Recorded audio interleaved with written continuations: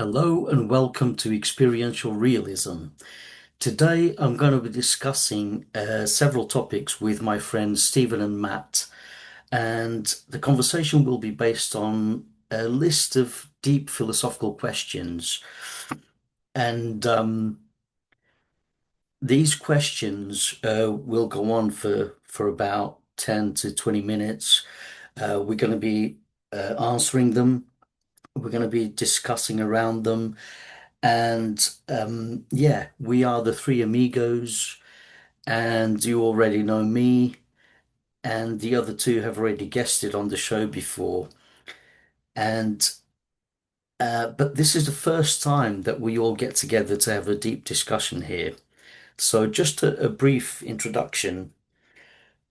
Stephen Wollard runs the YouTube channel Hermetic Idealism, and me and him moderate a few Facebook groups as admins, such as the Hermetic Order of the 21st Century Idealists, fans of Donald Hoffman, the Advanced fans of Bernardo Kastrup, Experiential Realism, ER, A New Approach to Realism, and Advanced Non-Duality, East and West Integration, which is the latest one that Stephen came up with. And Matt Gray runs the Cheltenham and UK Philosophers podcast on YouTube, which is highly recommendable. And it also has its own community on Facebook, and he has interviewed some very prominent people in the scientific community, and some of them philosophically inclined, such as Donald Hoffman, Michael Levin, Dennis Noble, Susan Blackmore, and Thomas Metzinger, to name a few. So, ladies and gentlemen, I give you the three philosophical amigos, including moi. I hope you enjoy. Well, yeah. Yeah, welcome, Matt. You're the first one in. And yeah, we've just been discussing the relationship between philosophers and scientists. And Mm. I don't know if you can remember everything that we discussed, but we were saying that philosophers can help scientists to refine their conclusions from that they derive from their experiments. Mm. And we were saying that scientists don't always have the time to think deeply about their conclusions, whereas people like us, who are not devoted so much to one scientific project, and we look at all those projects and all the Mm. conclusions, we as philosophers have more time to try and work out some kind of picture of reality and help Mm. scientists, and then vice versa. The scientists can also help the philosophers to direct their thinking about what's going on. You know, Mm. Yeah. anything you want to add to that? I think that's pretty much the gist of what we were just discussing. Yeah, it's quite funny because we were in this beautiful flow, and it's like we're not recording this. God damn it, But no, no, Yeah, I no, no. know. You captured it. I think you've put it together nicely there.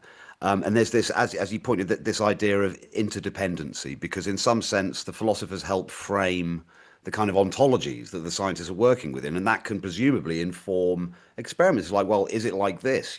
Well, let's go and do some experiments. I mean, Mike Levin's a great example of this intersection, isn't he, between philosophy and science? They have philosophical sessions in their lab, right, and Yeah, think speculatively about what's going on, and that informs their. And so I was going to get to this question of what I really want to ask you, and I think we've touched on it before, because yeah, I believe science can inform metaphysics. I think it yeah. can. I think, in some sense, for me, that's what it's for. I see Yeah, science in a way as like the practical arm of philosophy that can actually kind of I make agree. test.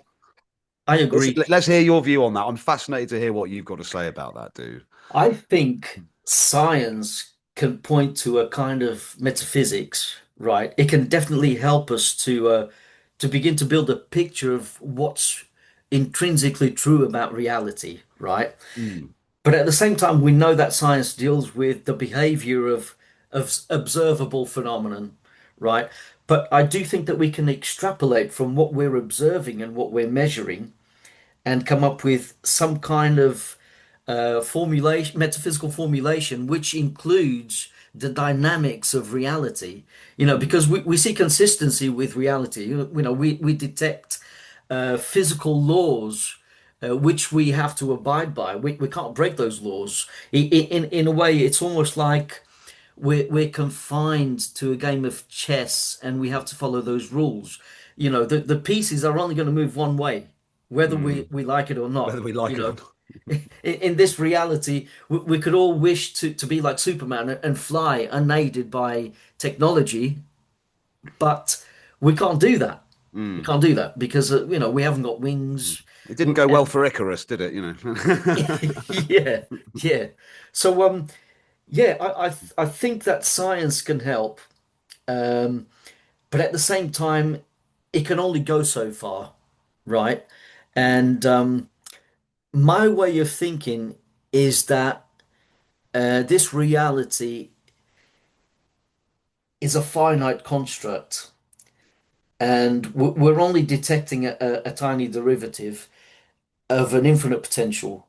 And the only reason why I think this, and I think this is true, not just the fact that I feel that my own imagination has infinite potential, but also what we observe in the subatomic world. You know, the quantum world um, shows us that there are superpositions, you know, and and there is a kind of collapse. I mean, the collapse is only something that we came up with to try and explain why you know there's an interference pattern, you know, and then it collapses into one state, and Mm.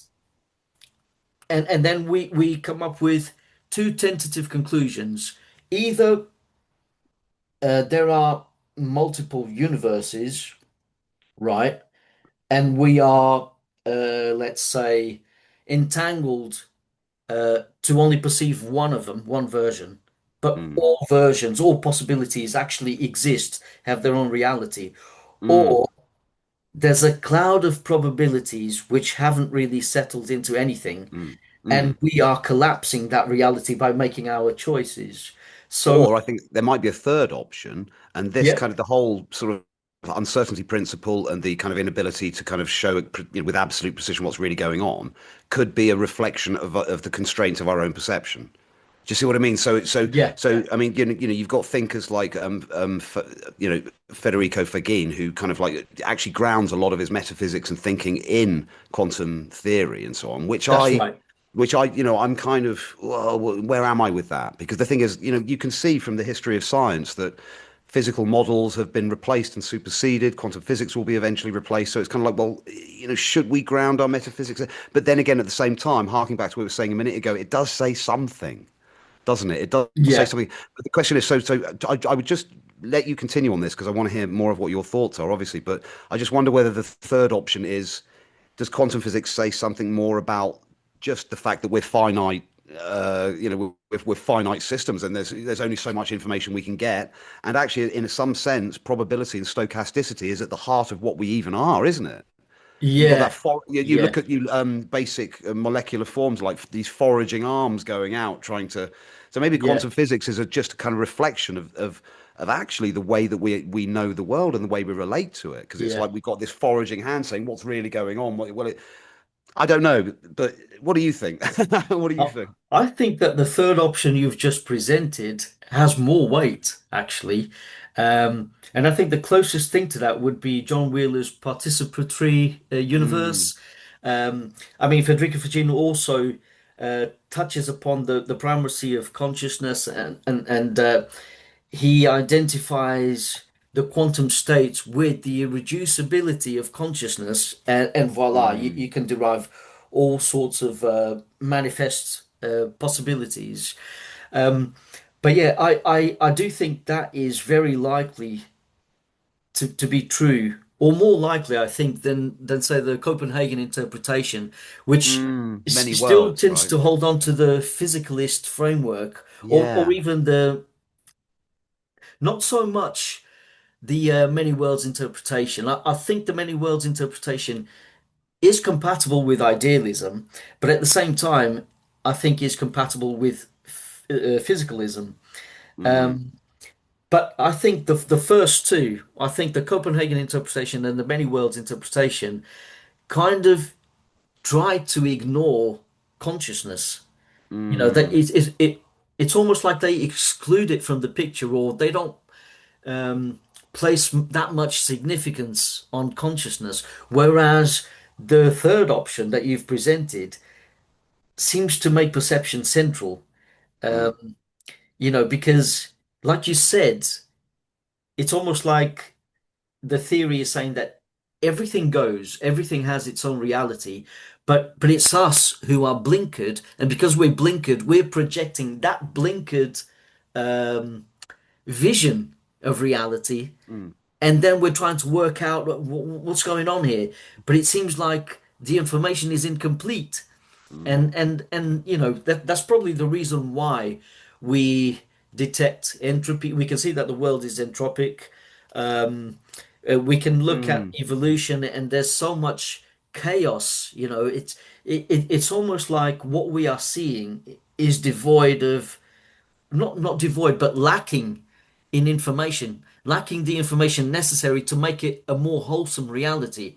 And it's almost like we are tuned to a finite version of mm, events, or a chaotic world lacking in information, because it's because we collapse it, perhaps. mm, You know, collapsing is a useful term, isn't it? We don't mm. know if that's the right way to go about things, but it's the best Yeah, thing we can do at the moment. yeah. We collapse it into one version that we can navigate around, which Mm, is useful for us and will benefit us. Because if we mm. were to see everything, all infinite possibilities in this human body, it would probably work against us, wouldn't it? The Yeah, human yeah. body would melt or collapse, or you know, it would Mm, destroy us as yeah. human beings, wouldn't it? Yeah, yeah, yeah, that's fascinating. I mean, th this idea that, physics is phenomenology, right? So, in some sense, when we're doing physics, we're kind of mathematizing our experience of the world. And we're saying there's these phenomena that we can model, hypothesize about, and predict results about, and we can all kind of agree on it, right? And so that Yeah, gives us the impression that there's this objective reality out there that's weighable and measurable, and the laws of physics apply there for all eternity in all different corners of the universe, and so on and so forth. And even that picture is now being denied by some pretty progressive thinkers like Lee Smolin, for example. He thinks there might be an evolutionary model to physics laws and things like that. But just winding back from there, even I'm thinking that physics describes human experience, right? yeah, Yeah, that's it. I mean, yeah. it's like, it doesn't matter what you're describing, whether it's the moon, whether it's a space rocket, whether it's an ant crawling on the ground, you're That's right.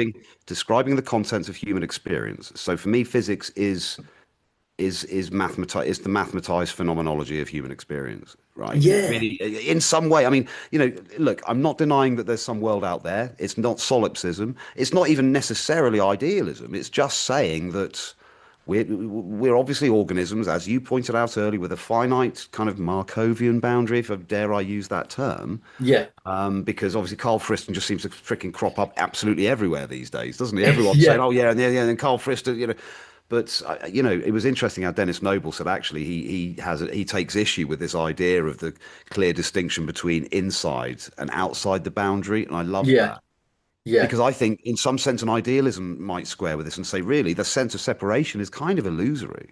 yeah, We're not yeah, separate, are we? We're leaves on a tree. We're not, with yeah, tendrils, or the many-headed hydra, or however you want to visualize it. That's yeah, what we really are, isn't it? Or am I going? I mean, I want to ask you about idealism because my gut, my intuition, my heart, my soul still tells me idealism is true, right? yeah, And that's that. That's my. If I'm a gambling man, blah blah. That's the horse yeah. I'm backing. I Because of its explanatory power, its parsimony, all the stuff we've touched on all the before. stuff, yeah, yeah, But at the same time, on the journey I've been on, I think we're all on this journey in a way. This epistemic humility. Let's reserve. Let's be careful. What do I really mean by this? And the guests I've had to prepare for, and you understand this as well. yeah. You think you have to open your mind, and so I'm not as certain as I was. You have to open your mind, absolutely, because um, you know what seems crazy to us might not be so crazy tomorrow, you know. And we just have to try and make progress, and sometimes it just takes us stepping outside the box. And I don't want to take away from any of these experts, you know, Dennis Noble, even Richard Dawkins. I think they all bring Mm, something to the table, and it's wonderful that they all can disagree on a number of issues because it just goes to show that we are limited as human beings, and even the best of us aren't so sure about what the hell is going on. You know, I but love that because when I was growing up, you kind of thought they did. You know, yeah, it's like I thought the local GP knew absolutely everything about human physiology and we could trust him with that. You know, it's like, yeah, but, yeah. just silly example. Yeah, sorry, continue. Sorry, The Alan. priests of physicalism and new atheism. Oh my God, they know so much. They are bringing us the truth, right? They're not Yeah. lying. They're not Oh, lying to us. that doesn't sound Like that certain doesn't members sound of the church. that exactly that doesn't sound religious at all, does it? Yeah, I'm so glad you mentioned that because it basically was a religious movement. It still is the yeah, atheist kind of campaign against anything that doesn't fit the materialist metaphysic. It's kind of insane now looking yeah, back. I mean, I felt like I was going mad when I said to my girlfriend and people at university, I said, "Oh, I think idealism might be true." And they said, "Oh, get out yeah, of it, you absolute idiot, numpty, logical positivism reigns supreme. yeah. We don't do that anymore. Barclay's We're an no idiot." nonsense, No you know. nonsense thinkers now. We won't tolerate this piffle. Yeah, But and it was like really wanted to do my dissertation on Berkeley. I love yeah, Berkeley. He was yeah, the one that really resonated with me. I couldn't understand Kant. Could- yeah. oh, hello, darling. Oh, it's Hi, Anna. I'm glad you're okay, by the way. oh You're gosh, yeah, fine. So am the I. Thanks Mexico so much. saga. Yeah, you really want to Just avoid that. Because I was thinking it happened at first I was that. thinking it happened in America and that ICE killed some member of the cartel, but it actually happened in Mexico and it's to do with In my their town, end. Yeah, who no one's ever heard no of. one's ever heard of Puerto Vallarta. I'm going to Wow. Puerto Vallarta. They go, where's that? And then I have to explain it's not on the Caribbean side by Cancun, it's on the Pacific side. And Right. how many conversations I've had of that is just, I'd be a rich woman if I had even a peso, If only. right? Yeah.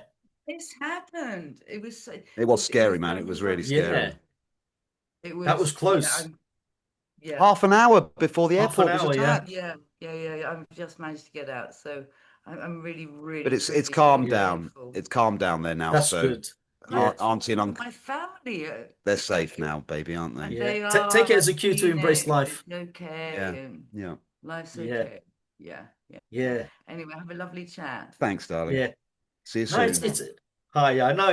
it's a great reason to celebrate, and It I've seen sure that you is. guys have been celebrating dancing. Yeah. Oh yeah. Yeah, yeah, Yeah, yeah. yeah. No, actually that's a good point. There has been a deep sense of relief and a reminder of how valuable life is and your friends Definitely. and your loved ones. And Absolutely. and so Well, yeah. imagine it. And the shop that I got my cigarettes from, we had such an argument about these cigarettes. My uncle doesn't like me smoking, right? Yeah. She And still hides it from yeah, them. but I try. I've got my own balcony. 82, it ain't too bad, right? But Yeah. then it's just like, oh, I just won't smoke in front of them, and it's a bore, and it's just like not worth it. So Yeah. we have this cigarette, but my cigarette shop actually fucking got It burnt was down. it was blown up. It's crazy, isn't it? Wow, Yeah, it's Thanks, crazy. darling. Yeah. Yeah. yeah. Anyway, Speak soon then. And it seems trivial now, I bet. oh Now, my in God. hindsight. Yeah, yeah, yeah. It's a beautiful thing. I keep on going around kissing the house, going, thank God for my table. Thank God for my boyfriend. Just Yeah. really, it's real. Thanks, Reporting for praise the duty. Lord. No, it's wonderful. Speak soon, my I'm love. glad you're okay. Nice to meet you Never mind. in I'm person glad. this time. Yeah, yeah. One of the nine lives. We're gonna pile around your place one of these days, Yeah. Arlindo. We'll just turn up at Yeah, no, the. it has to happen. It's going to happen. I'd love, Yeah. honestly, we'd love to host you here sometime. We could put you up for the night. I mean, I know you've got, darling. Off you The go, one man. thing is that you just don't neglect your friends because you might never see them again. So That's right. come on That's right. round. Yeah. Yeah. Okay. God bless. Thank God for technology, actually. Yeah. Thank God. It brings us closer together despite the distance. But yeah, I'll definitely have to come down. That would be Yeah. awesome. See you And you later, guys are darling. quite welcome to come down here and. Thanks, dude. Hmm. No, definitely. Right, I'm just gonna go and see if I can stick the padlock on that door now. No, I'm just kidding. it's crazy the things that happen in life, and um you know, the people that you care about and that you love, sometimes it takes things like this to sort of bring you closer together, you know. It's Mm, it's a bit mm, like, you know, how the war in Ukraine um can bring people closer together to, you know, to look after one another and yeah, to yeah. help each other out. It's almost like out of a bad situation, you get something good, and Mm, uh, that's you beautiful. I know, love that. Yeah, yeah, people do pull together communities, and it even transcends sometimes kind of political or philosophical boundaries. Humans will help each other. We've got an empathetic, sort of compassionate definitely, element to our nature, and it's kind of, the kind of neo-Darwinist perspective suggests otherwise, and that we were for a long time framed as the violent ape. yeah, There's yeah, been various thinkers that have pushed that kind of narrative, and Darwin, in a way, was hijacked, I think, wasn't he? Really, because yeah. actually he did leave some scope within his philosophical view. I don't know whether you've ever tried to read the frickin' Origin of Species, but I mean, so it's I like haven't. there's about 200 pages of pigeon fancying. I mean, it's like, I was expecting this grand philosophical journey. It's like, oh wow, this is going to be epic. It's a classic science book. No, no, Right. it's just pigeon fancying, hundreds and hundreds of pages. But because he was a field scientist first and foremost, Yeah, literally taking notes, and he was kind of selectively breeding the pigeons to see whether he could reinforce certain traits, and then saying that, you've got human selection, you've got sexual selection, so you end up with weird plumages and things that are yeah. reinforced because Testing his theory. yeah, yeah, Yeah. exactly, basically, and proving it, slowly but steadily, like a proper scientist. So it's very hard to find any of the philosophy in there. You think, oh, you're gonna, it's not clear, really, to be honest, and that's something that Noble picks up. Sorry, fanboy on the Noble front, but he says that actually Darwin did not ever state that this is about the survival of the most of the fittest, and it's the survival of it's the survival of the cooperators, Yeah, right? that's right. There is a choice fundamentally. So, you even look at the microscopic human body, cancer. You've got a local collective of cells. They've fallen out of line with the local telos, right? Yeah, In some sense, and yeah, they do what they can to survive. As you might see, if you were airlifted into a foreign country that everyone hated you, you're going to band together, aren't you, with your nearest and dearest? And so that's an interesting question about good and evil. I mean, I've just it realised is. Stephen's not here yet, and we've not followed the structure. No. Do you want to rein us in again here and take control, or should we just keep it? It's up to you, man. We can keep it going, and we can try and answer some of the questions Yeah, until he joins. And if we have to, we'll do a part two. because do you know what, Arlindo? I should zip it. I would love to hear, because the first item was, what was the first item? Was God, wasn't it? God, yeah, we got Because I God. could listen. I could listen to you talk about God for as long as you've got. So if you want to give your position on God, I'd freaking love to hear it. Oh, No, I brilliant. mean it, because I deeply respect your thinking, your approach, your whole ethos, and what you're doing with Oh, experiential that's nice. realism. Likewise, Matt. I love it, man. I love it, and I Yeah, love our community. I love who we are and the journey we've been on together. yeah, It's fantastic. yeah. It's really cool. You've helped me.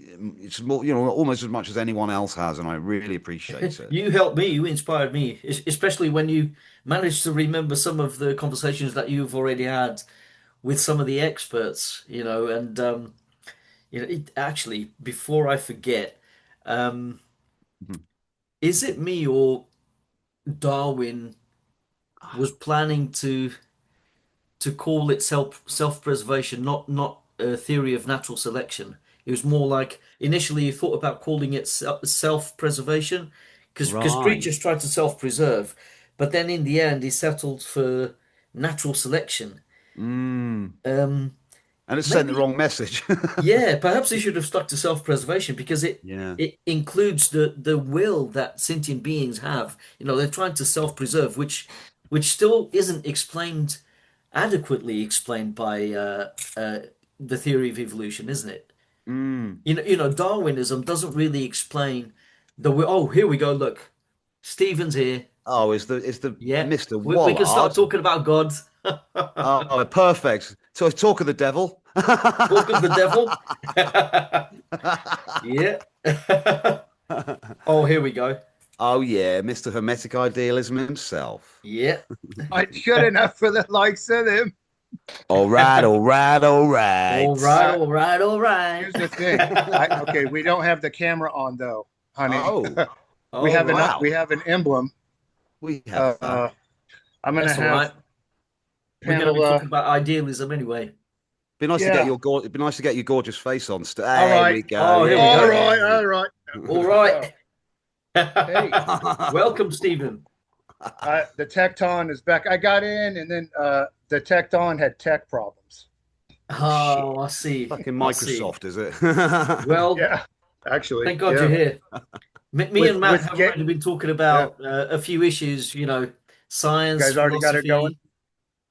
Yep. Yep. hmm But yeah, and we were just about to go into God because we thought that maybe All something happened to right. you.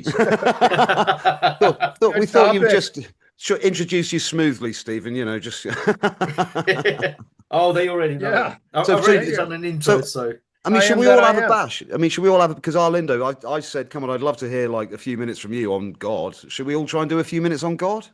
yeah, yeah, why not? So Walk-in code. basically, the first question is there a God? And I've written down some notes that we could discuss within this topic.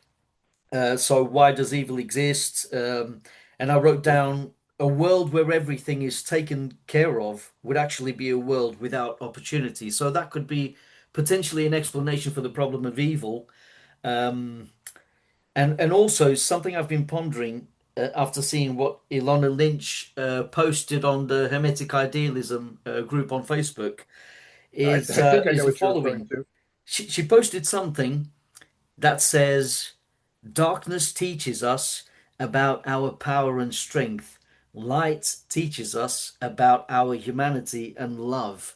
And I was kind of inspired by that. And I think it ties in with the God belief in some way, because it brings in the polar opposites and it brings in good and evil. But anyway, Yep. so the main question is there a God? Right? And do you guys want me to go first? Sure. Yeah, go on, man. Right. So before I would say that there is absolutely no evidence for God when I was a physicalist, because I was thinking of God as a Yeah. separate being, right? And I was thinking of the God of the Bible, the God of the monotheisms and every other conception of God by polytheistic traditions, right? But now, even though I can be an atheist in relation uh, to gods that people present me with, to concepts of God that people present me with, I can say I don't agree with that. I don't think that's the case. Therefore, I'm going to be an atheist or an agnostic in relation to what you're describing to me. But if someone says, "Well, do you actually believe in a God? Do you have a concept of God that is believable and that's undeniable?" I would say, yeah, I would say that um, consciousness would be the candidate, right? Because consciousness is inside us, it's who we are, and we're also surrounded by it. And it can be a singular entity, and it's also capable of giving, however it does it, as it conceives of space and time and transcends these concepts because these concepts exist within it. They're like frameworks. Uh, they enable consciousness to talk to itself from different perspectives, right? So if that isn't God, I don't know what is, right? So I would say that consciousness, if there is a mind at large, and I think there is, it would have to be omniscient. And because it knows everything, everything becomes real. Because, mind is everything. Uh, this universe, in that idealistic theory, this universe would be like a thought form. It would be an idea in this God mind, which is us, and it manifests uh, because it knows it. So we can't even blame God for the existence of evil because God is omniscient and he has to know evil in order to know good. So we can't blame it Mhm. any more than we blame someone for their nightmares. Just because people dream of horrible stuff doesn't mean that they're necessarily evil. Um, Yeah. so yeah, I would say yeah, consciousness to me would be so. I'm a theist by virtue of being an idealist, um, because consciousness would be the perfect being because it's being itself. It's the ground of all being, its existence itself, and it's aware. Yeah, it's an aware God. It's omniscient. We don't know that we're omniscient because we're limited, and because it's infinite, it's also capable of including the finite perspective. So I would say, yeah, there is room for the concept of God, and it's still a human concept, but it's the best we can do to try and embrace what is perhaps ineffable to us from this anthropic perspective. So yeah, that would be my way of kickstarting the conversation and giving my opinion. So who wants to go first? I don't care, whichever. Brother Stephen, perhaps. You want me to go? Go on, Stephen. Yeah. I have a similar tale. I'll tell the same tale from my lens of perspective because it's what's cool is that it's so similar, Yeah. to yours. It's quite similar, but just from a perspective from me, I guess. So come to the southern United States, the Bible Belt region, fundamentalist religion, being the great whatever heir to the historical preacher William Miller that was responsible for misinterpreting Revelation and Daniel and calling for the second coming of Christ three times, failing. Two Yeah. times in 1843, one time, I no, two once in 1843, twice in 1844. In the wake of no literal Jesus coming, Yeah. arose the Seventh-day Adventist Church and then the Jehovah's Witness. So this was a paternal relative of mine.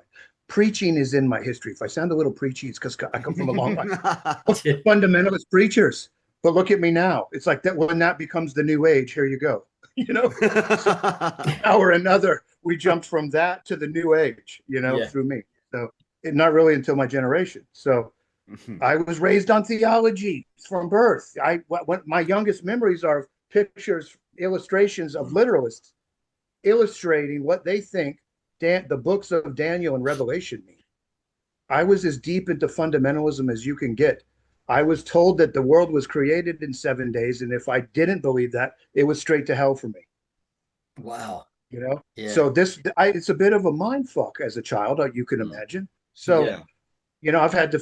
So for me, I had to come into the world bucking against some of the worst self-deception imaginable, with literalism taken to such an extreme that you can't negotiate on the 7 days of creation, because they're keeping the Jewish Sabbath, and only if you don't do that, you're not saved.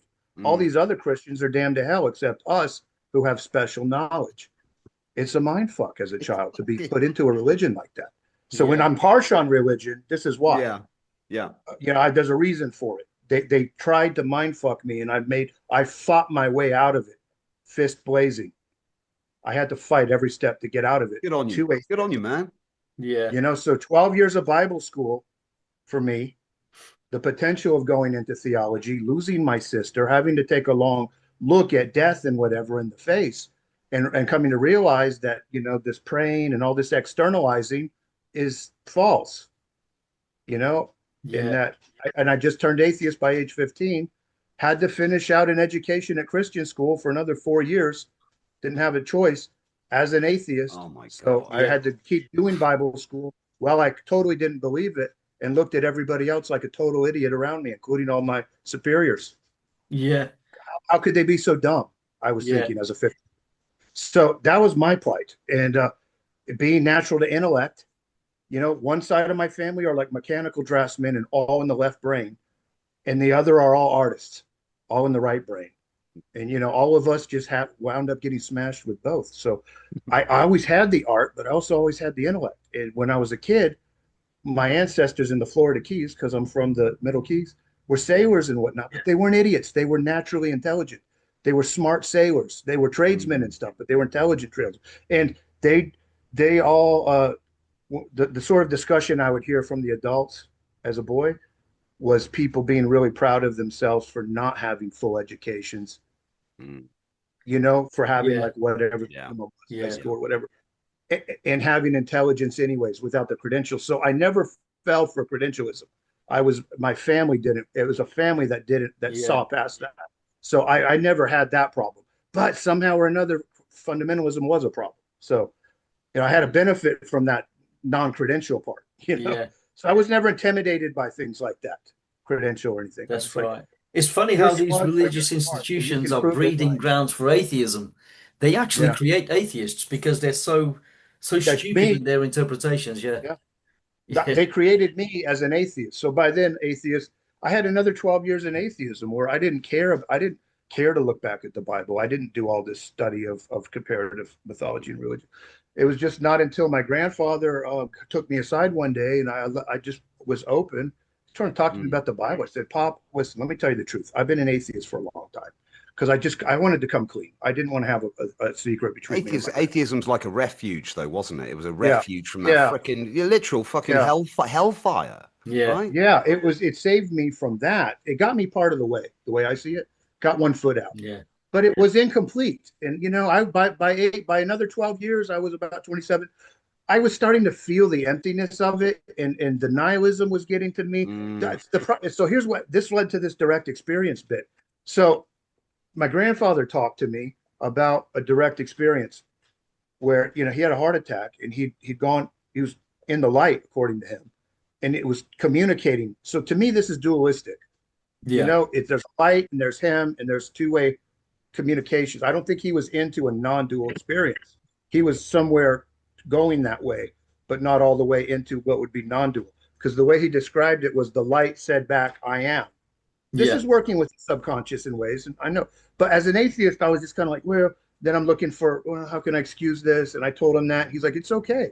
That just means you're smart. Mm. He's like, I used to be like that too, but there's more. That's what my grandfather, I'm going to cry. Mm. Yeah. So yes, he's correct. There's more. I just didn't get it at the time. So he lays this near-death experience story on me, which was emotional, Yeah. and starts telling me that they have salvation all wrong in our church, and it's not about keeping the Jewish Sabbath and all this stuff. What he told me is that it's about the name of God, the name of Jesus. Yeah. This important part. Well, he's correct, because if you follow the name, it leads to consciousness, like you just said. But it was a long path for me to realize that. So the next weekend after he told me that, he died in his sleep. Wow. He didn't wake up. He Yeah. went to sleep a Friday night, and he didn't wake up that Saturday morning. So left me hanging as far as that goes. I went down there. I So took all he the passed that on to you. He passed that insight Yeah. on to you just before. Yeah. What And the right fuck? before, like the week before, Wow. and he was on hospice. I mean, I think he Yeah. knew he was going down, but I didn't know That's if he beautiful, knew. man. That's beautiful. That's so Yeah. beautiful. Yeah. Definitely. So then that's what got me into consciousness. So then that path led to everything now. So I was kind of like questioning things, and I was thinking about the Big Bang for the next 2 or 3 years, and nothingness becoming something, and all that really got into my mind.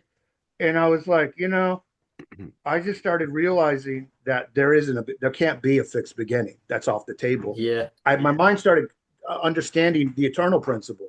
And then I realized, whoa, that quote that I have on my Facebook page is the realization I came to. Anything that exists is existence itself as the existence in question. Yeah. Well, I got so fixed on that I wound up having the direct experience where I had that non-dual state going to bed one night where I drifted out of like this center out perspective into something that was whole. And it wasn't me in a light. It wasn't me in any other thing. It was just and I didn't know words for it back then. So I come out of it all shaken up. It was like it deflects you back out. You get in there and then you get deflected out. Yeah. Well, when I came back, I was traumatized, but I knew right away that it was a couple of things were clear. Existence is all, including me, and it's eternal.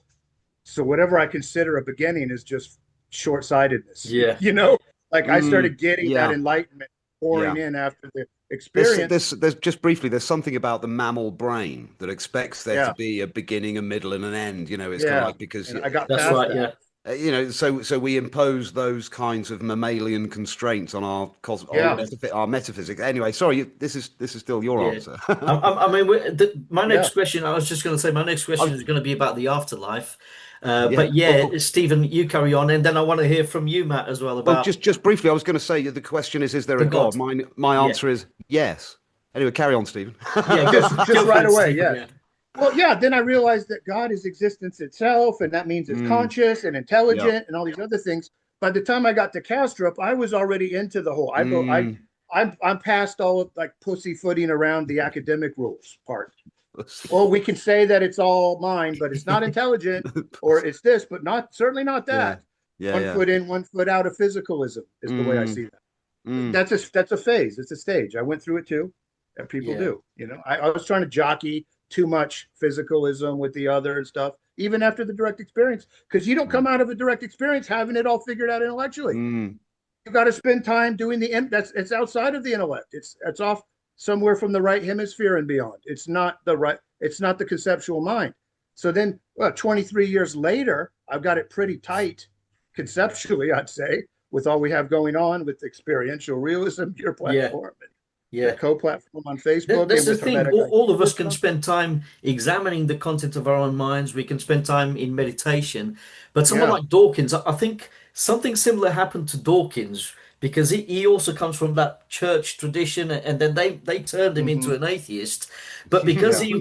he wanted to be such a great Yeah. scientist, and he was dedicating so much time in measuring things, as a scientist, he completely neglected But consciousness then he created his own religion. and created his own Yeah. religion. Yeah, New yeah. He, atheism. he never Yeah. Called stopped being atheism. religious. Yeah. Yeah. Yeah, yeah, It's honestly, these guys are crazier than than anyone else, yeah, right? Because Oh, they're yeah, it actually is. they're extremely angry about it. Any Yeah. suggestion that there might be some telos or purpose outside of this privileged human kind of intellect, which is the only intelligent thing in the fucking universe, right?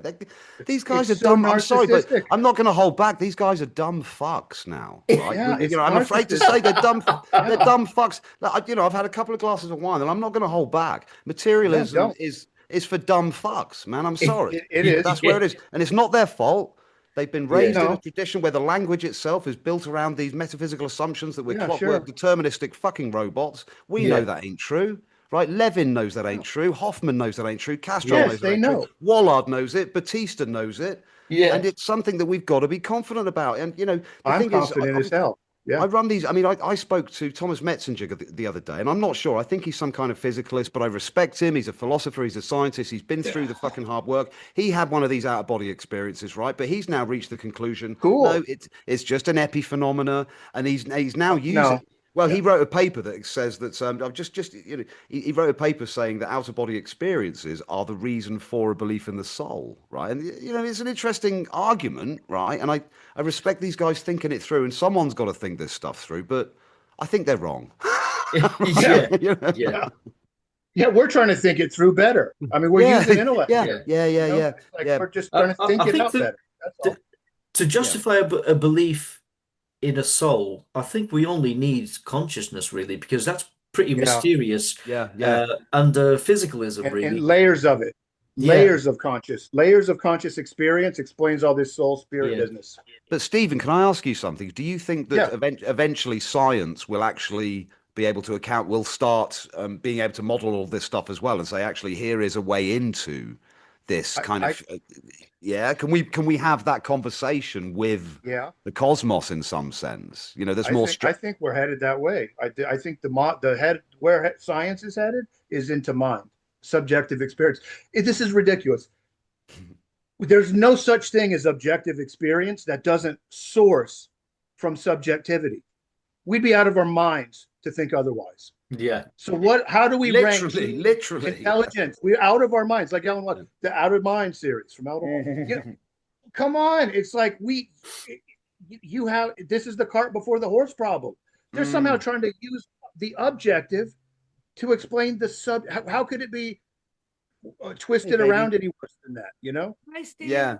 Hi, how you doing? I, Nice to I meet you. come back down for wine Yeah. because I Oh, wow. love to drink wine. Get off my wine. Chin chin. Honestly. Well, I've got some interesting things over here. I've got Oh, yeah. Bombay gin and Oh, you Crack open lucky the bottle. bastard! You lucky Grey bastard! Goose pear flavor. Grey Goose. It limoncello. It sounds like it tastes like pear Oh jello. yeah, limoncello. It I tastes like love pear it. jello.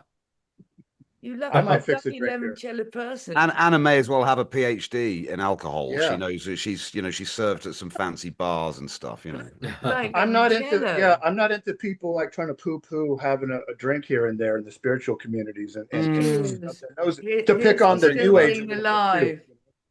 Yeah, Yeah. This Anna just snobby recently. Pharisee attitude about religion and spirituality, that's not how it's gonna go. Hey man, You we know? need a little bit of Apollo. We need a little bit of Dionysus, right? That's You know what right. I'm Yeah. saying? Yeah. Chaos and Yeah. order. Yeah, absolutely. Chaos and order. And a Yeah. hell Yeah. of a lot of common sense and survival mode.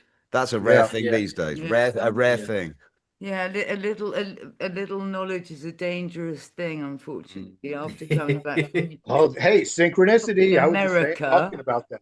You were just Somebody talking else. about that. Yeah, Yeah. the Yes. Dunning-Kruger People that are effect. just a little more smart, they're just a little more intelligent than the average Joe. It gets very dangerous from this perspective of yeah, ego Yeah. because they start thinking they're God on earth. They don't yeah, have the Yeah. No, humility to they go think further they and know are they're not. God, Yeah, Yeah. like that. Their and finite that's the mind is effing God. Yes. problem with it. Yeah. Oh Actually, my that's God. interesting.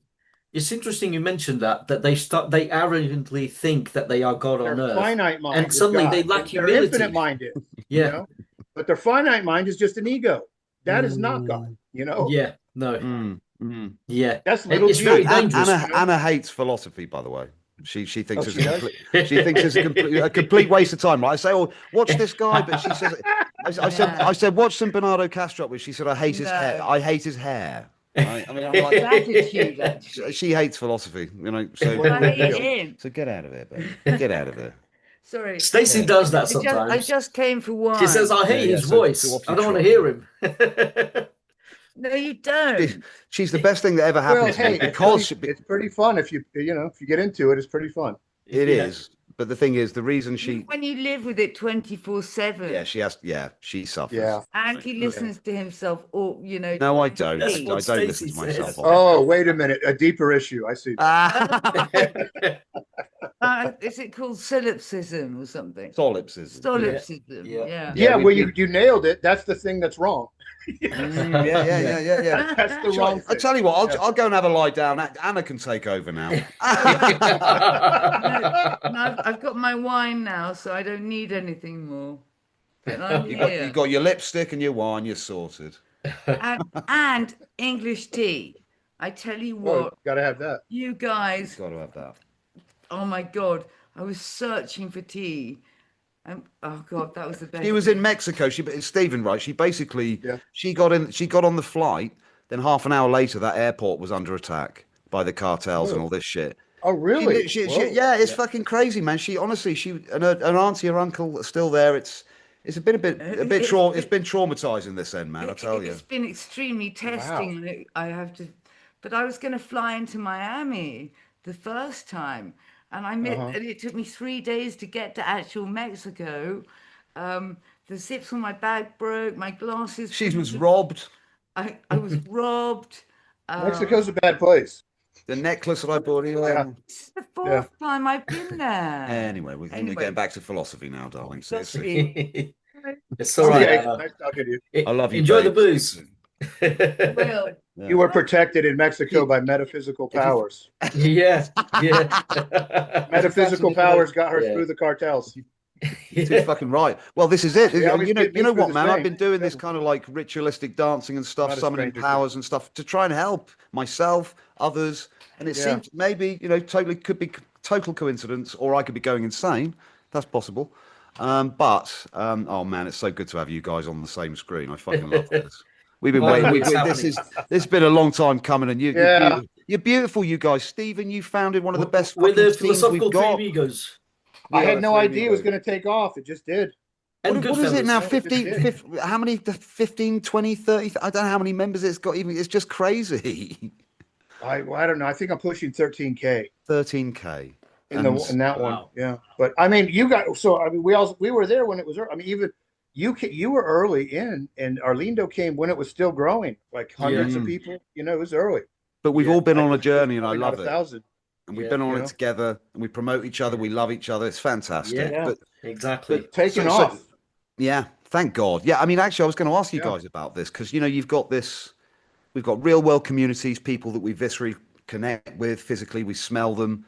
We've got yeah, online communities, and there's a kind of a yeah, depth in a way with the online virtual communities that kind of doesn't exist out there because I've met you yeah. guys. We've got no political baggage. We've got no history. We've gone No, into our relationships fresh. It's yeah, just like we are who we, whereas actually with our own family and friends, it's like, oh, well, we've got this going on, and so there's something new and very interesting about what we've built here and what the yeah, internet and this new mycelial network which looks yes, very yeah, much like Yeah, a neural network, just like the freaking yeah. just like the cosmos. Funnily enough, yeah. and this is beautiful. I mean, I love what we're doing. I love you guys. So Love, I've had a couple of love the whole drinks. thing too. Love you too, Matt. Love you too, Stephen. I actually met Stephen It's like, first before I met you, Matt. oh, Actually, I really? met you through Stephen, and I can't even remember exactly how I met Stephen. It was online, and I was still hanging around with Was it at what's your his name, Hoffman page? Claudio Soprano. You and Oh, Claudio Claudio Soprano had a Soprano. Yeah, disagreement, yeah, and I actually yeah, disagreed with him because he was bringing a kind of dualism into it. He was contradicting yeah. himself because he was supposed to be an idealist, and then he was bringing dualism into it, and then he Mm. was Yeah. scoffing at non-dualism, but he wasn't really constructively criticizing it. He was making fun of it and bringing up just memes uh, that were hilarious, but they weren't really discussing the subject. It was just all about making fun, and that really put me off. So in the end, I Yeah. sided with Stephen, and Yeah. yeah, and then our friendship flourished, and we had a lot in common. And yeah, I mean, Claudia did reach out to me recently, and I said, "Look, let bygones be Gotcha. bygones." And I did share one of the videos Tiny that kisses. we did together about free will, and he was actually right about free. I actually agree with him more on free will now than I did back then because I was Woof. still I was still a kind Look of at like that. a determinist, but now I allow. The idea of free will, I can tolerate the idea of free will more because I think it's all about experience. If you feel free, then you are free, and that's it. But that's another topic Yeah. anyway. Um, yeah, That's beautiful, though. No, I love that, Arlindo. It reminds me of, you think, I may have mentioned this before, but you think books like Papillon in 1984, where people are Hmm. so constrained, everyone's, fucking Big Brother's watching you, got no freedom, but they yeah, still find freedom in there. And there's this part of us that's Yeah.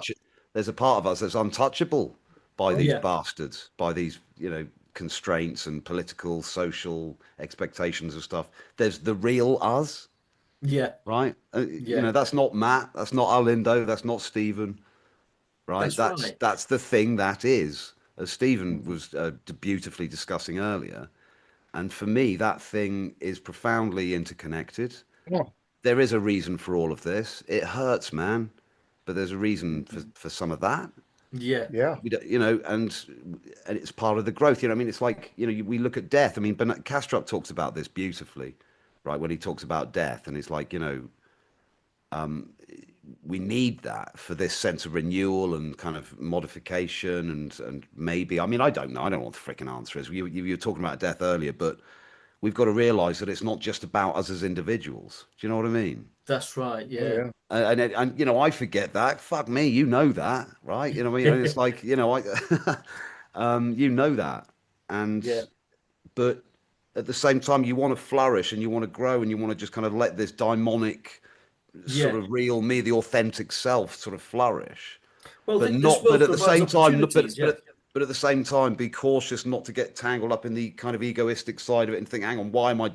The unexamined life's not worth living. We've got to check ourselves. We need these yeah. checks and We balances. have to, and But the yeah, thing is, if everything was absolutely perfect, if everything was taken care of, we wouldn't learn anything. There would be no opportunities. Yeah. There wouldn't be the experience of opportunity. You know, this world provides so much opportunity, so much room for exploration and for Mm. learning. Um, but if everything was just perfect, if it was just a utopia, I think as human beings, at least we'd get bored. I mean, I don't want to say anything about the afterlife because I don't think any of us remember a time when we were in heaven before we incarnated on earth. You know, entertaining the belief of an afterlife, which is the very next topic. If you guys want to discuss it, is there an afterlife? I It's mean, we kind of the could. same question in a way. Is there an It is, yeah, afterlife? It's the same because question. Stephen's already touched upon NDEs, A and the little bit, thing yeah. is, right. Um, I've always thought, right. I've always been aware of NDEs, even as a physicalist, and I thought these experiences must be hallucinations, and people are seeing figures like Jesus Christ, Buddha, and it must be influenced by culture. Yeah. But Yeah. now I'm not sure. I'm starting to think it's the other way around. These experiences are real. They came first. They've always existed, and they Mm. influenced the narratives around them. And I say this right because I'm briefly going to share a couple of NDEs that I came across. It's from Dr. Melvin Morse.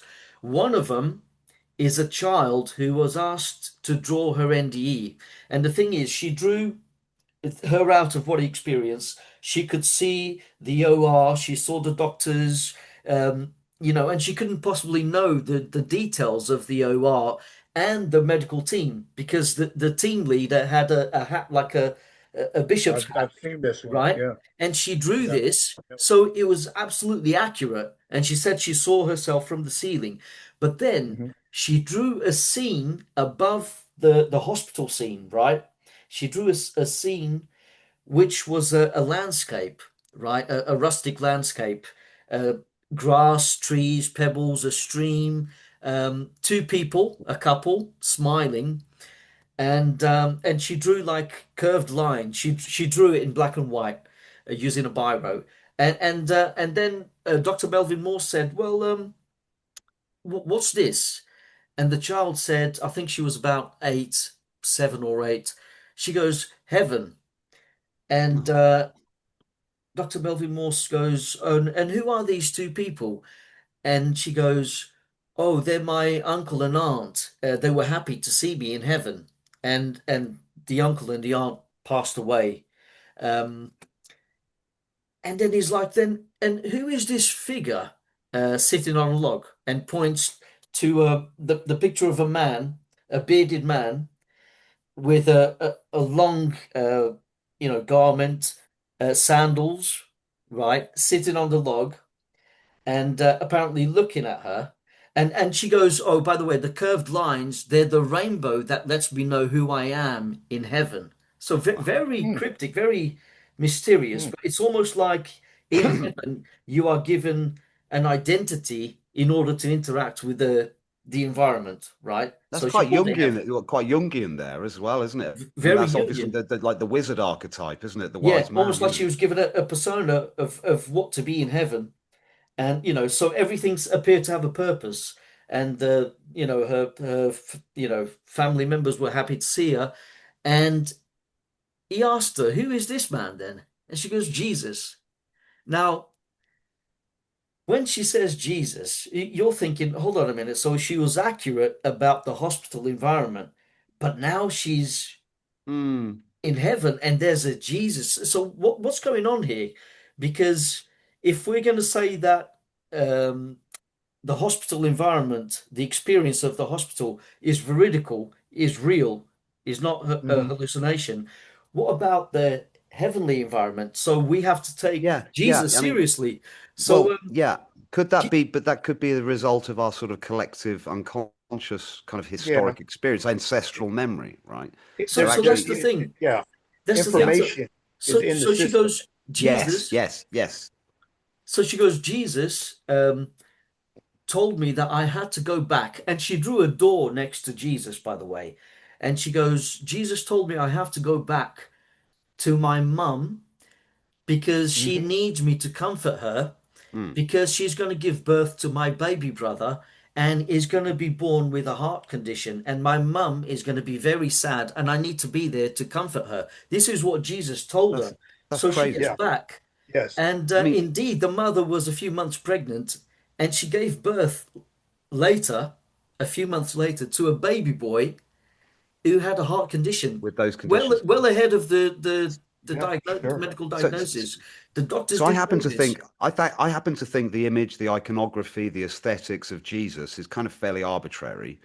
But Yeah, that's fine. what it represents, he could have ended up like a Rastafarian with shades on or something, Yeah. right? It's kind of almost arbitrary. But Yeah, what it represents is real, right? Like the yeah, human form in a way. I Yeah. am that Jesus is connected to the I am. The I am is means being.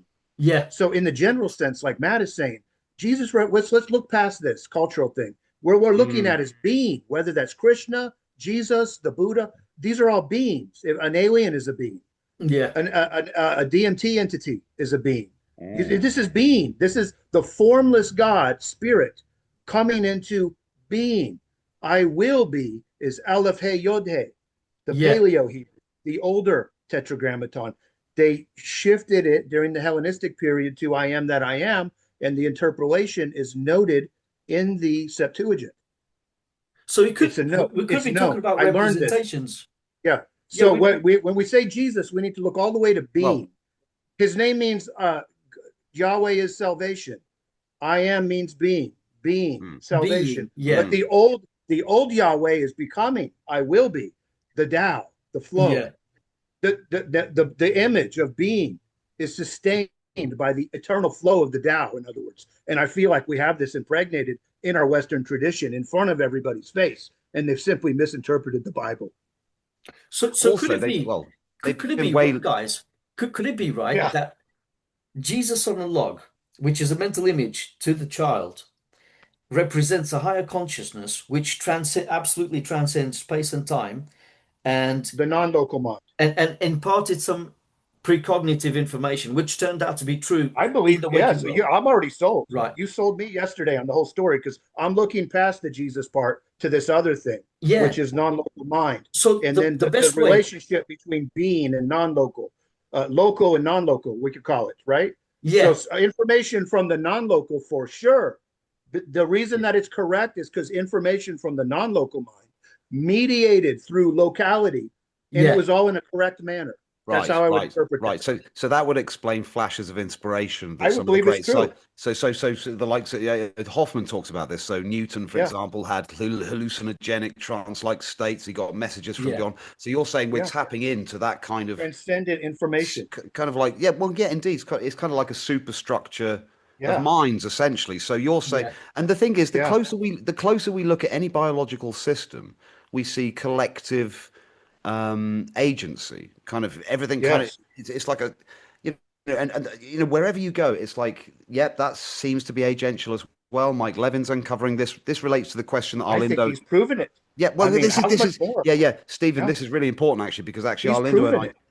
we that's exactly what we were thinking because I asked the question to Arlindo. I said, do you think science can give us metaphysical insights? And I believe it can. And I think Yeah, that's exactly what the yeah, hell Levin's doing, right? And I yeah, can't yeah. believe the courage of He's this so guy. advanced. I can't believe the courage of this guy. He's got his own laboratory. He's got an approach to cancer. He's got an approach to regenerative medicine, It's and he's amazing. also saying that everything is mind. yeah, I yeah. mean, I No, never that's thought brilliant. I know. I never thought I'd see that in my lifetime, Stephen. Do you know what Yeah, I mean? So we're just, same here. this is the He is a future of very important science. figure, actually.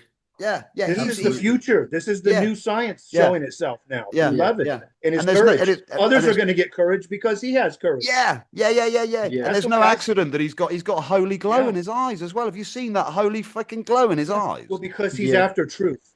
This is a person that's after where the truth leads. yeah.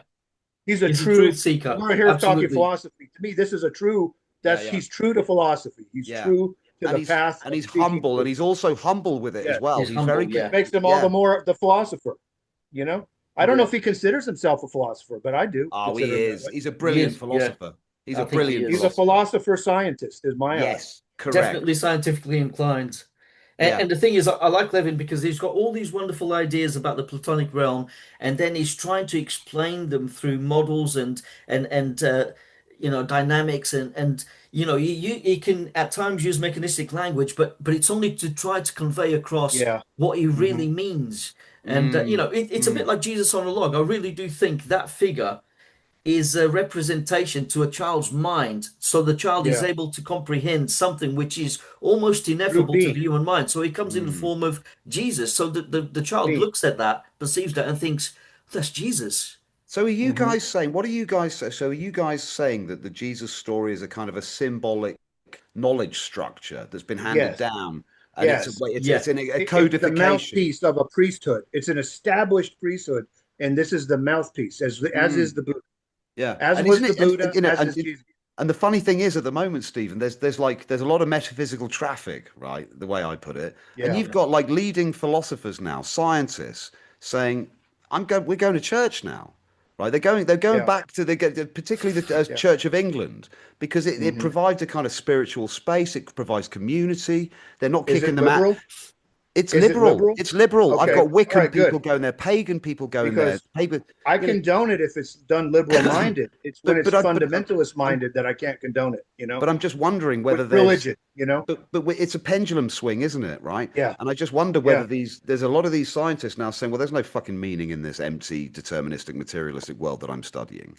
So they're Hmm. seeking meaning, and we're going back to church. People are going back to Yeah. church. Definitely. Philip Goff says he's gone back to church, right? Church Yeah. is Like in an strange. open sense, like what we're talking about, in a very open minded sense of church. I Yes. take it. Yes, that Very sense. open-minded about Yes, it, using logic and reason while at church. yes. It's the removal of that makes it toxic. If Because you remove yeah, if you're allowed logic and reason and spirit, well then that's what spirituality is supposed to be. yeah. Yeah. But It Stephen, really is. I want to say Yeah, something to you, man. I want to say that yeah, I I love you. respect.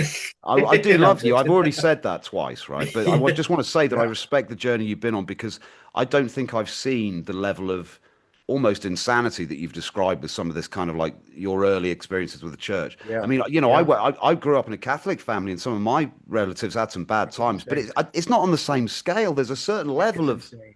it is insane, man. And And it's like that for Mormons. It's like that for Seventh Day Adventists. It's like that for Jehovah's Witness. It's like that for tons of Southern Baptists here in the South of the United States. Poor, I feel so terrible for the mind bashing that people yeah, had to take from childhood, yeah. and only those that fight overcome. And that's How did it? Why did it get like that? Why did it get like that? I don't well, I understand. just think it's the narcissistic, solipsistic ego gone wrong to crouch it in philosophy. It's this. It's just thinking that the finite mind is on such a power kick for itself that it escalates into all that we see, all the trouble right now in the media, the whole Epstein files, all of it. It mediates. It's a lose lose. It's corrupt in the church, and then the guys that go satanic or whatever and rebel from the church turn into the Epstein files. And either way, they're dualistic, right? They're on one Yeah. pole or the Yeah, other. It's yeah, like the yeah, religious dualism pole or yeah, the secular or Satanist pole on the other side. And yeah, whichever one you choose, you're wrong yeah, because you didn't see the central path yeah, at any yeah, given yeah. point. And I saw both of them. dualism I went far represents. to the left. Yeah. I left the right. I went far to the left to anti-theistic thinking Mm. with Dawkins and everybody. I hated the church and I thought it needed to be taken Hmm. down and Hmm. in the most left manner. Yeah. And then I realized that I was around a bunch of radical extremists Yeah, on the left politically yeah, when I found myself there, and I kind of disagreed. And yeah, and then I thought to myself, well, I disagree with the extreme right as well. yeah. And I started to become a centrist in my mind and a pantheist. And then I refined it into panentheism, and then understood that it's idealistic panentheism. Mm. This is how I I got to just want where to I say, am now. just briefly, Hermetic. want to pick something up there that your Yeah, emphasis on some of the issues with dualism, which are writ large. I mean, yeah, they exist everywhere, right? yeah.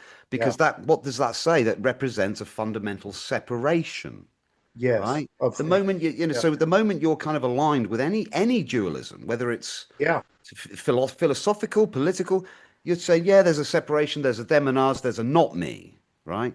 Whereas actually, obviously, monism, non-duality, represents the idea that there's a deep, profound interconnectedness of all things, and we can't.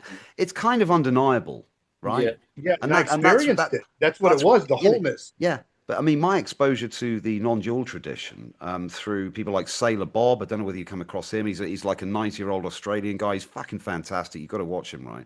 And obviously Nice. Rupert Spira Yeah, and some of these thinkers. I active mean, with his groups.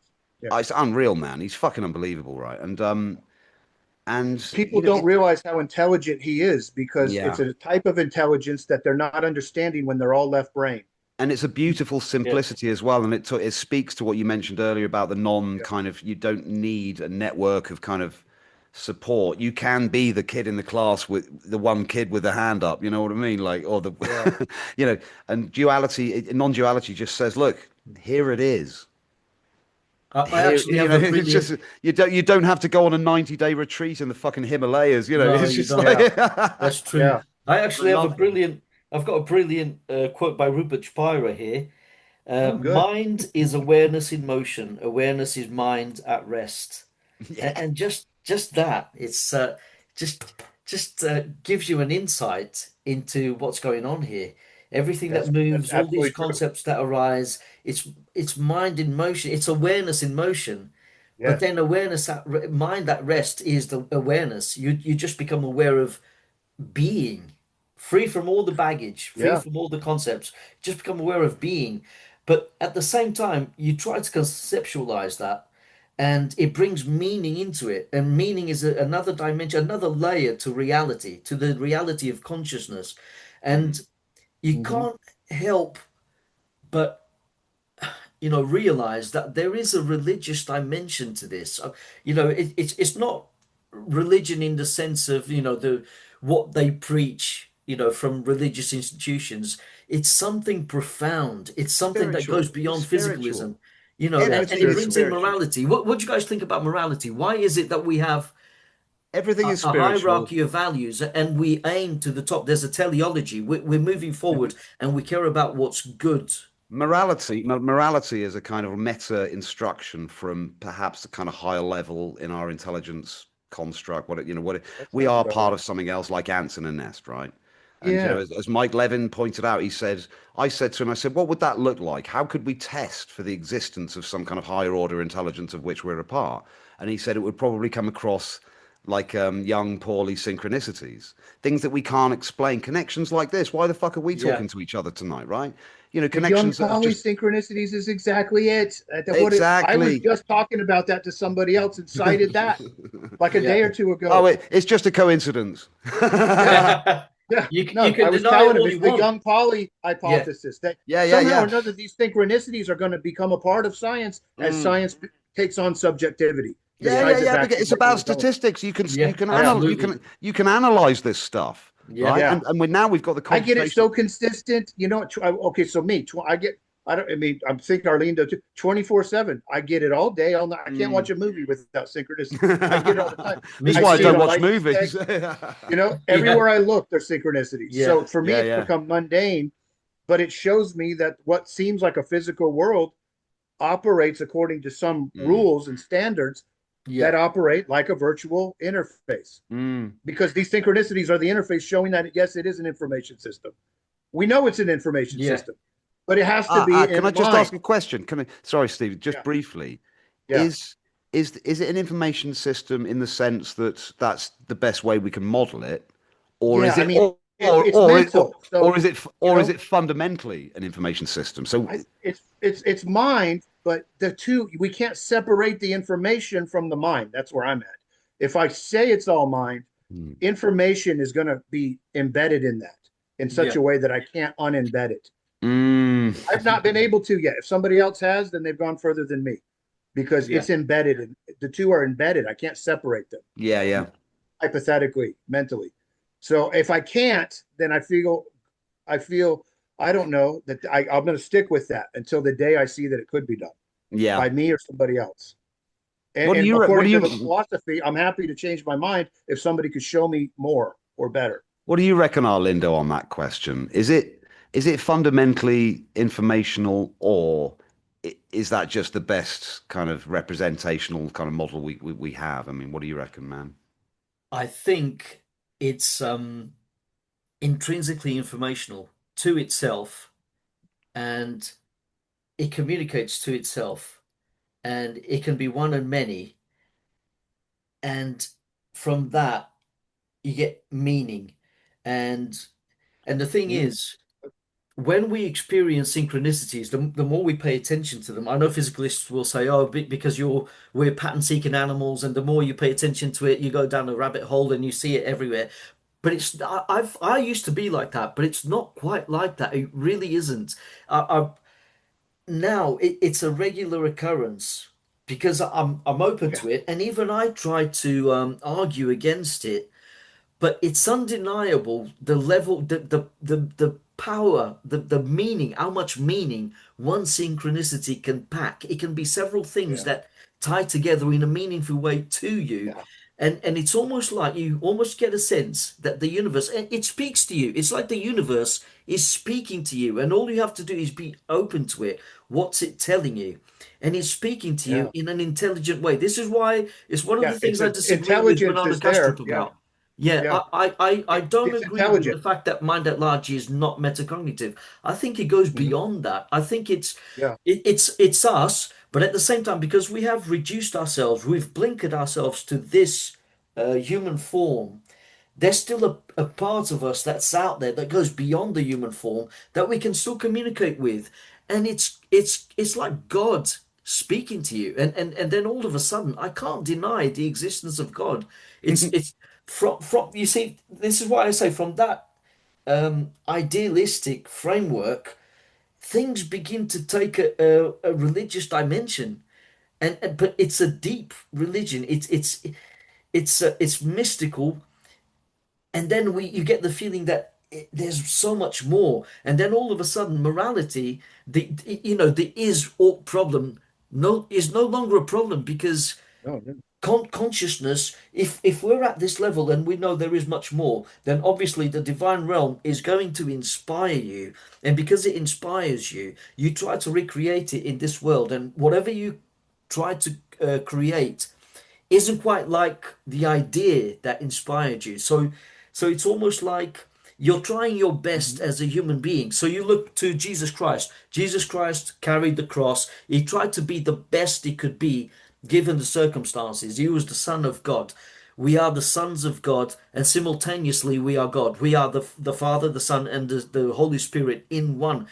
It, you know, idealism begins to make sense out of these biblical narratives. All of a sudden, it's not that there's a God out there divided into three, it's actually in you and all around you. Because when we say in you, we're not talking about localization. As Stephen was saying, it's non local, it's Mm. beyond locality. Yeah, Locality is we're, something we're, that the we're mind not in the universe. conceptualizes. We're not in the universe. The universe is in Is us. in us. Yeah. Absolutely. The Yeah. universe is in us. And when we say in us, I'm not talking about a whole universe being inside our brains. I'm talking Mm. about the brain included, the body included, me, you, everyone else included in consciousness. It's a field. One of, I think it was Max Planck, It's or wholeness. one of the It's physicists, he full. actually said consciousness is a field phasing through every sentient being.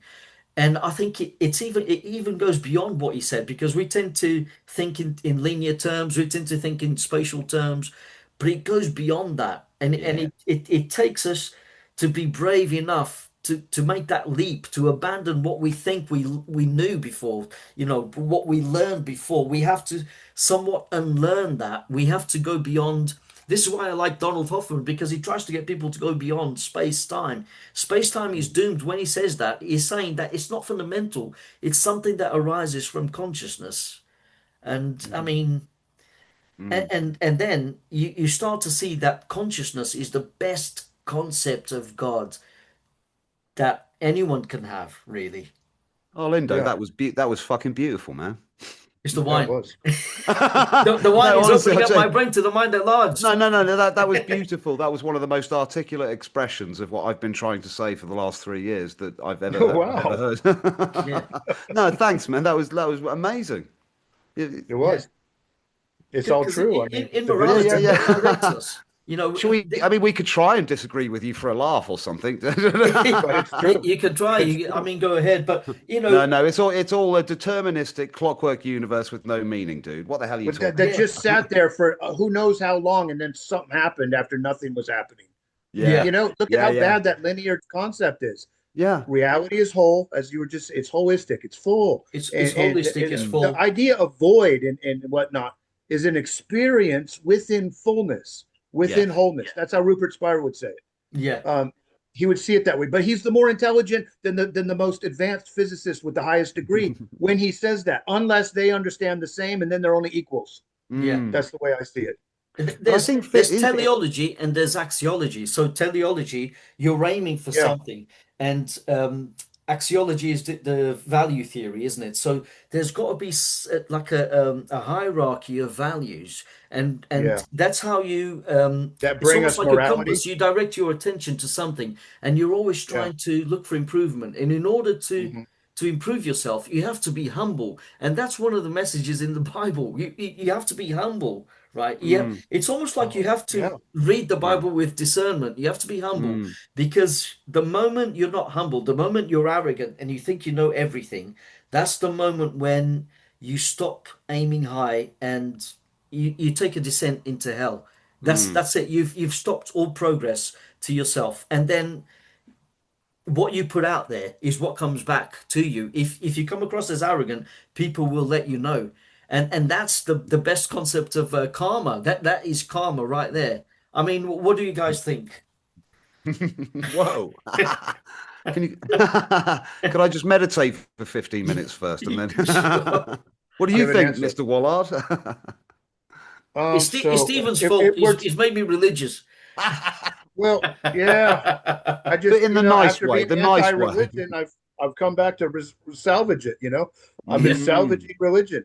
With axial theism and all this stuff. So the central God belief, I've put a name to it. It's everything Alan Watts and Joseph Campbell given a name. Axial theism. All the myths have the same story together. It's like you said, the Trinities are in all the myths. Well, we've got three mental energies: the positive, the negative, and the neutral. The Father, the Son, the Spirit. It all works like this.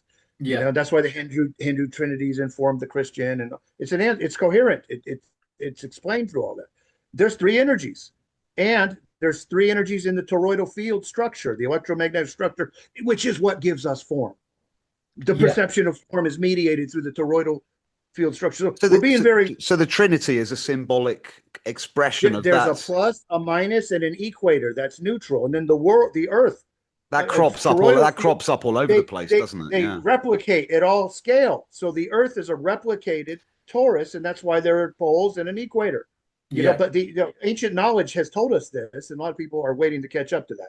So in all of these, hermetic orders and whatever, they've known this.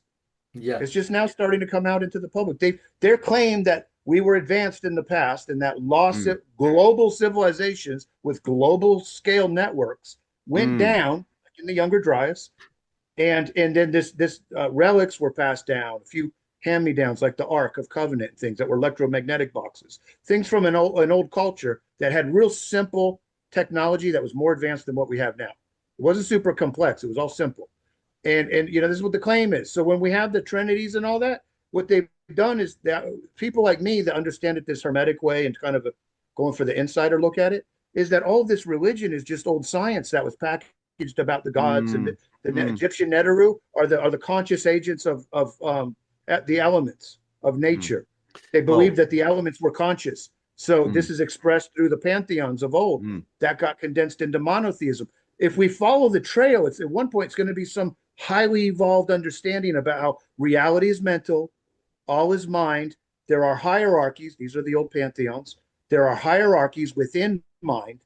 This is what I'm doing for the Hermetic Idealism platform, putting that together, so it's like, there will be, they tell us in the old traditions that there are hierarchies and that they're mental and that they're in mind and that the elements are conscious and that the star and the planets are conscious. They're telling us all this stuff. We just thought it was nonsense.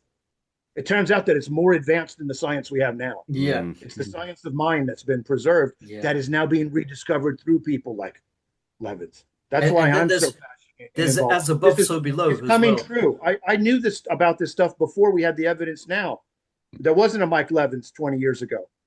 I just had faith in these old stories that I thought damn well were true. Yeah.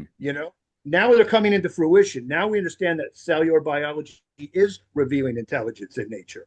We're going to Yeah. find out the Mm. same about the elements. We're going to find out the same about Yeah. stars. Yeah. We're going Yeah. to Yeah. find out the same about the whole universe. I want It's to. organic and I, alive. I need to say, yeah, I need to say something about that. Actually, that's Yeah, fucking. I love that. Right? Excuse my language. I just yeah, want to say that to me it seems insane to exclude all of these things that we call it, inanimate materials. So like yeah. rocks and iron and things. It's out of Why consciousness. would we exclude them from any Yeah, explanation of biogenesis, and life and so, because we're like a process in a sort of Whiteheadian sense that pulls in these so-called inanimate materials, yeah, digest them. We're made of iron, we're made of oxygen, yeah, carbon, all of these different chemicals. So we're completely substrated apparently in these things that look like iron and so on and so forth. So for me, I think you'd agree, would you, that everything is alive? Everything is alive. yes, yeah. There's It's no, I mean, all. It's, because there's I am the way, the truth, and the life. yeah, There's a reason exactly. it Yeah, doesn't yeah, say light. It says, I yeah, am the way, the truth, and the life. yeah, No one goes to the Father, the absolute, eternal principle, but yeah. through me, the realized self, the being, like us, beings, in a state of self-understanding that we are Mm, the all. I and the mm, Father are one. yeah. But Is it I not think we've, written in your law? yeah. I have said you are gods. This is what makes sense of it all. Isn't it funny that The modern Bible makes science, sense. though, modern science is now inching towards that kind of Yes, wisdom, and yes. it's done it the hard way, right? It's Yeah. As it was in the days of Noah, so shall it be in the days of the Son of Man. All yeah, right. There's a deeper meaning than that. It doesn't mean corruption it means the technology that was understood before the flood, which represents the Younger Dryas, mm, going cultures and cultures back. If we interpret it that way, let's say there was a high civilization, went down to Younger Dryas. Noah is maybe 10 retellings of that story, 10 rungs down, yeah, say. Long retellings wind up as Noah. So when they say, as it was in the day of Noah, so shall it be when the Son of Man cometh, and they've attached that to the Aquarian age, they're saying that there's going to be a return of the same knowledge that was lost before this diluvian episode, you know, which would have been the Younger Dryas period. So when you're looking at it like I'm making more sense than Graham Hancock and people who make practically no sense, guys, guys, out of the same genre because they're looking at it the wrong way. I'm just It's getting a possible coffee. that we, I'll be right back. it's Go possible for it. that there was advanced knowledge in the world before. It's possible that it went down in the Younger Dryas. Yeah, Timothy Hogan, the Grand Master of the Knights Templar, has said it has.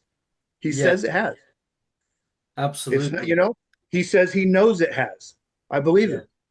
The evidence is all there for everyone to see if they look hard enough and if they open their hearts and their minds to that possibility because people are so so parochial and dogmatic. They just want to stick to what they've heard, what they learned from the books and what their seniors Yeah, said, and they try to block it out. There's real resistance. I mean, Richard Dawkins, I think Richard Dawkins went through what me and you went through, right, from the church, yeah. and there's a possibility that And he then might and have then been left it.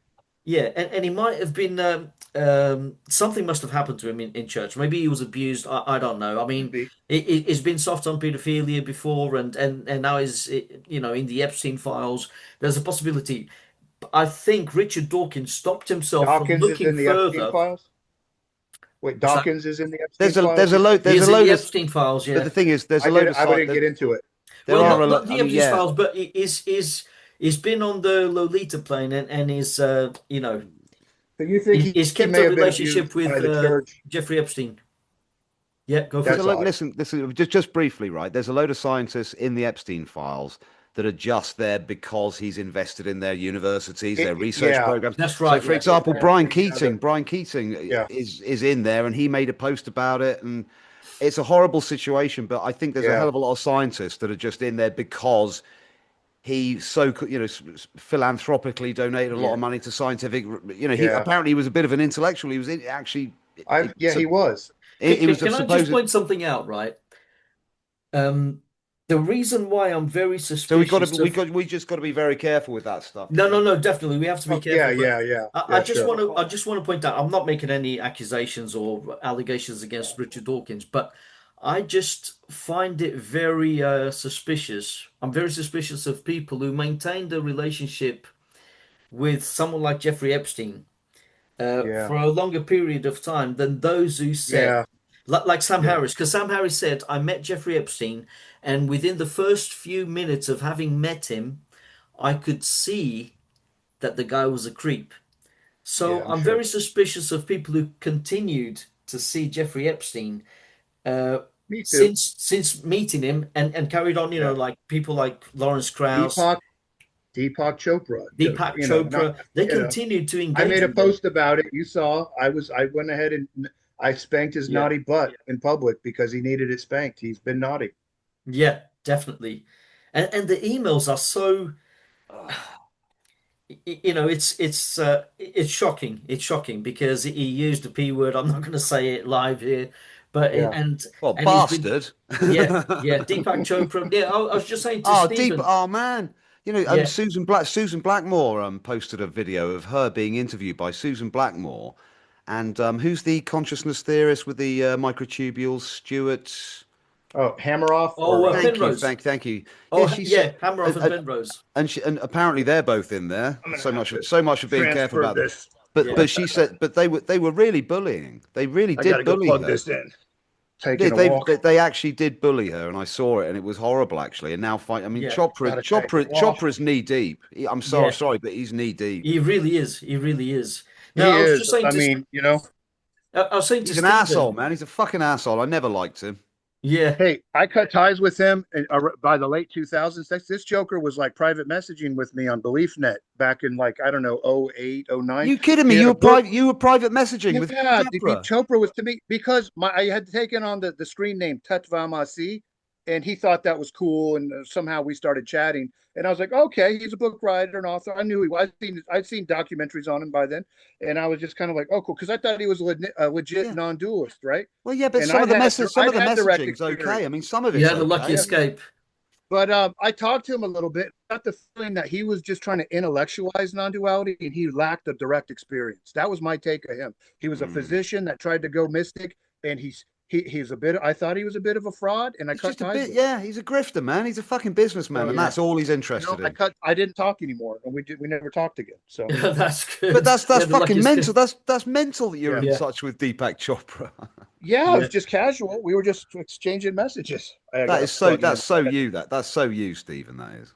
But because I was all into it. I was like, cool, Yeah. this non-dualist. Yeah. And I thought, Well, I nah, think he's trying to fake it. some of his conversations is the concepts he's been promoting. I'm down with some of that shit, but I just I just don't think you should have. I mean, Yiddu Krishnamurti is he's a bit of a hero of mine.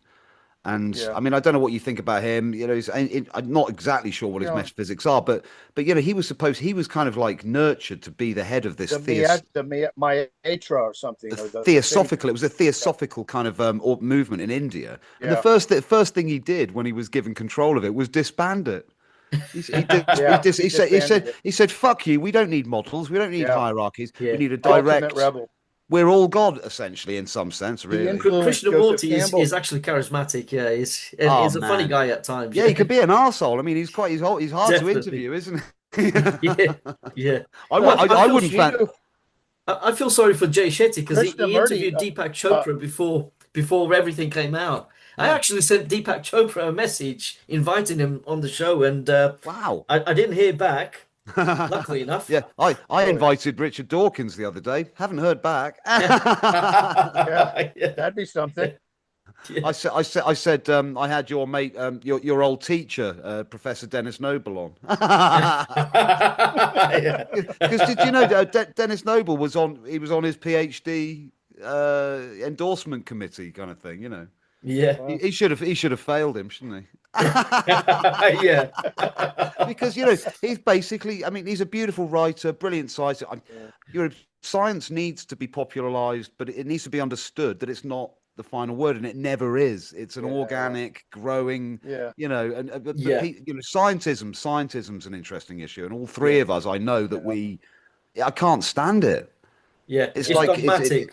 But then it's a complicated landscape at the moment because we've got people going too far the other way, saying, "Oh, we don't trust science at all," and you end up with these conspiracy nut jobs saying this, that, and the other. There's definitely a spectrum.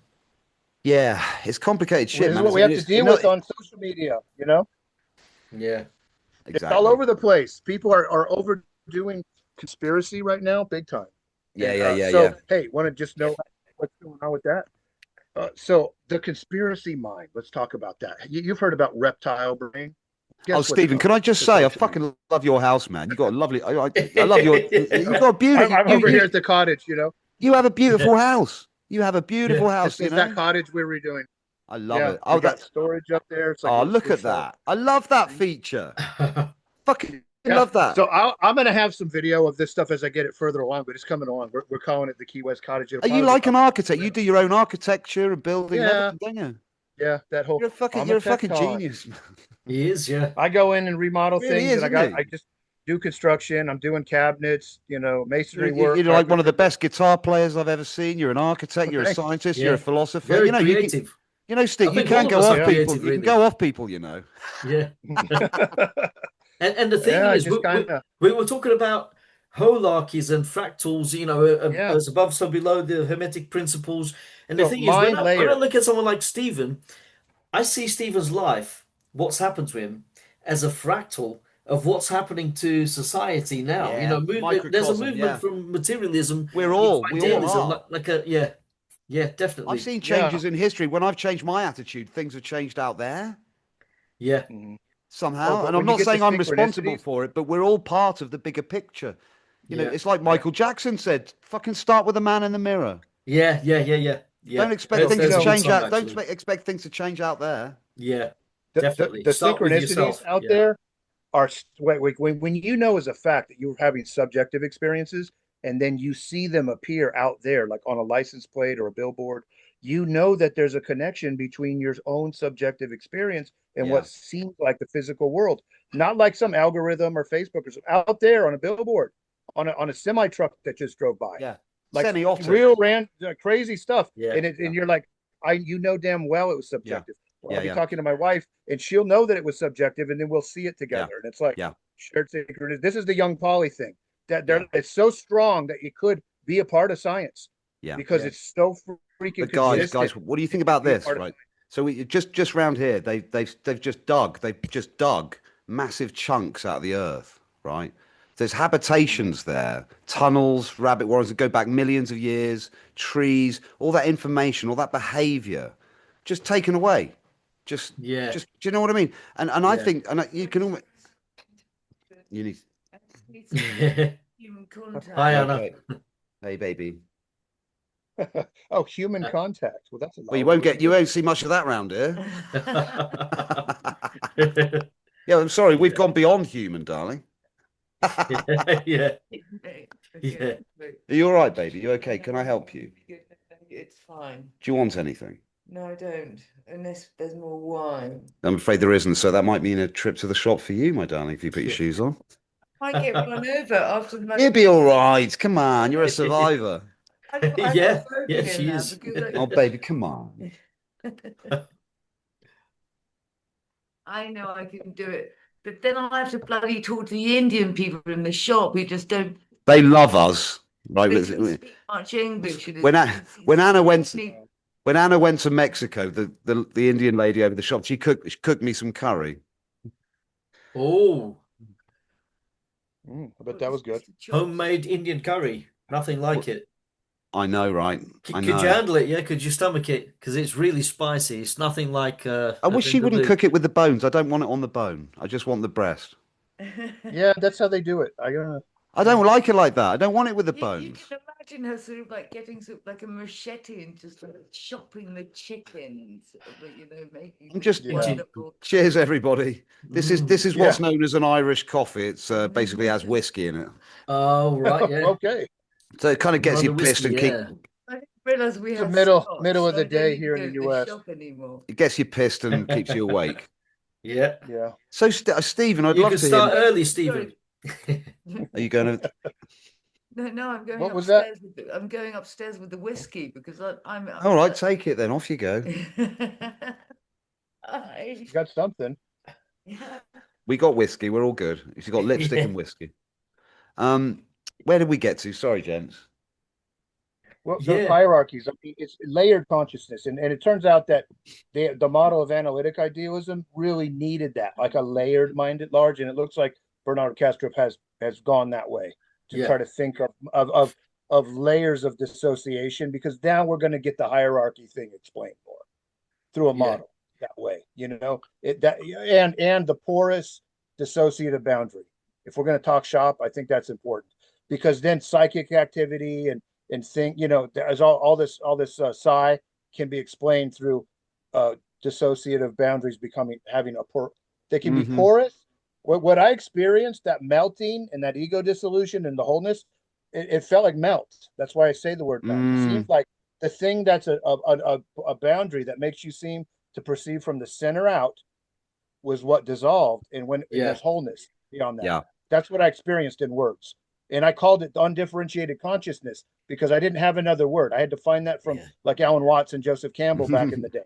Undifferentiated. Guys, have you come across Nathan Hughes? I interviewed this guy. He's a massive follower of F.H. Bradley, who's kind of like an idealist, I mean, Nathan Hawkins. But it's exactly what Stephen's saying here, isn't it? It really is the same freaking model.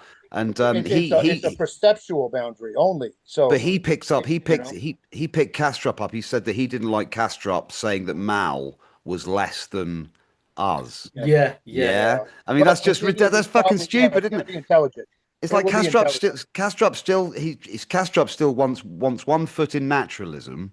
Right, and he wants 1 foot in spirit, and he can't make his fucking mind up. And it's like a phase that people go through. I mean, I guess being an academic and that rooted into physicalism, it's not been as easy for him to take both feet out. Whereas we don't have those reservations. We're willing to put feet out. We've got I've got no reputation to maintain.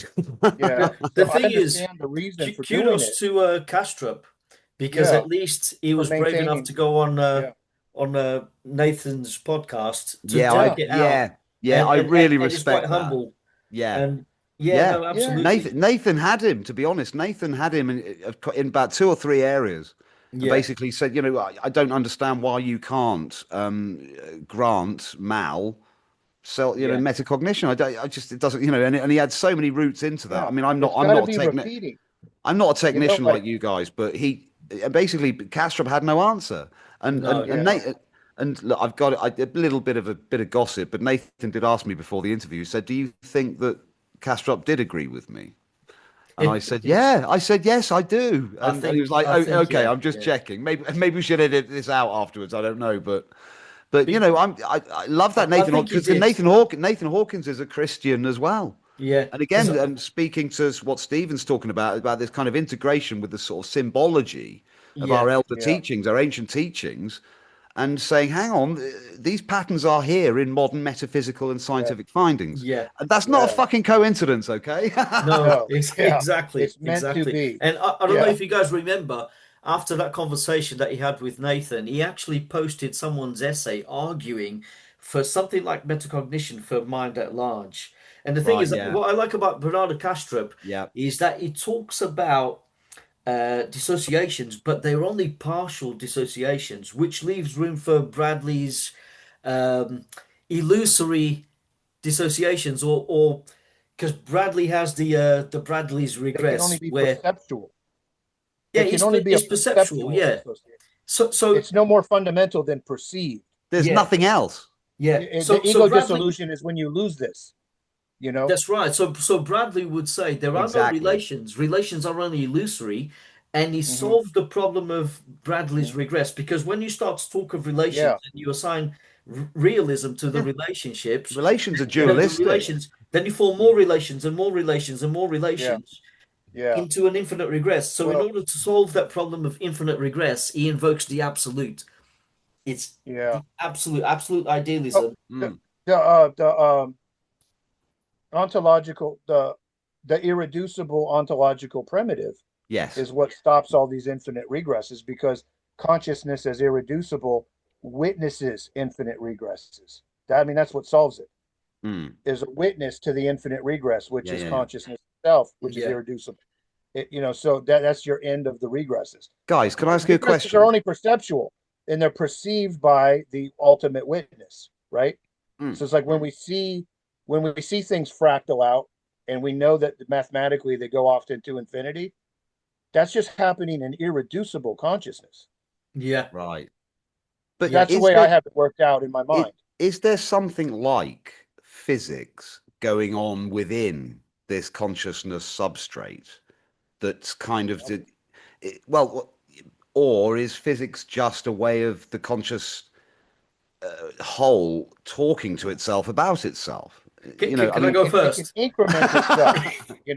It's like it can increment itself through dissociation, and then math can happen, right? Because math can't happen prior. There has to be something dissociated to count in Yeah, order for math to exist, right? I'm trying to make it as simple as I can. Yes. So if That's we make it that undeniable, right? simple, That's undeniable. yeah, like because we can't have any math Without unless we have separation, without a separation. perceptual dissociation. Then we can count. yeah, Without that, there's no counting, and without counting, there's no math. That's why I don't think maths are fundamental when we're talking like this. yeah, Maybe I Yeah. could. There are some areas of maths that don't require numbers. yeah, That don't require numbers. Yeah. Because it's like to have a number, you have to have a dissociated thing. Am I right about that? Did I just make that up? I think there is some non-numeric. Because Now, Hoffman gets that out of actually space-time, and math still works maybe outside. pure logic. Pure logic doesn't need maths. That's what I mean. Propositional calculus. Yeah. Yeah, You know, that actually touches upon one of my Doesn't questions, need math. which is maths invented Logic. or discovered? It goes And beyond there's space-time. something there which we invent the symbols for it to try and convey something real, some kind of substrate, some kind of deeper layer of reality within consciousness. So consciousness means to do something so convoluted that describes worlds. And then as human beings, we come up with the language, we come up with the numbers and the symbols to say, look, this is what we mean by it. And it's almost like yeah, consciousness tells itself a tale about itself and about what it can do, right? And as it's doing so, it tries to come up with explanations for itself about what's going on, and it has to be something that satisfies the intellect. And in this case, we're talking about ourselves, we're talking about the human intellect. What satisfies us as an explanation about reality. So it always comes up with symbols, but the symbols point to something, Our as Stephen models. was saying, it's something real, something that's there, like a substrate.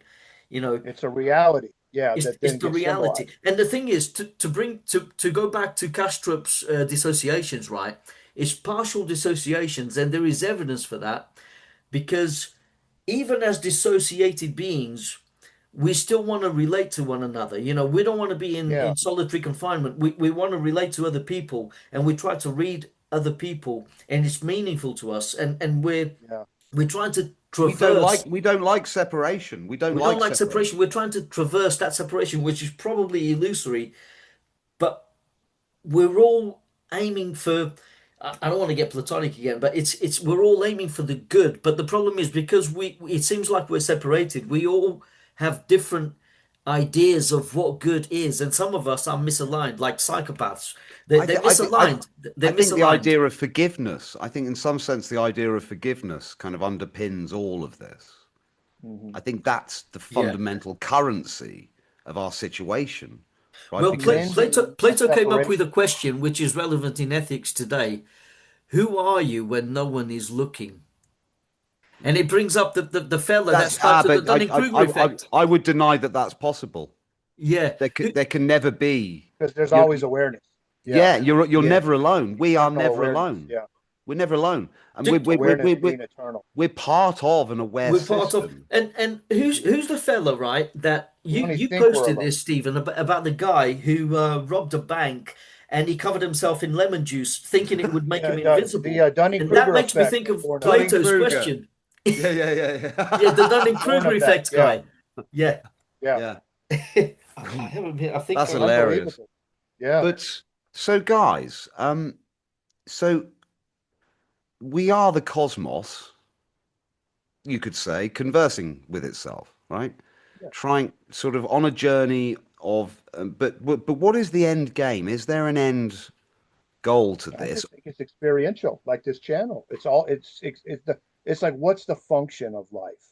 It's experiential. It's so that every experience that can exist does exist, and with that comes the good and the bad. It's going to come back to experiential realism I think, as the absolute way the intellectual mind can think about it, you know, and try to conceptualize it and grasp it. Well, It's going to be Arlindo's going to be a experiential. multi-millionaire in a few years then when Yeah, science maybe. science. It's all about That's something experience. to aim You know, for. experience has to I'll happen give you all the 100 time. quid for the domain name, yeah? Yeah, Some yeah. investment. Well, we don't.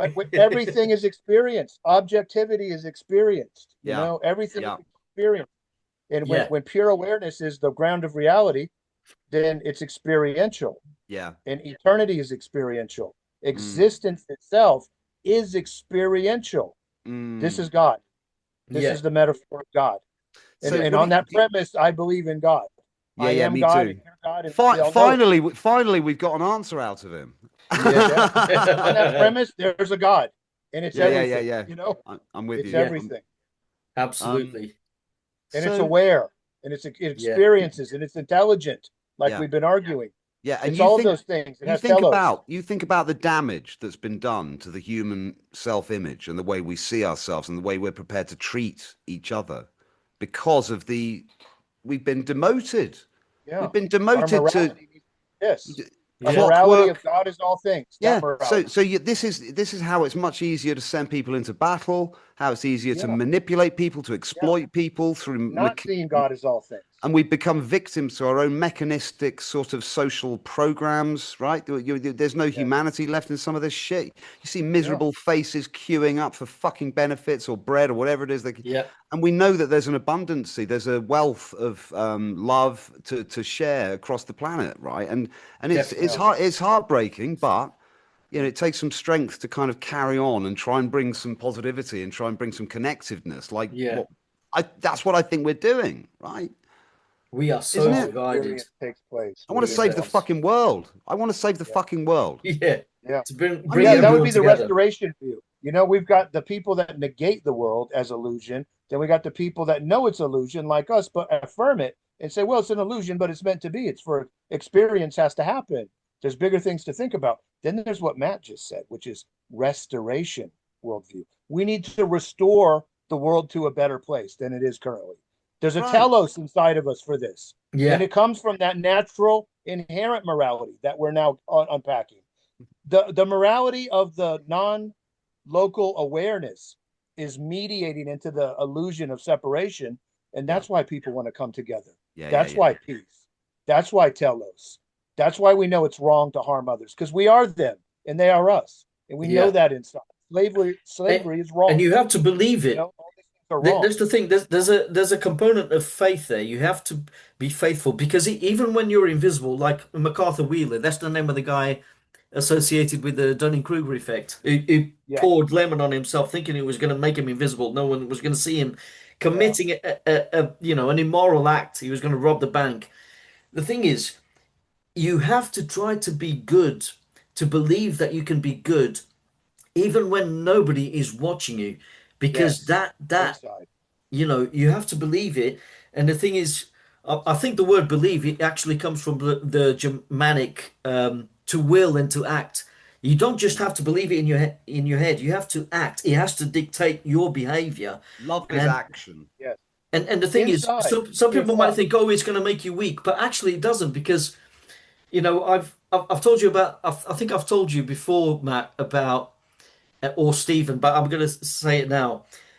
One of the proudest things I've done with my life, apart from falling in love with my wife, having my kids, and doing my best for them, is also stopping two blokes coming to blows about some Mm. disagreement, road rage. Yeah, I've heard This And this is one. a Yeah, mad story, after I man. It's a did that, fucking it mad made me feel story. good. It made me feel good yeah, because I could have just carried on cycling. I could have said to myself, I don't know them. I don't care about them. But and this also ties in with a synchronicity or some weird coincidence. Some bee flew into my eye. It's almost like the universe was saying, "No, you're required here. You can stop this." That's how I felt. It was so weird. The bee flew into my eye. It bounced off. I was like, "What the hell?" And when I that's looked up, Jungian too. That's a bit Jungian. Wow. yeah, yeah. And when And I then you stop the intervened, fight. I got the Yeah, blokes to calm down, and I felt so good inside, not for myself, Yeah. I wasn't even expecting that feeling, but after that, I thought, wow, I did something Oh, good I know here. the feeling. You know, I've stopped and a and it lot of has a flights ripple effect thinking, because the blokes sure, surely they've got families, and I yeah, probably stopped someone from dying, and yeah, the families don't have to go yeah. through the feeling of loss now Yeah, yeah, because yeah. I did something, and it didn't even come from me. Something stopped me, and I paid attention, and I decided to It pause. wasn't Spirit, Arlindo. It wasn't Arlindo. No. yeah, the spirit in you, I just thought, spirit, right, I can do so. I'm actually going to stop this. It's it's stupid, you know. I Why love do that. these blokes have to come to blows and something bad could happen here? I'm just going to put a stop to this. That's how I felt in that moment because a bee bounced off Mm, my eye and stopped me. You know, got your attention. I love it's that. That's fucking beautiful. yeah. And I Oh think my people have goodness. to do these things not for themselves, but for everyone else. Um, not just selfish, not self-interested, but together as a whole. You know, put yourself in the other person's shoes. Mm, We're all the same. We're all the same. We might be different, but at some May the level, mm. name it's like what Max Planck change. Ah, said. It's yeah, the same yeah. consciousness. We're all the same.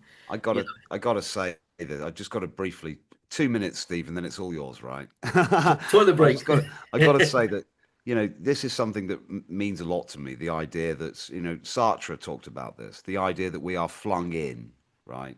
We have no choice over our demographics, our place of birth, right? We literally kind of emerge from the world like a kind of bud from the soil, right? Yeah, And so we need to remember that when we think about other people, other religions, other faiths, other movements, belief systems, colors, creeds, whatever, right? And just say, would I have been any different in their situation, right?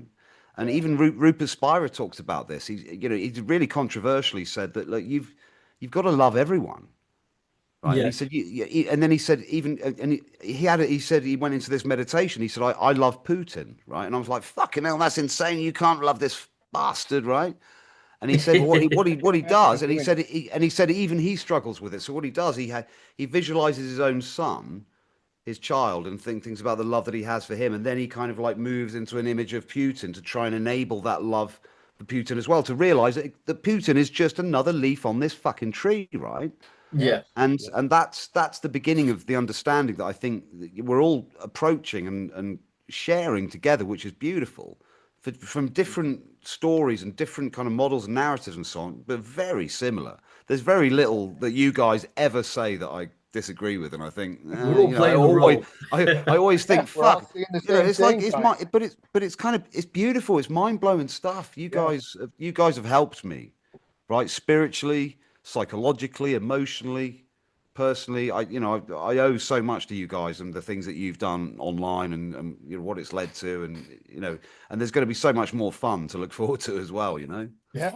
yeah. We need to do more of the interviews and combinations and just keep it Cheers, going man. until it keeps blowing up. Mm, People need to see this kind of stuff. They need to think in these directions. I know mm. this interview will probably go out to a lot of groups. It'll get out. It'll get spread around. So, people will see it. We're on a very enjoyable mission, aren't we? You know, Yeah. we think that we believe in these ideas, that these ideas can elucidate uh, the picture of reality for other people. And we think these ideas are also, potentially could improve our relationships with one another, I think idealism has a lot more potential to improve humanity and Hmm. to reinforce uh, that kinship than materialism, because materialism just says, oh, we're not It even doesn't matter. aware. It's just an illusion, and there is a real Harm separation people. It between doesn't me and matter. you. You're completely different from me. And then Mm. it's nihilistic. It's Yeah. nihilistic, and it doesn't help anyone, you Yeah. know. But with idealism, it's even the notion of we're all one mind, or it just takes a scientist to say, look, it's the same consciousness. You know, everyone's got the same consciousness. It's the same field, seeing from different perspectives. It just takes that to kind of bring everyone together. Every Yeah. sentient being is capable of suffering, and Hmm. and every sentient being is finite. So why not be nice why not be kind to one another? Make our time worthwhile on this planet, because it's all going to come to an end for everyone as human beings. And the thing is, there's so much more that we can learn, and we can open up people's minds. And if we don't do that, it's just so sad. It's there's no need for it. There's no Mm. need to suffer unnecessarily. But when suffering comes, because this world is so chaotic, let's try and learn as much as we can from that. Try and get the best out of a bad situation. What more can be said about that, really? You know? Yeah. Wow. Yeah, wow. Yeah. What I he mean, I said. mean, That's what he said. yeah. No, I but for don't real, even I know mean, what it's all question about, we're it's at, like but yeah, we're all over How the do, place mind at this point. fragments, how do you top mind that, Stephen? fragments, and then comes back together.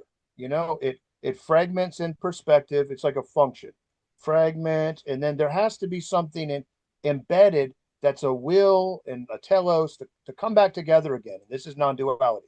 This is the interplay between duality and non-duality in the mind of God. We can imagine it that way. Make sense of it real quick, and just the dogs are playing here. Um, so like I kind of understood that about the Abraxas, that I've got tattooed here. Yeah. That's all in there somehow. That's a sick Yeah, tat, man. Love that. it's coming. There's this separateness, but there's a telos back towards the one. And it's a driving force, and it makes sure that in an eternal scale somehow within mind, this perceptual boundary arises and then loses back down to source, Yeah. rises Mm. and then loses back down to source. Yeah. So to me, I see us in a virtual reality world right now, seeing from a point of center out. When we see somebody die or an animal die, they've retracted back in to the source consciousness. I think that things that look like inanimate objects, like rocks, are having the experience of source consciousness, undifferentiated. They're alive, but they're in that. And to us, they look like an inanimate object because they're not active like that. They're not thought Mm. active. They're like in the source form.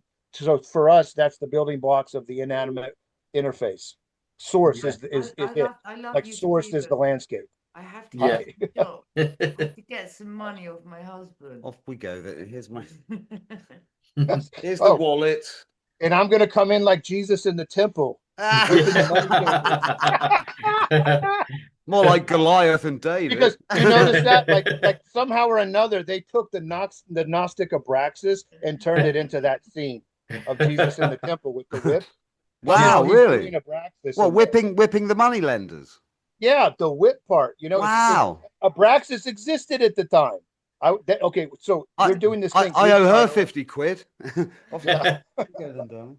It's Yeah, about it's about getting duality and polarity out of the mind. I think the money is associated with Can't hear polarity and him. duality, and the temple is the mind, and he's whipping it out. Get thee behind me, Satan, and get out of the mind duality. It's like a call back to the non-duality in the Yeah. temple, contemplum, as Alan Watts says. The mind Yeah. is contemplum. Mm. So I could see that in that we're doing Greek priorities. So Brother Ruger Bohr that I put into the administration, he's a young guy, 25, 26. He's got this theory of Greek priority, and it makes sense. I was aware of the fact that the oldest Old Testament is the Greek Septuagint and whatnot. But I got caught up in all of this like highbrow Hebrew priority stuff for the last 20 years or so. I dropped it like a rock when I saw what he has recently. Why? I talk Hebrew stuff all the time. Every day's a school. Every It's a day's a false school hint. day, It man. was written in Greek for a Yeah. reason. When you go put it in Greek, the way they wrote it, it's more metaphysically sophisticated Yeah. than the slave language But of Hebrew. Stephen, It just digresses into Hebrew when you Yeah, just- translate it that. just briefly, I just want to say, man, that's one of the things I love about you, right? I mean, you're Just like a drop well-established. Hebrew priority You're like still, a rock. but you've got some new guy turned up with some fresh new ideas, and you're saying, yeah, Yeah. actually, I like this, and Yeah. you're integrating that into your system. Some Yeah. people are like stuck in and Yeah. none of us here are like that. But you're organic. You allow growth. You allow challenges to your own position. It's beautiful, man. It's the way forward. I've Yeah, had to no, change definitely. hats several times and changing hats several times. I'm not attached. I got a more non-attachment, from changing hats, from theism to atheism, to non-dual panentheism, which is the Hermetics and the Vedic stuff. So I'm changing hats. I'm very quick to change hats by now. If I see something's wrong, I'm going to drop it Yeah. right there. Yeah. Yeah. I like that about you, Stephen. You know what I like about Stephen is he is the embodiment of like a balance between not chaos and order, but like Well, judgment. Like like this. there's two hands of God. He won't be able to get his. He won't be able to get his head through the door after this. Yeah. Look how much balance is here. Yeah, Everything it's a about this balance. is balance. That's a Everything sick tap, about man. this. Everything about this is balance. I love Everything that. about this is balance. Since I've Everything known about Stephen, this is balance. Oops. I love that. yeah, it's balanced. Uh-oh. Since I've known Stephen, right? Anyone who tries to be Hey, dishonest, girls. Hold on. when he engages in our groups in discussions, anyone who tries to misrepresent what we're saying and Straw dishonest, man him. straw man, yeah, it's the straw man. Stephen will be like, if you're gonna straw man us, you're gonna get knocked the fuck out. Stephen is our warrior. He's our he's front our man. warrior. And He's the our thing tank. is, but He's our there is a tank. balance between judgment and leniency, because Stephen can be very lenient when he has to be. So there's that balance. Like the hands of God. One is But judgment, it's got to be firm the other too. one is leniency, I've compassion. given up trying to kind of like find holes in Stephen's reasoning. It's too difficult. I'm not smart. Well, because I think things out quite a ways out. Yeah, we've noticed. Yeah, it's like so. Some recently, an academic gave me a snotty attitude because I was talking about me being an INTJT, and I told her, I said, that's me giving you fair warning. I don't care if you don't believe in the MBI test. She was trying to tell me it's been debunked. I'm like, how? Sorry, it just tells what's the MBI? What's the MBI? Based on how you act. Oh, it's I was a like, how type is of it debunked? personality, yeah. Ah, right, Yeah. like psychometric kind of stuff. It's from Jung too. It's I derived came from out as a plant. Yeah. So INTJT is questionably one of the most natural to intellect of all 16 of these personality types. But that's what I have. So, okay, and you know what your characteristics are? Thinking 20 steps ahead if it were possible. That's one of the traits. I wish I could at chess. Doing that since I was a little Yeah. boy, So it's like there's no chance that they've got the thing wrong. It describes you. You answer the questions right, and then it tells you what you are, which is for me introverted, intuitive, judging, Oh, and Yeah. like the thinking. T was for thinking. Pamela's INFJ. So we're the same exact one, except I've got that thinking dominant, and she's got that feeling dominant.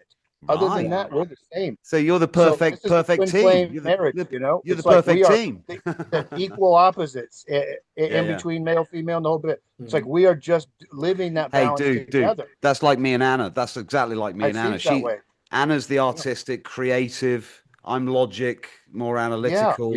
Yeah. And but she can't stand all my analytical scientific philosophy. But she's a genius in her own right. She has an intuitive feel for things.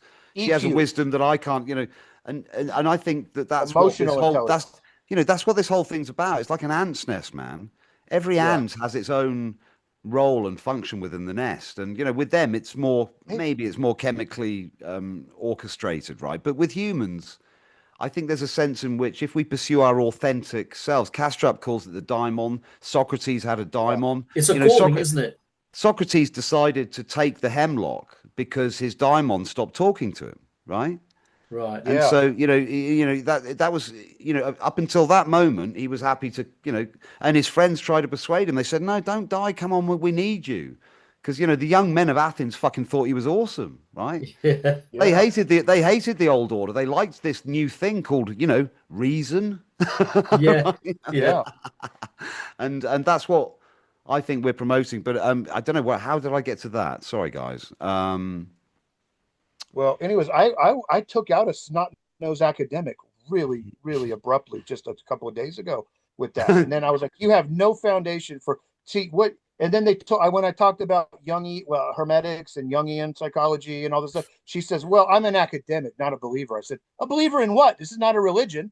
Do you even know what you're talking about? Hang on, that's fucking stupid, man. You can study the Hermetics what kind within of an academic. You Ah, know, man, that's Yeah, bullshit. yeah, What an exactly. it's just asshole. BS. You Fuck know, that. I'll rabble on it. So I Yeah. destroyed it. You know, and because the spirit of destroying it came over Yeah. me. You know, I mean, just briefly from my perspective, when it comes to things like studying ancient texts, religion, mythology, and all that kind of stuff, I think there is some wisdom contained within these earlier stories, and I think we've literalized them, as you've talked about before, heavily, Stephen. That literal interpretations of the Bible are going to look fucking stupid, and they don't make sense, right? But a yeah, smart, intuitive eye will scan this stuff and find some meaningful content. But I'm That's getting what to the Jung point. did, yeah. But the thing is, I'm getting to the point now where I'm not sure we even need that, right? Because I think modern science is catching up. We can look at that as a yeah, foundation in the same way that yeah, we look at the Republic and Wittgenstein, some of Bertrand Russell. yeah, Oh, we can say that's a yeah. No, foundation. you're But right. now we've got to the point where the science We'll itself, catch up. Yeah, exactly, and so people I didn't think know that it was like science and knowledge, and then when but we do, then the science is caught up. You know, and then we'll get it from the yeah, science. and I then don't think we're going to get it from the we'll end religions up with a anymore. point, and I think the three of us have talked about this for years. Actually, this is what we've been orbiting, I think, for about two Yeah, or 3 years. Is this idea of the convergence between science, philosophy, and mysticism? in mysticism, and then it all becomes Yeah. this new thing. Maybe that's not three things. It's just this thing that's all of those represented in the new way. You know, Exactly, that's it. And together.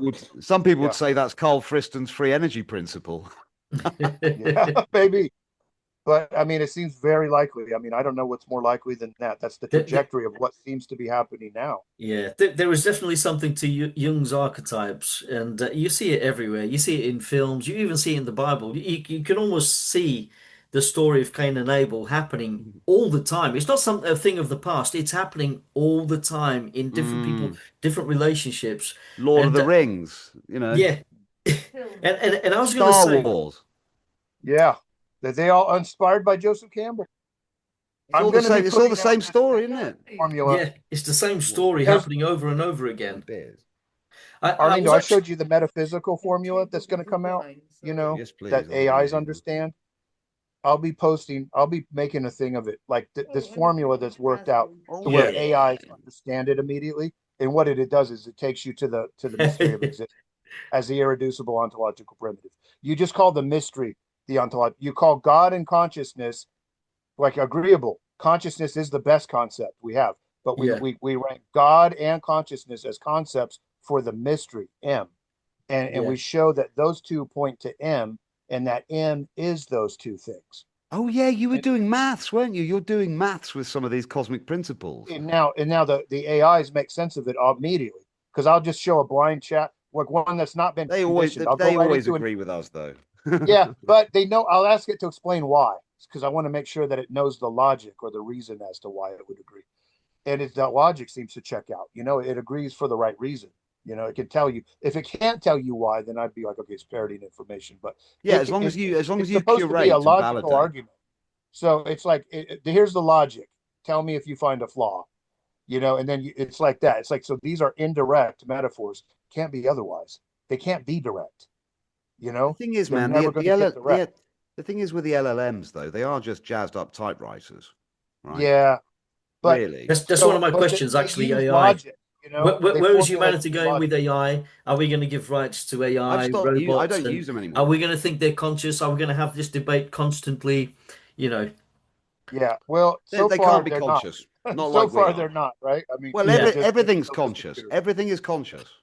There is But nothing that yeah, they're not like us. Like so, yeah, they're not going to be on a level yeah. like they're us. not there for themselves. Yeah. I would But make a they are distinction. built from consciousness. Sure, they Yeah, are. He's yeah, right. yeah. Yeah, If a rocket got built from consciousness, so is the AI system. Oh yeah, the rock But thing. it's Yeah, just yeah, not. It's not like what we are. We're something else. With the metabolism expresses a different way than the silicone, right? I mean, yeah. but it's all in mind somehow. I think anything that persists for any period of time in this so-called space-time realm, so us, rocks, Yeah, chairs, fucking is an tables, aspect of consciousness anything somehow. that persists, I think probably does have some kind of awareness, but yeah, Yeah, just is unrecognizable to us.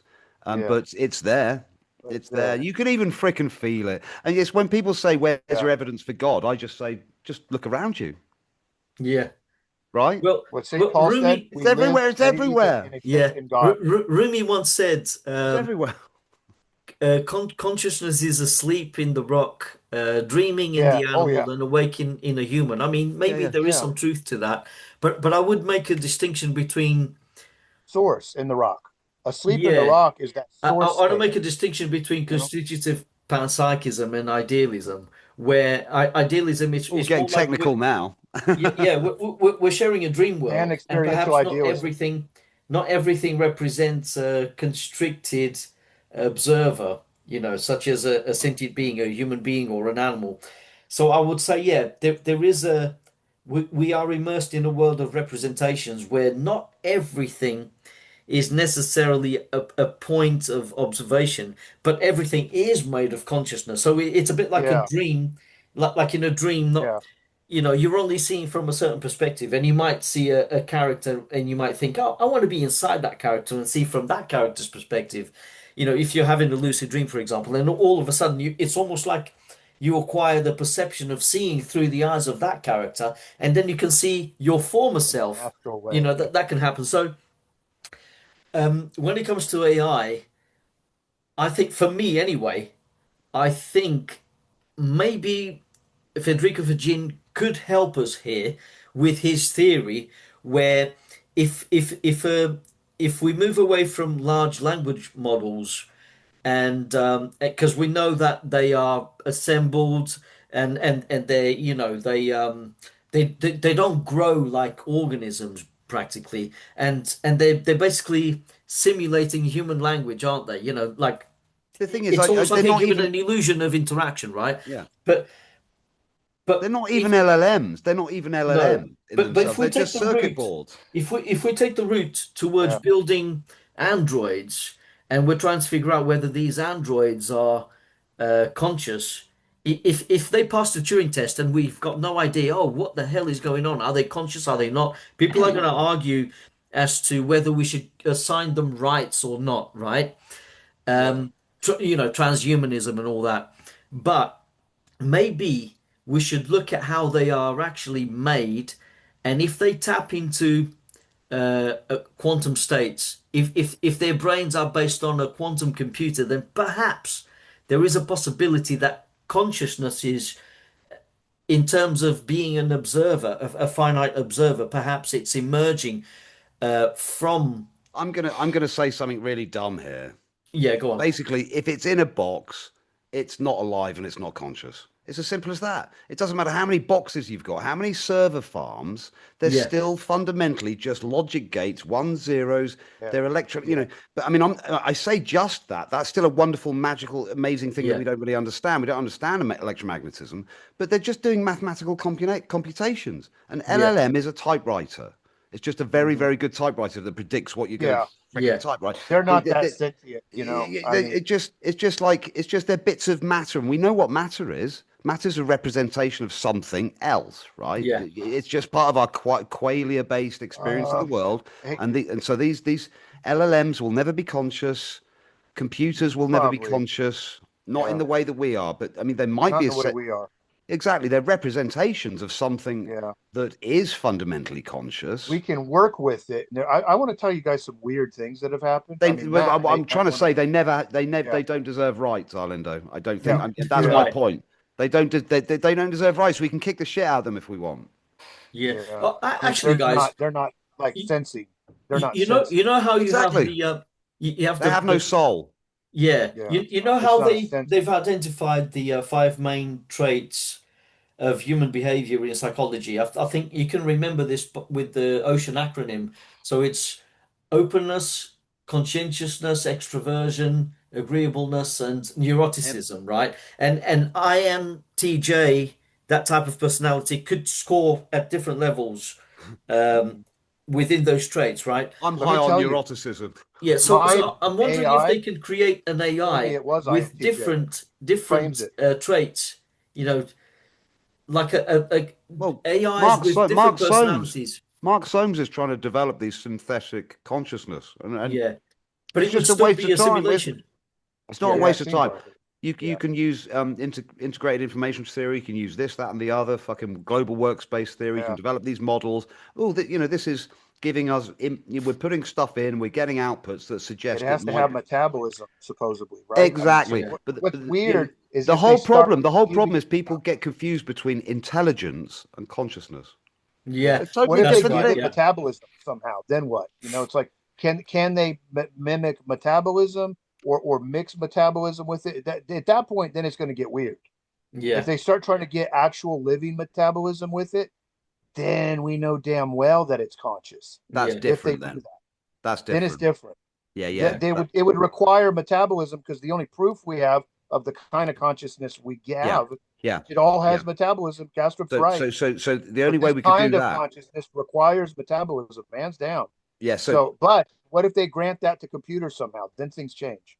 Yeah. So basically, if we You can know? steer organic material into Yeah. more complicated Into networks, computation and all that. Then now there's we know damn well that consciousness is there by default of metabolism being there. I don't know. I'm confused You actually, know, guys. I Well, don't well, know. actually, I, I, if the it's thing is, metabolizing as when it part comes of it, to then somehow it's alive. yeah, when it comes to life forms, there has to be some Yeah, kind of metabolism. There has to be yeah. homeostasis, right? As we identify life, and the thing is, if we look at life, each cell tends to it seems to have um, information of the whole organism. There's some kind of mm, Yes, holographic principle going yeah. on there, which you don't find in computers. It's almost like And mm, computers. They have mm, the set right hemisphere, structures. They have yeah. transistors, and Yeah. it's all coordinates. remains the same. But with you, Yeah. and it's like you said, Matt, number zeros and ones. But with humans and animals, each cell has that holographic principle. It's Is like a alive, hierarchy in a has way. metabolism, Yeah, has Yeah. there's experience, metabolism, Yeah. and has each part intelligence, informs the whole, Yeah. That's and yeah. has and it intelligence as grows. part of that experience. Yeah, So this is where we can bring in, Professor Oxenberg again. I'm calling it evolution by yeah, subjective natural selection because as long as selection is a subjective act, we might as well own it yeah, intellectually. We choose who to You have know, sex with, don't we? yeah, you know, it's yeah. subjective natural selection. It's true. We just have to add that subjective part, and then we got it. Yeah, I think. You know, Subjective selection. I like that. That's actually it's yeah, quite accurate. subjective That's natural accurate, isn't selection. it? That's yeah, accurate. There's subjectiveness in the Yeah. act of Yeah. selecting Yeah. at Well, chemical level or any level, this is what Dennis Noble's saying. The guy who and this is invented why. Yeah, basically pacemakers. We wouldn't have pacemakers without Dennis Noble, right? And he's saying that DNA doesn't self-replicate. The entity uses the yeah, DNA as a yeah. resource to pull on Hmm. different capabilities depending on what it needs in the yeah, yeah. situation. That's But right. Yeah, I saw that. As Mike Levin displayed with his Xenobots, these are Yeah. frog skin cells doing their own fucking He's thing. proven this Yeah, They're stuff. yeah, reproducing. He's proven it. Well, yeah, He's he's proven this shown. stuff. He's provided very strong empirical data, yeah. right? Dawkins The needs to legends keep of up, those I have lost to say. cultures is that disease wasn't a part of it because they had such control of mind that there would be disease wouldn't slip. You have mind when mind is in conjunction with mental reality, disease is gone, crime is gone. This is the Mm. golden age myths of the Yeah, Yeah, yeah, past. yeah, yeah, yeah, Get yeah. rid of disease. You can live long lives or indefinitely, things like that. Because of that, it's because of Mm. mind recognizing mind But through matter. is the human psychology able to survive longevity? Is the human mind, wouldn't we go mental? I mean, I think I'd have loads of stuff to do. I'd start a Yeah. Sabutio League. I don't know, take up trampolining or something. But You could you'd just get keep bored after 100. imagining. yeah, You could just But continue I'm just imagining on. You know what is this? The world of thought form. So in Hermetic tradition, the world is thought form in the mind of the all, and that what looks like a mountain and what looks like terrain and is just the self interaction of the one through an interface. And that interface is alive, as you pointed out, and it's intelligent, as you pointed out, and it's all those things. But its function is so that there can be something going on instead of nothing going on. Mm. And then there's an eternal something going on. But If something's going on why did we now, then it start always this? has been. Why did we start? Was there a start? I don't think there was a start because we have this problem where there's just an infinite. The eternal principle, I think, has always had something going on. You know, in the Bible, you've got the earth and all that, but before that, God was there and angels were there. Something's always going on in the background. You notice that? There's never a void of something going on. And if you say, what about before the angels? God was going on. The Trinity was. Something is always going on. Going You on, never yeah, get to a point where nothing was going yeah, on for real. And if a void was going on, that's something going on still, because yeah. if it's an experience of void, then It, it's an it it makes experience, me think something of going on. it makes me think of the concept of the Experiential realism. eternal, Another plug. because when we think of eternality, right, everyone tends to imagine some kind of line, some temporal line that goes on forever in both Yeah. directions. Like in I can't even say this word, too much wine. It's supposed to loosen my tongue. In chronological order, right? But the thing is, when we're talking about consciousness, it's something that transcends all of that and is truly eternal. And it's outside of time and it Yeah. encompasses Oh yeah, everything is because it? Is time and it? space Is it exists though? within it. And So is actually, time? Like, one of go my on. questions, right? I was actually going to ask you guys, but you guys are already talking about it. I was going to ask you, in the context of metaphysical idealism, why would universal consciousness manifest as a finite being, largely ignorant of everything else, right? But I think we've covered some Experiential. grounds Yeah. towards answering Is that that a question multi-choice? already. Is that a multi-choice question, or do I? Yeah. Well, this question It has a serves a relationship with function. the infinite, really. I mean, God knows, it could be several I, reasons as to I think why. I'll let. I think I'll let Stephen tackle that one. Yeah, go on, Stephen. the function, the meaning of life is the function, and the function is experience. So that there's such a thing as experiencing happening at eternal level, you know. And it's like, okay, I don't think the intellect is going to get any more of a meaning than that for life. The meaning Yeah, of life could be said to be its function, and we can see that clearly. Its function has an experiential function about it. Self experience is what is. So we yeah, can break it down to self experience of the one. You know, there would be none of this. When I was in that non-dual state, nothing was going on. It was just wholeness, and there wasn't things, and there wasn't, and then you get rejected out. In my opinion, is that anybody that gets into that will get rejected out, because it's not meant to be like that. It's meant to be with things going on. So when you hit that state, you come back out, and then continue with things going on. Like, things are meant to always go on, and that there was something going on in terms of it. Your awareness is still going on, but it's not awareness of anything individual. There's not like separate stuff. It's just like, it's not Mm, from point of center out. It's something yeah. else. And it's not Mm, seen through every eye. I didn't see through every eye. I didn't see any eye. To me, when people say they could see through every eye, that's duality still. That's yeah, polarity. yeah, They're describing seeing all polarity, not seeing beyond polarity altogether, which is what I saw. I wouldn't be a pantheist if I hadn't first directly experienced it. I didn't come in the intellectual way.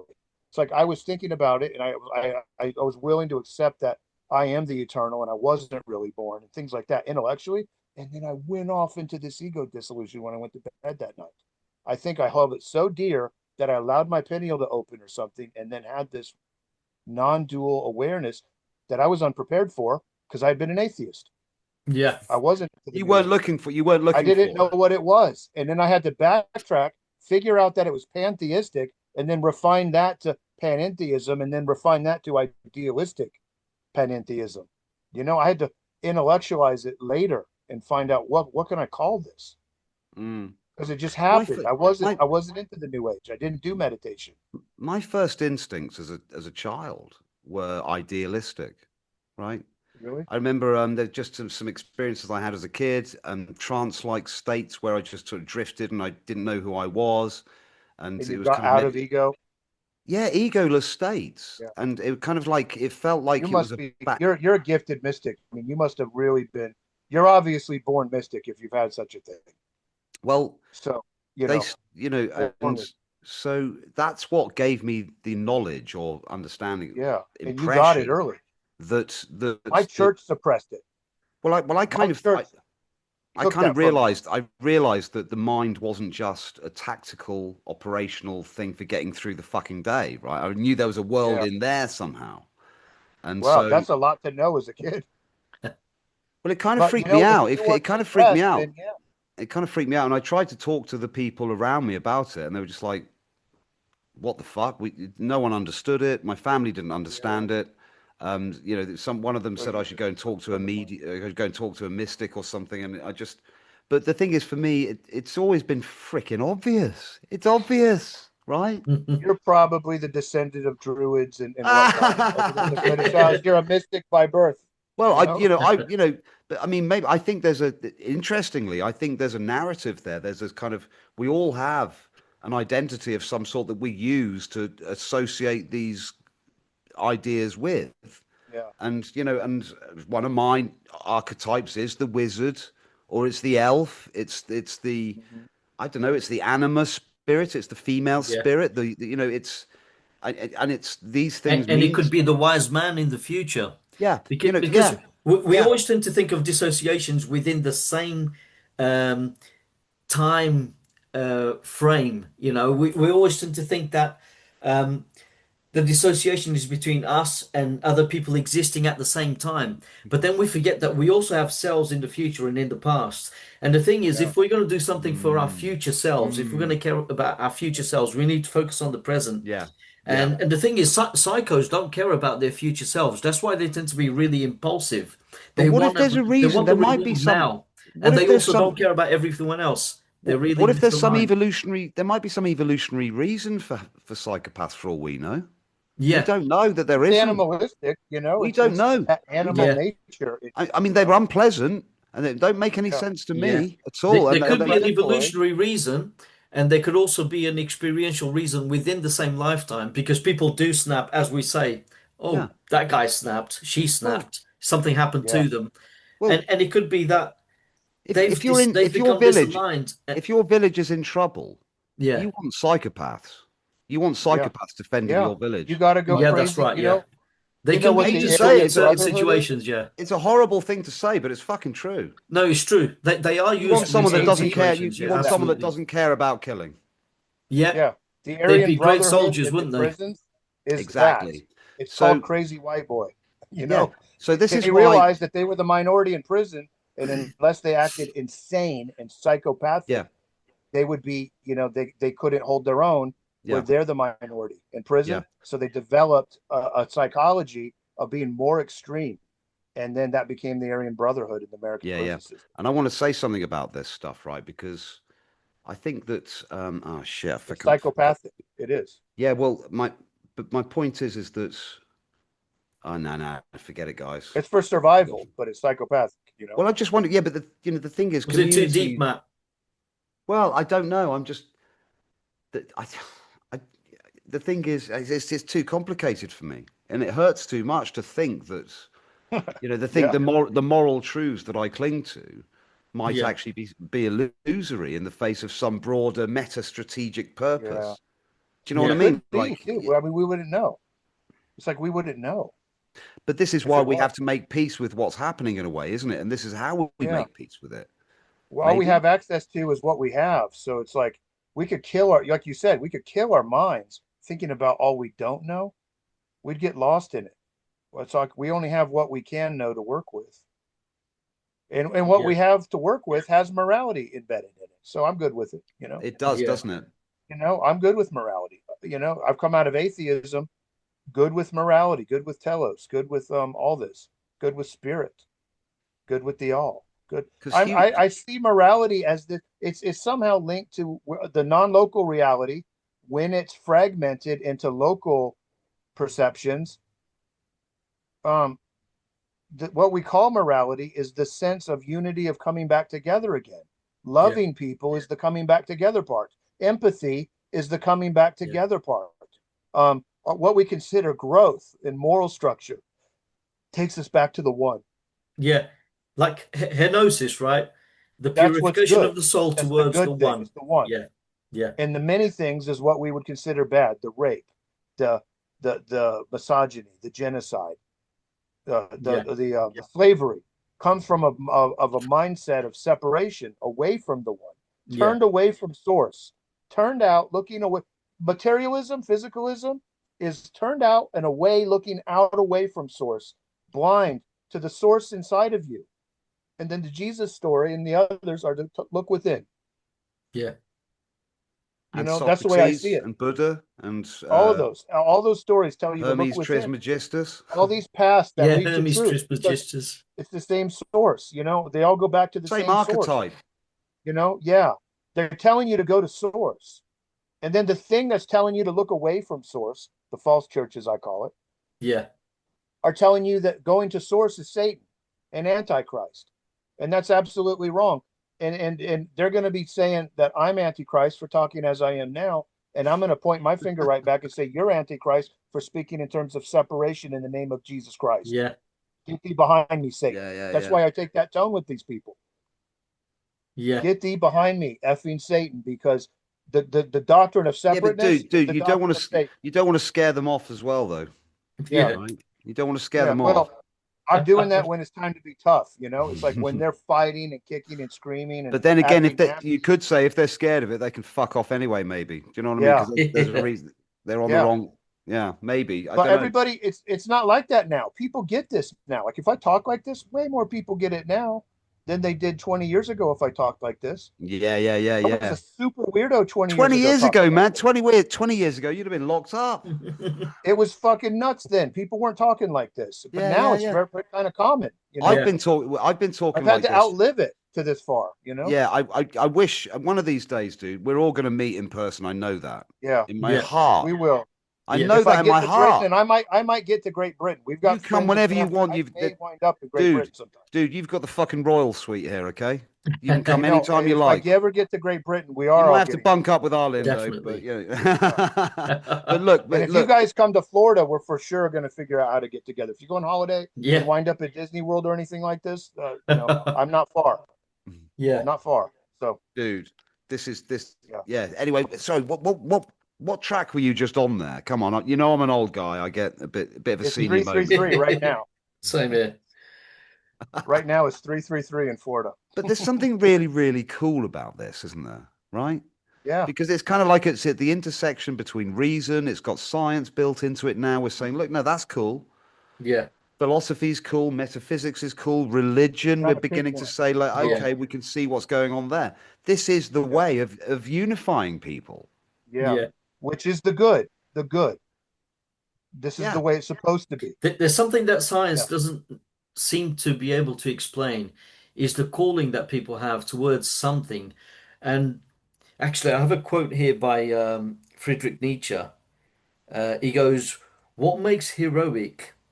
To face simultaneously one greatest suffering and one's highest hope."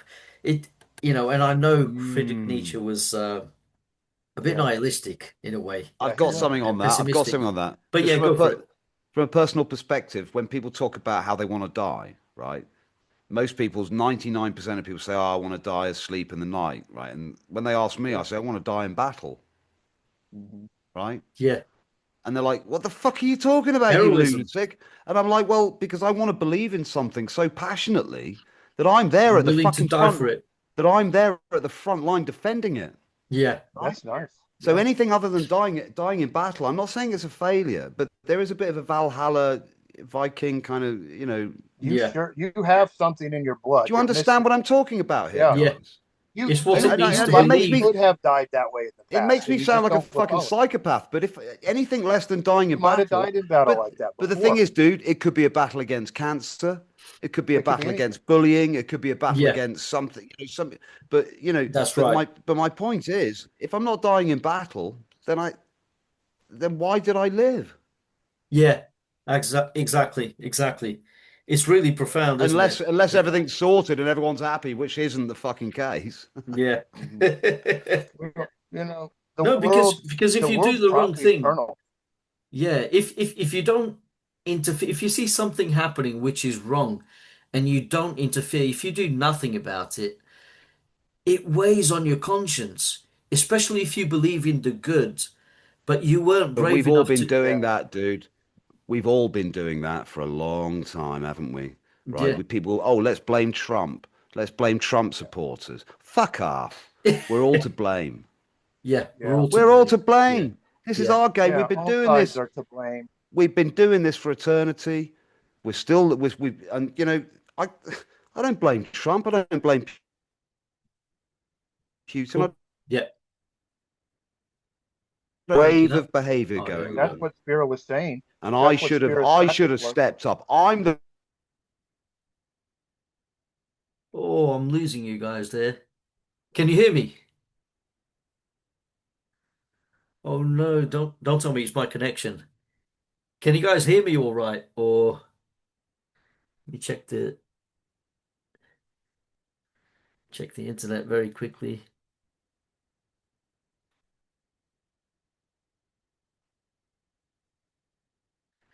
Oh, It's off. Okay. yeah oh, here we go. for offensive language. Stephen, just quickly, right?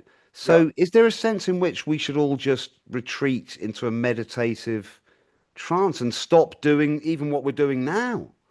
Because we're All still right. No, trying to Am I argue. I back? Yeah. engage the No. world. We're still I trying to. engage the game like But a wait. warrior, like you're We're talking. still trying to argue the point. We're still all out here trying to fight the battle. So, is there not some Right. sense in which maybe meditation and passive? I don't know. You know what I'm saying here? You know what I'm saying? I go in and out of it. I go into those Sorry, meditations and guys. then I Can you come hear out me? and Yeah. fight like hell. Yeah. You're back. You're I hear Oh, back. you. We oh, lost that's you. You're good. I back. don't know what happened We there, but knew. yeah. I It's knew like you I were do coming. both. We knew Yeah. you were coming back. Oh, brilliant. Coming out of that direct experience, I felt that, man. I was like, what do I do? Just become totally passive? Like I had to face these questions. And I was like, well, I know everything's one. Well, how does that make sense? Intellectually. Eventually, I decided to rejoin. I was like a monk. I was like a hermit at the beach for years. I wasn't dating. I'd go 2, 3 years without a girlfriend. I mean, dude, I What the was like, fuck? yeah, I was way out into this mystical. I was like a shaman. Good looking lad All these like guys. you. Yeah. I was on some like I would go on some crazy droughts, like years long droughts, self imposed. And like because Just I those thought I poor needed to girls doing reset without you all those years. or something. But and then I came back to the world. I was like, no, that's not what it's about. You're supposed to engage the world. Yeah, You're yeah, supposed to you're supposed to engage. So then Yeah. as I started re-engaging, well, then I started getting more professional and opening my own business and being a member of society and being a dad and being a grandpa now. And so I'm of the mindset, engage the world. Don't retract from it like some. yeah, yeah, yeah, Don't run yeah, away to the yeah, woods. Don't go sit in a cave. yeah. In, chop wood and carry water and engage the That's what world. Arlindo touched on about nihilism earlier. And actually, Yeah. idealism gives you meaning and purpose. You know. Definitely. Well, maybe it doesn't give it to you; it's there already, and we have it. But Yeah. Yeah, no, definitely. Because if you're going to be nihilistic, it doesn't make you a bad person, but there's always a danger that you could become so pessimistic that you just don't care about anything else. Have you noticed how in movies, a lot of the villains come out as atheists? You see a good Yeah. guy saying, "Oh, I believe in God, I believe in doing the right thing," and then the villain turns around and he goes, "I don't believe in God.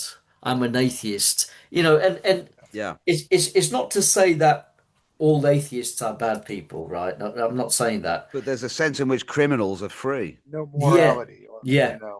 And they use atheism to justify their crimes, and and Yeah, and and it's a free reign on anything. There's no morality. That mm, it's almost like there's no meaning, um, but their own. Like what they make of it. They just aim. It's a self-interested way of being. mm.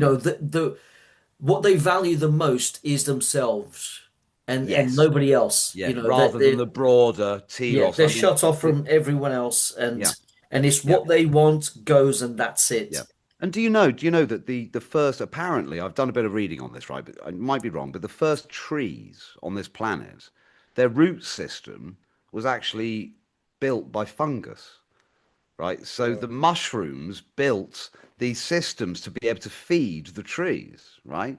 And then the trees slowly but surely built these root systems around this design that had been laid down by the fucking fungus, right?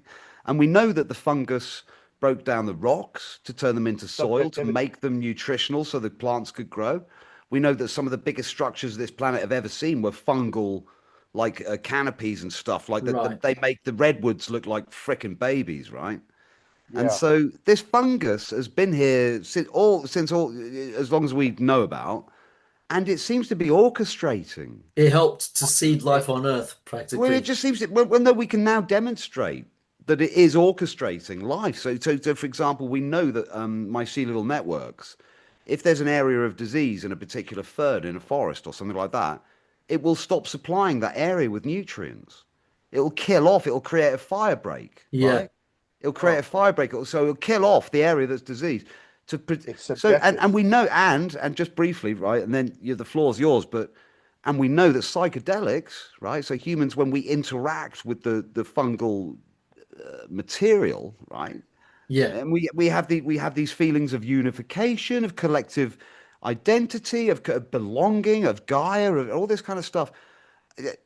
That, I mean, for me, that's just experiential realist evidence, if you like. So Yeah. if I may coin a term, you know, Definitely. Yes. that these that you know that we're part of a collective intelligence system. There's Yeah. no such fucking thing as Intelligence. there's no such thing as a human, right? Yeah. There's Yeah. no such thing as a, It's you part know, of an intelligence system. Yeah. you know, it's a local way of categorizing the phenomena that we seem to share, which is the Yeah. ability to cognize and digest and reflect and improve. And we have that capacity to improve our circumstances and those of others and reduce suffering. That's why we're here. Yeah. Stewards of the earth, right? And Mhm. well, anyway, there you go. There's some thoughts. What do we think Yeah. about We that? actually, me and Stephen actually discussed panspermia when we had our first conversation on this show, and we touched upon how mushrooms could be aliens, and their amino Love that. acids came to Earth, Mhm. and when this theory was presented to Jeremy, what's his name? The Top Oh, Gear guy, Not Jeremy Clarkson. Jeremy Clarkson. Are you kidding me? I didn't know he was a fungal philosopher. It was presented at his farm because he was running a farm here in England, and when someone said, because he was trying to sell mushrooms, and when someone said to him, they could be alien, from outer space. There's because their DNA is so different, and he Yeah, yeah, decided yeah. he was absolutely mesmerized by the theory, and when he sold the mushrooms at his farm, he decided to call them space penises because they practically have a stalk and they yeah. seeded. Yeah. Yeah, yeah. That's that's what Anna called me. Yes. Space penis. Uh, Brilliant. Yeah, Brilliant. yeah, because it's mostly empty space, you know. oh, Yeah. I Yeah. guess that's what she said. Yeah. We definitely not going to edit that bit out. That's the best bit. That's the best bit. It is. But dude, Arlindo, we've been at this for freaking hours, right? And I haven't asked you Are about the you guys picture done? behind you. I want to ask you about the pic. That is Oh, this beautiful. I picture. love your artwork.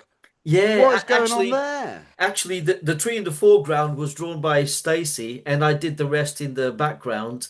And it's supposed to be a Oh, picture that we did for my son's birthday because we came up with several oh. games for him and his friends, and that's part Oh of man, Stacey a told me shoot the about duck this. game. She Yeah, told me about this. yeah, She yeah, said she'd organised the tournament structure, and I was like, because I'm a total geek, right? I said, "Oh, I love yeah. doing stuff like that. That would be easy for me. I could do it in." She said, "Oh my God, it's a nightmare for me trying to work it all out and get, you know."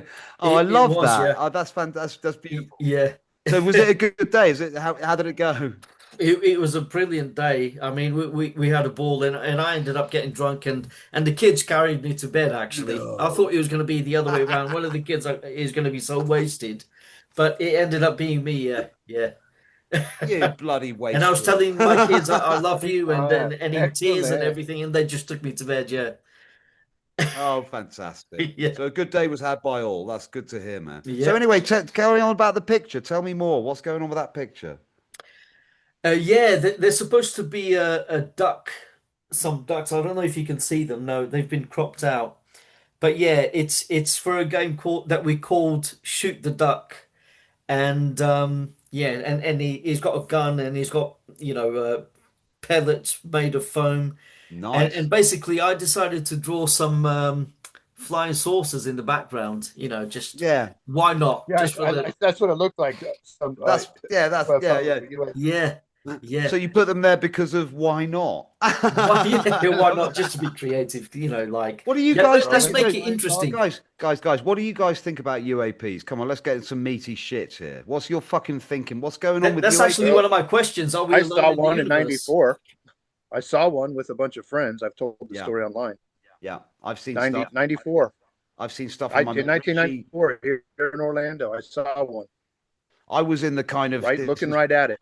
I used to be in the bullshit. This is bullshit territory. But like I basically a few years ago, I've seen stuff up there. There's that there's that plate. Have you seen it? This plate that's taken from the 1950s. It was even on Sabine Hossenfelder's. Undeniable. Right. So Sabine Hossenfelder agrees with this, that there were these Yes. astronomical pictures taken, I'm and there's charged up again. and there's objects that can't be explained, right? And there's Yeah. objects, yeah, and there's basically that it shows that they've moved as well. So there's evidence. I've seen them with my bare Charged up eyes. again. With my Yeah. mate, me and my mate Richie, it's like Okay. they're not drones, they're not planets, they're not satellites. They're moving in weird Need a fucking drink there. ways. So what are they, guys? You tell me. What are they? I think, right, there's actually a guy called Gary who's been collecting certain materials from UFO sites where they're supposedly landed, and they've been examined in the lab. His name's Gary something, I can't remember. Basically, he collected these materials and he found that they were high in magnesium and other elements, which and they've been collecting these materials since the 60s. And at the time, we didn't even make anything like that. You know, we didn't manufacture any of those materials here on Earth. Nowhere on Earth, right? So the Russians didn't do it, the Chinese didn't do it. And he said the only other possibility is that they're from outer space, you know. Now, I used to be skeptical, right? I used to think people are just making things up, or it's mistaken identity of things that you know, other mundane things like weather balloons and stuff like that. Mistaken. But Yeah. eventually, I did see UFOs. I've seen about five or six of them, and one of them in particular was so impressive, right? And if Stacy hadn't been next to me at the time, I wouldn't have believed it. I would have thought that I was hallucinating or something, She right? saw it too. She Yeah. saw it too. It's She surreal. saw it. She It's saw hard it to too. believe. So basically, Yeah. we were outside and we were looking at the sky, and I had a telescope. I still have it. I need to change the lenses. But we were looking at the sky and looking at the stars, and suddenly I saw something coming from the horizon, and it looked like a plane on fire. And I was like, "What the hell is going on? Oh my God, this plane is going to crash." Oh my But then when it God. got closer, it was massive in the sky. And you know how you see a trail of flames? He leaves it like a trail of flames. The Yeah. trail of flames began to disappear and it formed like a disc, a luminous disc. And Wow. I turned to Stacey and I said, "Do you see this? Are you seeing this?" And she said, "Yes, I'm seeing this." And You almost wanted to say no, don't you? You almost wanted to say no. yeah, and the thing is, it was fast. It flew above our heads, right? And it made no noise, and it made such an impression on me because I thought this thing is supersonic. It's not because people tried to say to me, "Oh, this is probably a stealth fighter or something like that." But the thing is, those things are subsonic, right? And the reason why we don't hear them is because they have their engines inside in the main body of the thing inside. Yeah, it's silent. What I saw was silent. There was no noise. That's what really Right. got me. There was no noise There was no and it was noise. fast, and that defies the laws of physics. And the thing is, as it flew over our heads, it suddenly gained altitude. In a matter of seconds, it became tiny in the sky. It just went like I couldn't believe it, right? And then when I pointed at it, oh my God, there it goes. Do you see it?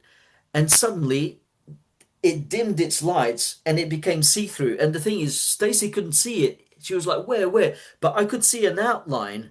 Like the Predator. Oh, like a Yeah, like transparency. the Predator. I could see an outline and I could see clouds going through it as it moved and then it Oh my disappeared. God. And I thought, Whoa. this thing couldn't have been man-made. I don't know of anything like that And anywhere. you weren't on acid. Not on acid. We were sober. We were sober. Yeah. I can tell When you I now. saw it with like 10 No, friends. We all saw it. We talk about it to this day. We're like, that was so weird what we saw. You Yeah. know, but it's it's it's there. real. It's like These a things are normal real. vehicle. You know, it's like a normal vehicle in the sky, except no noise and can't explain it. And it can move really fast when it goes. And I just shoot over the years, I just kept remembering, and I was in denial for a while. Yeah. I couldn't deny it anymore in my mind. And I Yeah. had to reconcile still calling myself an atheist, but believing that I saw a UFO for some reason. Mm. Didn't know how to explain it. But I mean, later, as I got more developed in spirituality and stuff, I just think there's got to be beings that exist between Yeah. all planes and all levels, and that this is interplane or Mm. interdimensional higher order beings Yeah. that just check in and see how things are going and move on. Mm. That's the way I see it now. Yeah, you Very think matter of about fact. what would it be like for a community of woodlice, right? For someone to Yeah. turn their brick over, right, and like Yeah. interfere with their And look at substrate, it, stuff like and, that. They don't have the perceptual go apparatus on. to understand what's going on the kind of macro level, right? So they're going Yeah. to kind of like Yeah. perceive things the way they perceive things. They're going to be inexplicable. They're going to freak out like we Yeah. do Yeah. because we're encountering And things apparently, we've that, always seen it. yeah, People they've have all, reported, higher beings coming to Earth for as long as we've had written record, almost. Yeah. exactly, They've always exactly. been checked on. Yeah, I You know? take people more yeah, seriously now. People who report these things, I yeah. have to take Yeah. them seriously because it happened to me. Why shouldn't It's one of we? those things. Why shouldn't we take them seriously? Exactly. Why shouldn't we take human phenomenological direct experience Yeah. seriously, right? Yeah. Yeah. Because it Because is. It's that's a what's direct going on. experience. That's what's Yeah. Yeah. going on. There isn't some objective realm of emptiness Yeah. and colorless bullshit. Yeah. It's Yeah. all within mind. Yeah. Exactly. So it's only Yeah. experiences going on. So if I see a fucking leprechaun playing my piano, Yeah. no, no, It's no, somehow seriously. Then let me within just let mind. me let Yeah. me just test this idea. If I see that and I have a community and I have a conversation, you guys will take me seriously when I come and tell you about it, right? You might Yeah. think, okay, what drugs are you on, all this kind of stuff, but you will still take it seriously and you'll say, well, Yeah. okay, You let's think about experienced what something. let's Yeah. think about what that Yeah. means, right? We're not dismissive of subjective experience. No. Exactly. Experiential realism. If there's a leprechaun playing Yeah. my piano, there is a leprechaun playing my piano. I don't know what it is fundamentally, but there's But something you that's saw it. Yeah. there is The something thing. that's represented as a Yeah. leprechaun playing my fucking piano. Yeah. Yeah. And it's an Yeah. aspect of consciousness, and and it has to do with awareness. I mean, we know all of this. This is why I think science is going to become more open, as the primacy of consciousness gets more Yeah. generationally understood. I Mm, think they're going to be open to all this subjectivity we're talking about. It's radical for us. A few yeah. generations, it'll be mundane, I think, maybe. Yeah, yeah, yeah. When I Have you asked Doc, guys? I was going to say, have you guys seen the Roswell film with Not yet. Carl McLaughlin? It's actually based on reports from people who lived at the time. And there was this guy, and he ended up bringing out a book, and obviously people doubted him, but apparently he was working for the military at the time, and he saw the aliens being carried to Wright-Patterson base, and the UFO and everything, and he acquired intelligence, and this is in the movie, right? That apparently they weren't extraterrestrials in the sense of, aliens in our universe coming from from another out planet. there. But he said that there were actually, there was one of the beings survived, and he was communicating with humans via telepathy. I And believe they can hear our thoughts. I don't right, think their and thoughts are private. yeah, yeah. I So don't so believe. right there, We're there's doing the telepathy right consciousness. now, by the way. We're doing Yeah, telepathy. This in a is way. telepathy. Yeah, Yeah, it's but mind to mind anyway, across the internet. apparently the being wasn't an alien in our universe. He came through our universe from another universe, right? So they were interdimensional beings and Interdimensional. Yeah. extra dimensional. That's what they called them. Yeah. They're And when they coming to came this through, dimension. I don't know if you remember, but when it happened, when the UFO crashed in Roswell, there was a massive electrical storm. It was the biggest electrical storm in 100 years. And they were saying the reason why that happened is because they were coming through our universe Uh-huh. and it created an electrical storm and something went wrong and they crashed. And the thing is, the beings, the skinny beings with bulbous The Greys. heads, they weren't even the original ones that sent them. Hmm.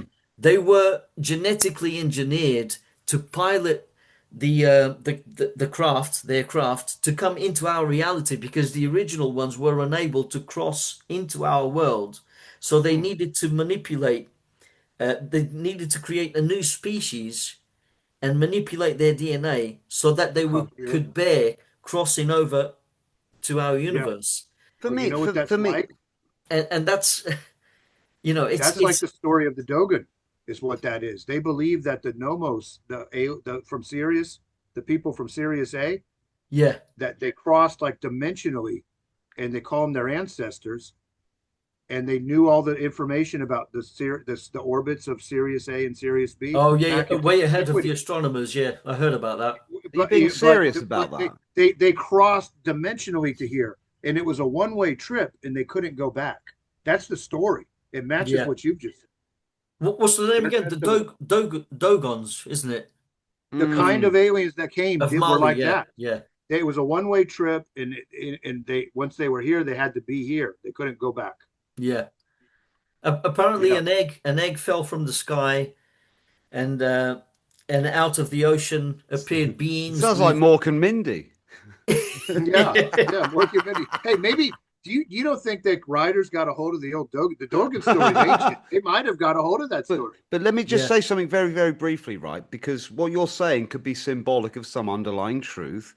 You talked about fungal spores, right? So fungal spores, they have radiation resistant casings, so they can survive space flight, right? So yeah, why would fungal spores be able to survive space flight, right? Unless, of course, they evolved that ability because there was no ozone layer here, maybe.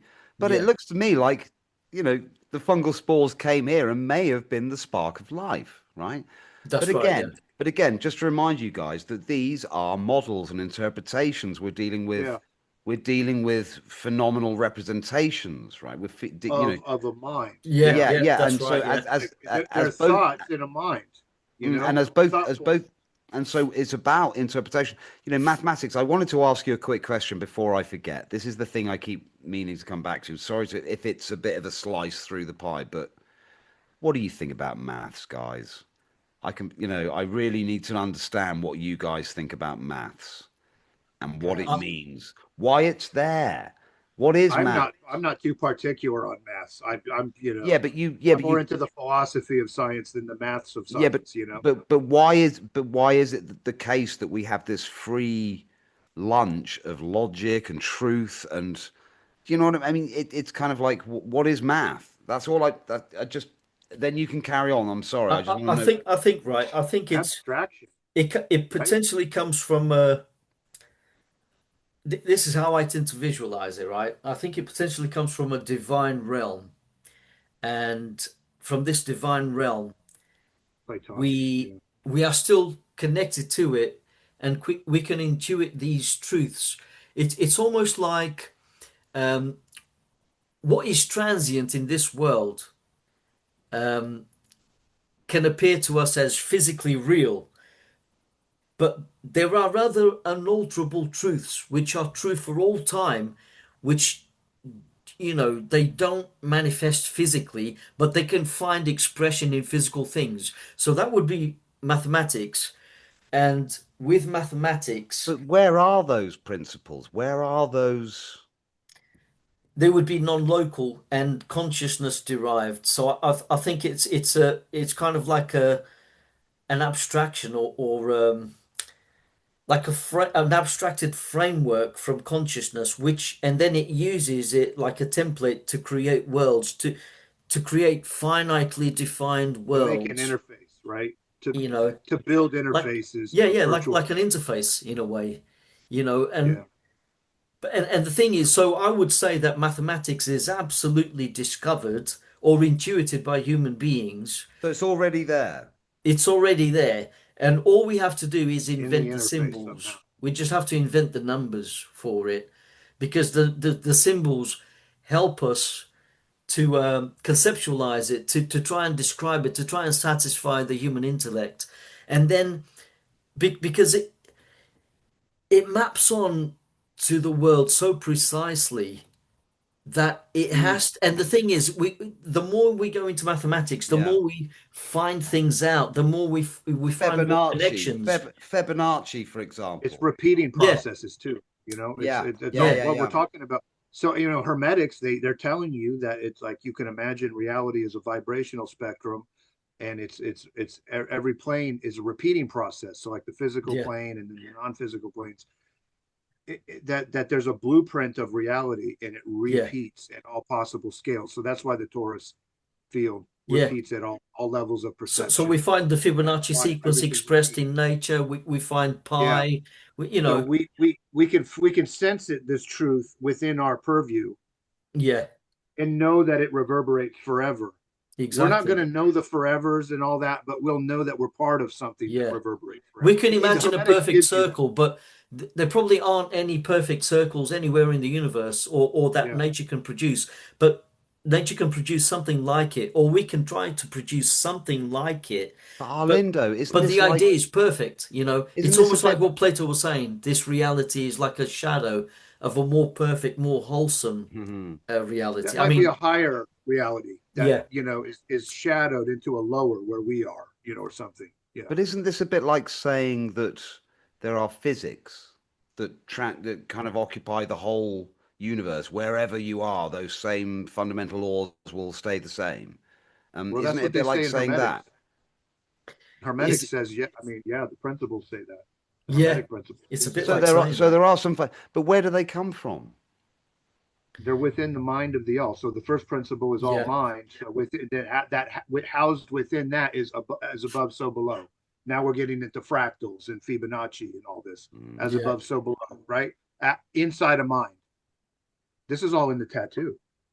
yeah, yeah, Tattoo. Can we zoom in a As bit above, so then? below. yeah. As above, It's so below. yeah, It's like, that's right.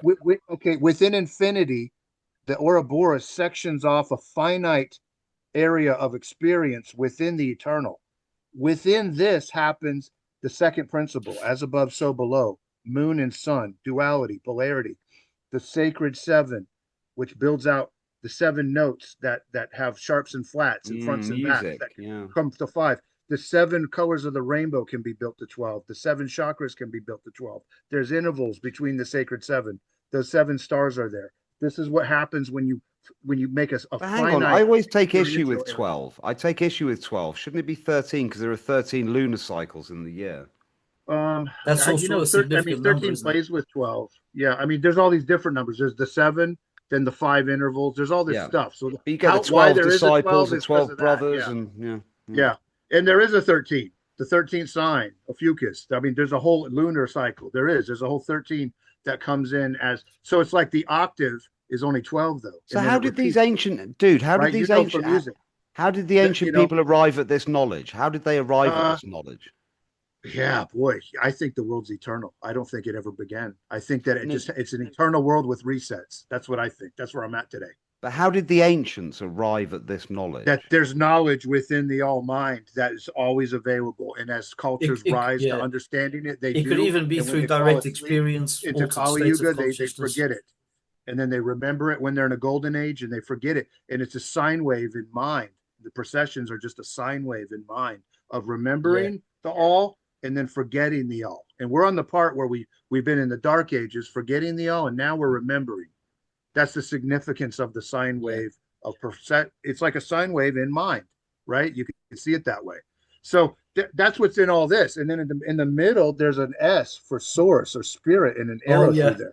Look yeah, within, aim for source when you're in the finite realm. So the Mm. Ouroboros is serving to section off a finite experiential realm within the infinite. And then all these differences and increments happen down there. Seems like as above, so below. yeah, Seems like correspondence. But There's aren't we? Fibonacci. There's reverberating. But the thing yeah. is there a possibility, right? I don't mean to be a skeptic here, but if we start wrapping too much structure around these insights, then don't we become dogmatic? Well, I mean, the Kabbalians anti-dogmatic. They're telling you that the Hermetic philosophy as a philosophy has been kept from becoming a religion. Religions have to borrow from it. They don't allow it to be a religion lest it become dogmatic. Yeah. So it's specifically not to be. If you could be seen as infringing on an ancient pact if you tried to make it dogmatic. Put it that way. Yeah. Right. I like There's a that. And that pact that to not and be that dogmatic. and that squares with the non-dual teaching, Yes. doesn't it? That says actually Yes. there is no ritual. It can't be dogmatic. We can't allow it. And if we did, there would be a problem, and I bet you someone would get killed over something like that. You can't be they won't let dogmatic it here. happen. Absolutely. You know, Because I there's always certainly wouldn't even try. in the scientific community, at least today, there's always a danger of um, scientism, and the thing is, Yeah. with science, it's almost like what can't be measured doesn't exist or it's not there. But the thing is, there are certain things that you just have to intuit and you have to, for example, like if we want to improve ourselves as human beings, it's useful to have the concept of a perfect being in mind, something that we can aim at, and Yeah, perhaps I use Stephen. My wife's over there hearing this. She's like, don't fill his head. Please do not fill his head. Hey, man, I'm not trying to muscle in or anything. Right, baby? I mean, as well as I'm not a toxic male. I'm doing well. Yeah.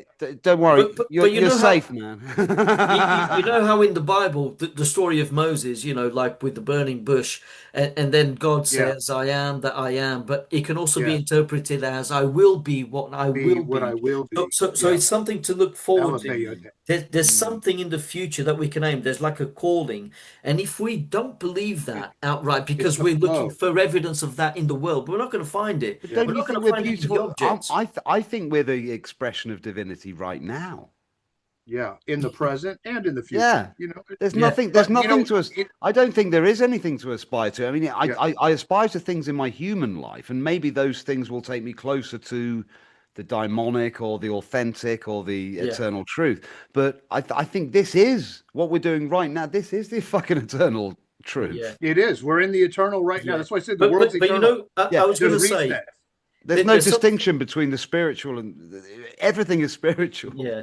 I was going to say, though, there's something that me and Stephen discussed the last time we had our conversation, which is sometimes you need to believe in something as a way out. Because if you're just going to adopt the scientific view, say in certain situations where there's absolute danger and you're trying to find a way out, like Stephen being in this fascist fucking Christian shit that he would. No, that's the way out of. Yeah. That's the best example we've got right here, isn't it? Because I mean, even my Catholic upbringing wasn't as bad as that. But you see, if you're in a situation and you're stuck, and by trying to get out, there's a possibility that you're going to die, right? Let's say there's that possibility, and everything around you, when you look at objects and people around you, when you look at the entire situation, if everything is telling you that it looks dire, that chances are that you're going to die. Mm-hmm. If you know inside you, and there's obviously an element of the unknown, but if you want to survive, and if you know inside you that you don't have all the information to make an absolute decision, if you really want to get out of it, you have to believe that there's a chance and you have to act on it. So that faith. And that's where faith comes in. Faith and belief. It's good thing. And faith is more than just hope. Because hope is like, let's hope it turns out that way. No, it's more than that. It's deeper than that. Because it's a commitment. You believe it. Yeah. You have to believe it and you have to act on it. You have to believe it. And you have to think, no, there is a way out. I'm going to act on it. I have to believe in this in order to really over matter find a way out, or I'll die trying. Mind over matter. I'm willing to die for this belief. Exactly. And science can't give you that. Science can't give you that. That goes back to how do you want to die? Do you want to die peacefully in the night or in battle? Yeah, exactly. I know how that is. How about when you're off to sea and you're sitting there like a sitting duck and there's a large shark right under you and you're looking at it and it's looking at you and there's not a thing you can do. You're pure helpless. You know that you're a sitting duck. I've been in this position many times, surfing over 35 years. And there's only an understanding between you and the predator, Dude, you're insane. You could die at any time. You're insane. You're insane. You can't show fear, and I know that I can't be afraid of it, or it will attack. It will attack based on the fear. So I have to stand it down, But it was either give up surfing or stand up to these sharks, and they're out there. So I have to stand off with the sharks, or else give up my sport. So, but we all know we're taking a risk. Every time we go out, we could be Why savagely. can't you just take up tennis or something, you know? I don't know. I wound up in surfing. It's weird. But but it's no different when I'm up in the It's the mountains doing thrill. trout fishing. A bear could come at any time, Yeah, yeah, yeah, stuff yeah. could happen, it's like you're always, so I'm in kind of semi-dangerous situations a lot, where you're taking high Well, risks. when you think about it, you're not really alive Yeah, unless your you're life taking is, high in risks. some way, in some sense, unless your life is at stake. It's only Yeah. then that you understand the value of your life. Hmm. But you know what I mean? And that's interesting. And and I It's a think that weird feeling. people that Weird I've feeling. spoken to that have been in the military and the police, whose lives depend upon risk and security and things like that. Yeah. I wonder whether they have sometimes kind of a deeper insight into Oh, what sure. it Yeah, they means do. to into what whereas most of us spend most of our lives in a centrally heated, comfortable sofa situation watching fucking soap operas, right? Drugging ourselves into complicity with whatever is going on around us, and we never face. Oh, we might do a bungee jump on holiday or something, and that might be the extent of the what I'm talking about here. Yeah. And so Yeah. people don't, the problem, one of the problems with modernity is that people don't face the visceral reality of what it means to be a human primate, right? Yeah, Yeah. we've forgotten what it means. We've forgotten the value of food, of shelter. We expect things. We're pampered like puppies now. And I'm not saying Yeah. I have the As a answer to society. this. I'm not saying I have the answer to this, but and to a certain extent, I want us to live in a fair society that takes care of people that need help and so on and so forth. I'm Yeah. down with comfort and security. Perhaps we've earned that as the Yeah. apex predator on We this don't planet. have to suffer unnecessarily. No, and I do wonder again, the dotted line to the ethics conversation, whether that's what this is about. This is nature saying, perhaps there's a way of minimizing suffering. I don't know because I mean, as Bernardo Kastrup says, you take a square yard of your back garden, it's a fucking bloodbath, But Yeah. there is a right? trajectory of minimizing suffering in the academic sense. I could quote Steven Pinker on this one. He'll take you through a history of empathy increasing and technology lessening, like building up the quality of life and safety and whatnot over time. He's got all the data on that. Steven Pinker, some Mm. of his research. Yeah, I love him. So he's a real smart guy. Mm. Classic liberal kind of guy. In education, a little centrist, I think. He In his wrote How the mind. Mind Works, a great book. Yeah. Yeah. But the data shows this, and I agree. It's like we used to, right now we watch killing on television, but once upon a time they watched it live in the Coliseum. Mm. We have more empathy now, even though there's still violence on TV. I mean, that kind of thinking, Mm. like there's a trajectory to be noted. We're not hanging people in the public square. People, what kind of sickos want to sit there and watch a criminal or otherwise hang to death and be glad for it and clap? Yeah. It's like we used to do that as a society, and now it's like, well, that's off the table. We're arguing about the electric chair. We're arguing about lethal injection. You know, that's we got more empathy now than we once did, right? What else? You But have know, we changed? Have we changed? well, I think we've changed our savageness may have toned down, but people still want to see the killing on TV and movies, though. So we're not that divorced from it. Mm. But does it seem lesser now compared? I mean, it was really extreme 100 years ago. So we're touching on something really deep here, guys, and I think we know this, right? Because we are mammals, right? And Yeah, we are here because of evolutionary predatory. pressures. We fought tooth and fucking nail. There's an argument for saying that the reason we're here is because our ancestors were the greediest and most violent, right? Yeah. Yeah, That's an I don't know yeah. whether that's, or maybe you could say the most cooperative. So how do we square tooth and nail and claw with the pursuit of Christian style ethics and sort of moral contemplation and so on? How do we square this stuff, man? Why is this headset giving us so much fucking misery? Well, Yeah. Maybe we're not supposed to know. Maybe we're supposed to operate under ignorance in order. Maybe it wants it like what Scott Williamson said to me when we talked. Um, he said maybe it wants to learn transcendence, you know. That could be an experience in itself. Um, and the thing is, uh, there's actually an argument. I think it was started by Rousseau and what's the other guy who wrote the guy who wrote a book, Thomas Hobbes. Yeah, he wrote Leviathan. Leviathan. Leviathan. Yeah, and he argued that human beings are intrinsically bad or something, and they need like a system.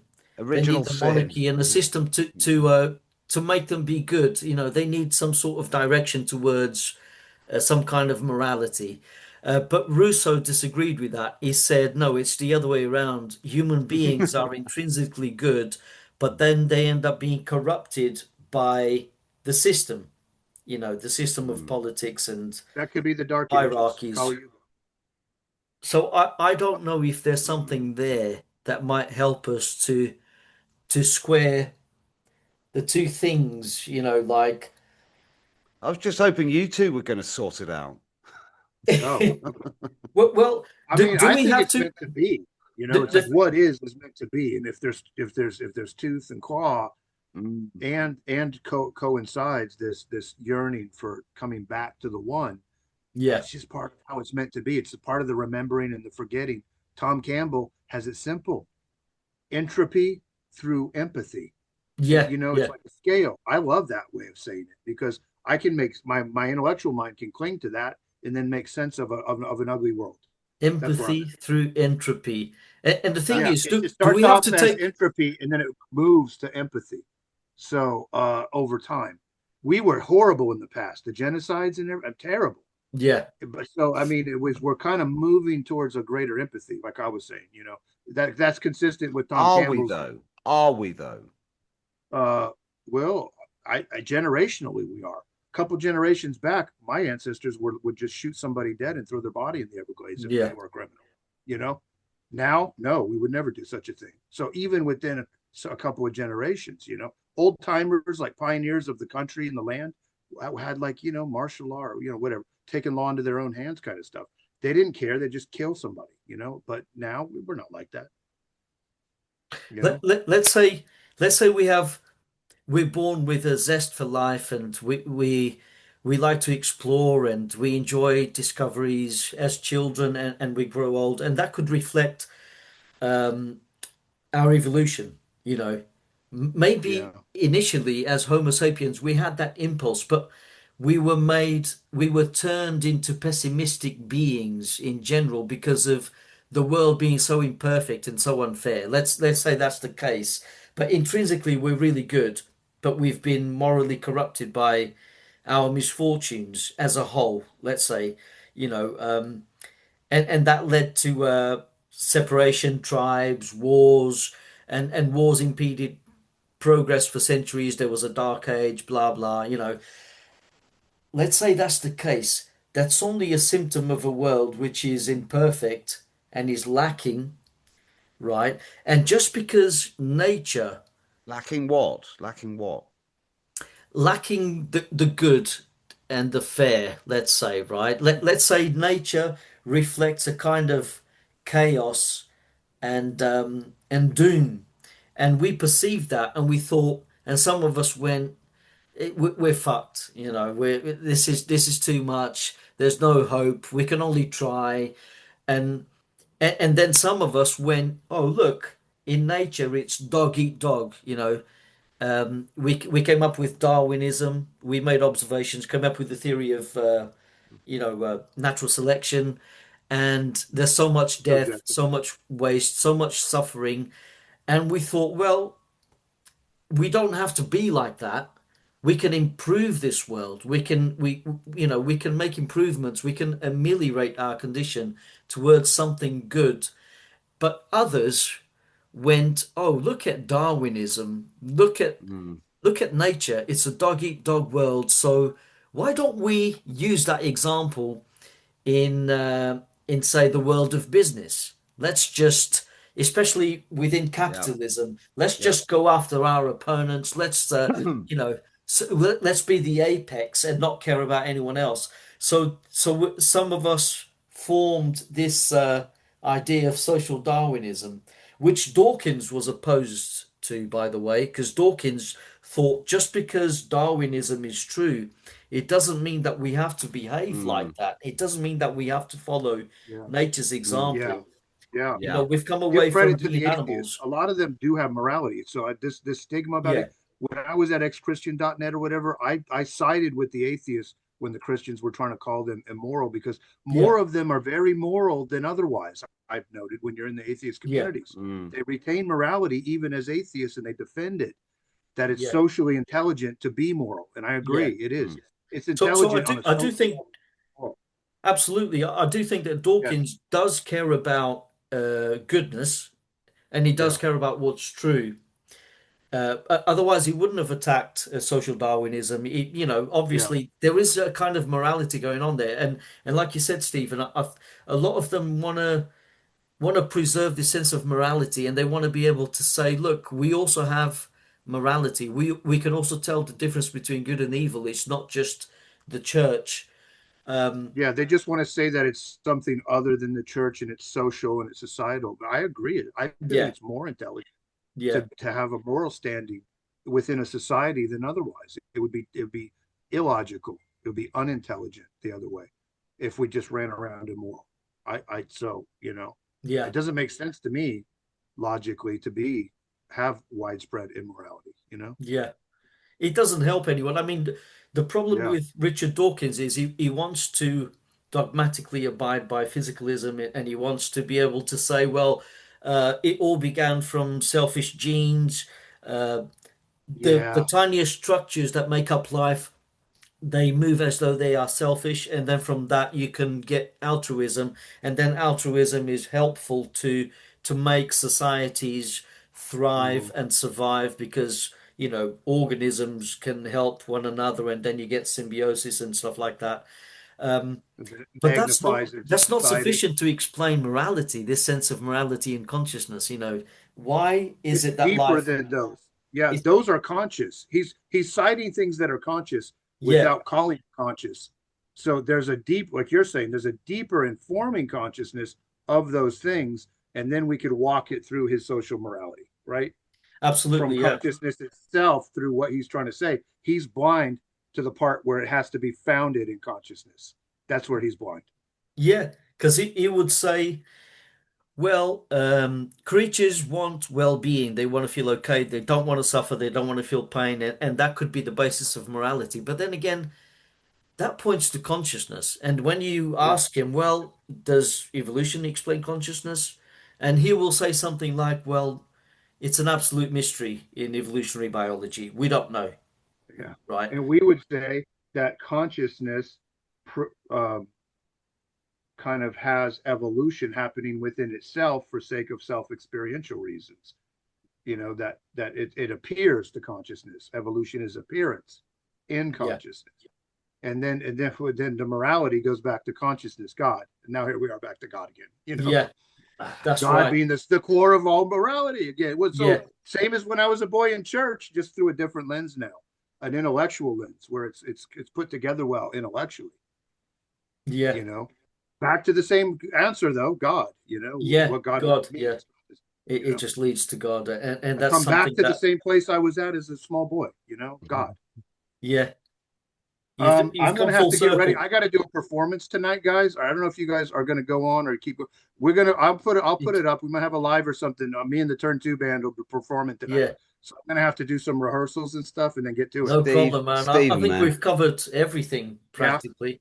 Stephen, your Okay. music is fantastic. I mean, Oh, you thank are you. you Yeah, are actually an expert, beyond expert guitarist, aren't you're a you? star, man. Well, I've just Come been a on, nobody man. who Don't just be. stuck to it all his life. You're fucking It's like unbelievable. I've You're never been amazing. popular with Are it. you self-taught? Are you self-taught? Yeah, yeah.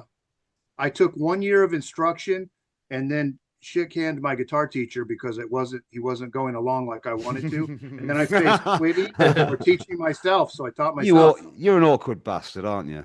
I got into guys like Barney Kessel and jazz guys at a young age while I was doing heavy metal. On the side, I was doing jazz. So that's why all this. But can I just say that Dionysian music.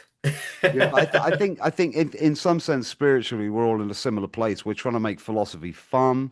We're trying to make it Yes. Yeah. accessible. It's not just fucking dusty old guys with chalk Yep. stains on their jackets in front of Yeah. blackboards. It's guys with guitars. It's guys Yeah. smoking pipes. It's guys meditating. It's guys doing science. It's all of us together. Taking Cool Right? people. psychedelics. It's not some nerdy thing. It's not a People nerdy are thing. into this. Well, Yeah. It's not nerdy's just some okay. I'm a geeky nerd. thing. I am a nerd, but But we're making the geeky stuff cool by doing this. exactly. That's it. That's If, it. Tool is making stuff that would be otherwise maybe geeky a little bit, Yeah, yeah. really cool Yeah. as Tool. It's intellectual stuff, Really mediated cool through as Tool. metal. And I aim to do that too with our And metal. look at the three of us. We're all handsome chaps. We could easily do Oh, thanks. modeling in our spare time if we wanted to. Well, Well, I have been hitting the gym as an old man, so we'll Yeah, see. we could see that, mate. Jesus. I've been at the gym since last May. You're just like been Atlas. regular. You look like Atlas to me. I hadn't been to the gym in years since I was like in my early 30s, and then Nah, I got man. fat, 250 pounds. I took the weight down. I went back to the gym. Dude, you're a fucking inspiration. yeah. One of the reasons I've started I'm doing getting a few older. I press want to ups. be healthy. I've started doing a press ups because I want to be, tough like you, man. You could be a Gerard Butler double, actually. Yeah, he's got like the Gerard Butler Yeah, that had look just come going up. on. Yeah, But rough seriously, around the edges guy, I guess. Yeah. we're going to come and see you, dude. We're going to come and see you in Florida, and we're going to have Oh, really? Yeah. That'd be awesome. Yeah. We'll get an Airbnb or something, so we don't want to intrude or anything like that. But it'd be lovely to see you, dude. Right? Yeah, if you come down, yeah, let's do it sometime Let's do it this year. this year. Yeah, yeah. If It'd be I know, easier. It'd be I'll easier make to go and plans. see Arlindo. I mean, Arlindo and me have got no excuses. Yeah, that's true. That's Yeah. true, actually. Come on, man. Come to Cheltenham Just down the sometime. road. Yeah. Come to Cheltenham. The water's funny round here. Yeah. Yap's even closer to me. Is only in Ah, Wimbledon, yeah, just man. down the Yap, road. Yeah. Yap is. Yap, I yeah. can't. You're talking to Yap, aren't you, next week? Yeah, I'm going to be talking to him tomorrow, actually. He's an interesting guy, right Yeah, there. he is. Yeah. He Right. waxes lyrical. He talks He's so like- fast. It's Well, he's like Spinoza, though. He turned his back on celebrity status. He turned his back on the whole fracking, yeah, all that that's bullshit. admirable. Isn't Yeah, it? It's definitely, really yeah. interesting. I love Yap. Yeah, no, he's brilliant. Absolutely. Well, I'm gonna have to go on. It's almost 4:30 at this time. I gotta. Shit, man. Oh, for this right. thing. Yeah, that's You guys right. gonna keep recording? I'll just go I out. hope Are you- so. I'm happy. I Okay. could go on all night, Okay. Arlindo. Okay. We can stay on for a bit if you want. Yeah, this is But yeah. recreational. Love you, Steve. It's good to see you, Okay, man. I'll Good just to sign see you, out. man. You Yeah. made it. Yeah, catch you next time. Kind of looks a bit like the Gladiator, doesn't See you next time. it? With all the exercise, probably. Ah, always modest. All right. Take care, Okay, so Stephen. it says leave meeting. So out. Until next time. Yeah, Oh, brilliant. man. Wow. How long have we been going now, dude? I have no idea. Probably for hours. What's the time now? It's 9:30. 3.5 hours.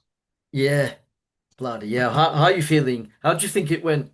Was it okay? Well, I feel good. Gosh, my head's kind of spinning a little bit. Yeah. How do you feel? I feel like it went reasonably well. I mean, we all have so many ideas in our heads, and the more we talk to one another, the more we think of other stuff, and we're all raring to go, and sometimes it's hard not to interrupt each other, but it's only natural, and it's our first attempt at a structured conversation. We can only do our best, but yeah, it's the first time. It's our very first conversation together here on Experiential Realism. And The three of hopefully us, there'll be yeah, many yeah, more yeah. to come. Yeah, because I mean, Stephen and yourself are like a big part of why I am doing what I'm doing. Right. because you made philosophy cool. I got just latched on straight because I thought I think I'm an idealist. I'm not sure. I sort of found these groups online, met you guys, got Yeah. chatting, and I mean, you and I have shared so many words and ideas and conversations over the years, and it's helped guide my journey, and it's a beautiful thing. And I know I'm a bit of a softie, but it really does Same mean here. Same no, here. but it really does. It does mean it really means a lot to me what we're doing, Yeah. because I think that again, I'm not a stalker just yet. But Yap did say that one of the things that he loves is that he says even the philosopher that turns up into the room and gets absolutely everything wrong, he says that it's still beautiful because they're trying. They're trying. Yeah. And that's what we're doing. We're actually trying to figure this We're shit actually out trying. because, Yeah. Yeah. yeah, because, you could align yourself with a political party or a nation or a belief system or religion or something like that and say, oh, yeah, that's my situation. But me and you are like, well, we just, no, we want to actually know what's really going on. Yeah. Yeah. We do. We do. We're not prepared to accept some scripted narrative that says, Yeah. oh, just do this. And that's what I love and admire about what you're doing, what Stephen's doing, and what the rest of us are in this community, which is beautiful, Yeah. right? And it's something that it means more to me than anything, right? And I want you to know that, and I know I that, man. I really, know that. it really does. Yeah. And I love this idea of like we're interviewing each other now and sort of like getting to Yeah. Yeah. And I and love and, it. and to me, I like the fact that we can talk about so many things, and we don't have to be Anything. experts. Yeah. It can be anything, and it's actually credentials mean nothing to me. I think all you need is a discerning mind and let your imagination run wild. Because even intelligent people, the most intelligent geniuses out there, like Daniel Dennett, for example, I consider him to be a genius, and he was It's highly still intelligent, wrong, very articulate. Still wrong, still wrong. but Actually, still valuable. Still valuable. yeah, actually, Yeah, yeah. there's a concept I came across not too long ago, and I actually shared it on my Facebook page. Um, it's called amathia, which means it's a Greek term, and Just briefly, Arlindo, you are the best person. You're the best source for new words, right? When I read your stuff, it's like there's another new word. There's another new word. I love you. You're interested in well, I language, came across this, so but I love that about you. You celebrate language and stuff like that. Anyway, sorry. It's just let's yeah, hear yeah, it. you have to, yeah, yeah. No, I love that I about you. love it because some of these concepts, um, people that came before Amathea, us, amathea. amathia, yeah, it actually means intelligent stupidity. It's how people can cleverly talk themselves into absurdities. And I think that's what Daniel Dennett did, and many others out there. They're so Mm, intelligent, but they mm, want to preserve their dogmatism. They want to mm. preserve their scientism. They have their own pet theories, as much as they say to themselves, "We don't have pet theories. We follow the science." But because they want to hold on to a certain kind of concept, and there could be underlying motives, there could be Mm. political motives, even, like Matt Dillahunty. He is not just a philosopher, he's also a political activist, and he's embraced materialism because he's worried about the Christian fundamentalists taking over America. So it's Mm. convenient for him to hold on to Well, materialism, to naturalism. just very briefly, Arlindo. No, Yeah, you're onto something here because absolutely every aspect of our modern reality is philosophically founded. It's founded on an idea, a yeah. particular perspective on how things should work and so on. But so sorry, do go on. But no, I see the importance of what you're saying because our whole world is a fucking idea. You know. Yeah, no, definitely. And we have to be really careful when we look at these experts, we have to be aware of the fact that they also have ulterior motives and sometimes they're being dishonest. We don't know what these people think privately, but what they put out there could have the motive of influencing people rather than communicating the truth. And I think what me and you are doing here is communicating the truth, informing people honestly. We're So not, we don't have an agenda. Someone Yeah, like, exactly. Yeah, yeah. I wouldn't say I'm communicating the truth. I'd like to say I'm communicating questions. yeah, you're questioning in good faith and you want to get to the bottom of things. You're I not, do, I do, I do, yeah, and I want to get to this actually. I think that there's some real nitty-gritty that you and I could get into around idealism, and I yeah, don't think we've necessarily got quite there. And it's not like something that you can plan, right? no, it's Do not you know what I mean? propaganda. It's one of Yeah, these things. It's like I reckon if you and I had like if we went for a few beers or something and had a kebab and like I don't know I can or only just got imagine. gapping and then three in the morning, three in the Yeah. morning, if you feel safe, or, but 3 in the morning but I wonder. I just want to ask you. I'm not even sure what I want to ask you, but because I am an idealist, right? I still lean in that direction, but I'm having my fucking doubts. It's like my granddad went through he had a crisis of faith in his Catholicism, right? Yeah, And I thought that was, of course, at the time, I thought that was all absolutely ridiculous. What a waste of time. It's obviously wrong. Right. And yeah, now I've gone through a journey of thinking, yeah, I'm an idealist and it makes sense to me and it still does. Right. yeah, But but I don't know because I've had to research some of these guests that are not idealists and they've got some, Susan Blackmore, Metzinger. I yeah, mean, and they're very compelling. They're very convincing. Right. And yeah, they almost come across, yeah, they're almost guru-like. When I listen back on it and I think, oh my God, yeah, yeah, oh my God, they're right. And here's a new absolute truth yeah. to get confused about. So I just, there's a kind of sociological kind of element to what we're going through here as well. So I just want to, what's your journey? Where are you right now? I mean, do you know what I I think mean? that there's definitely, I'm quite emotional. I'm quite an emotional thinker. So everything means something to me, right? So I'm just curious. yeah, no, we're not that, we're not that dissimilar actually. I definitely think there's a kind of psychosocial phenomena going on where uh, people become enamored with their own ideas, and sometimes they uh, regard themselves highly. And people like Susan Blackmore, she's brilliant. I still have one of her books called Consciousness. It's a tiny book, and she's very good at explaining her theories and her models. It's absolutely brilliant. But at the end of the day, it's only a model. It's only a way in which she articulates her ideas and of what she thinks is going on. Um, but I think, but she's honest enough to say, I'm not a philosopher. I'm a science. Primarily, she is a scientist who's had experiences herself with altered states of consciousness.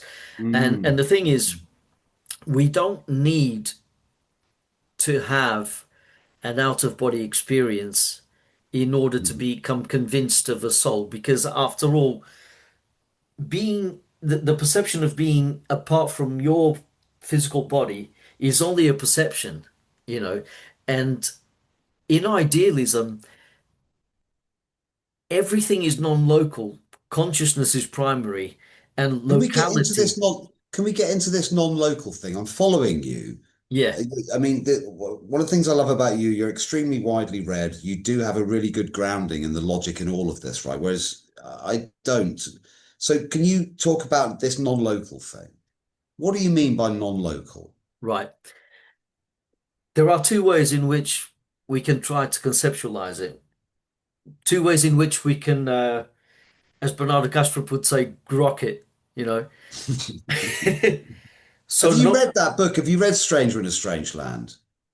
I haven't. No, Oh, it's a good book. It's a good Robert it's Heinlein. Yeah, that's where it comes from. But anyway, right. So the term comes from that. So you learn something new every day, every day's a school day with Arlindo.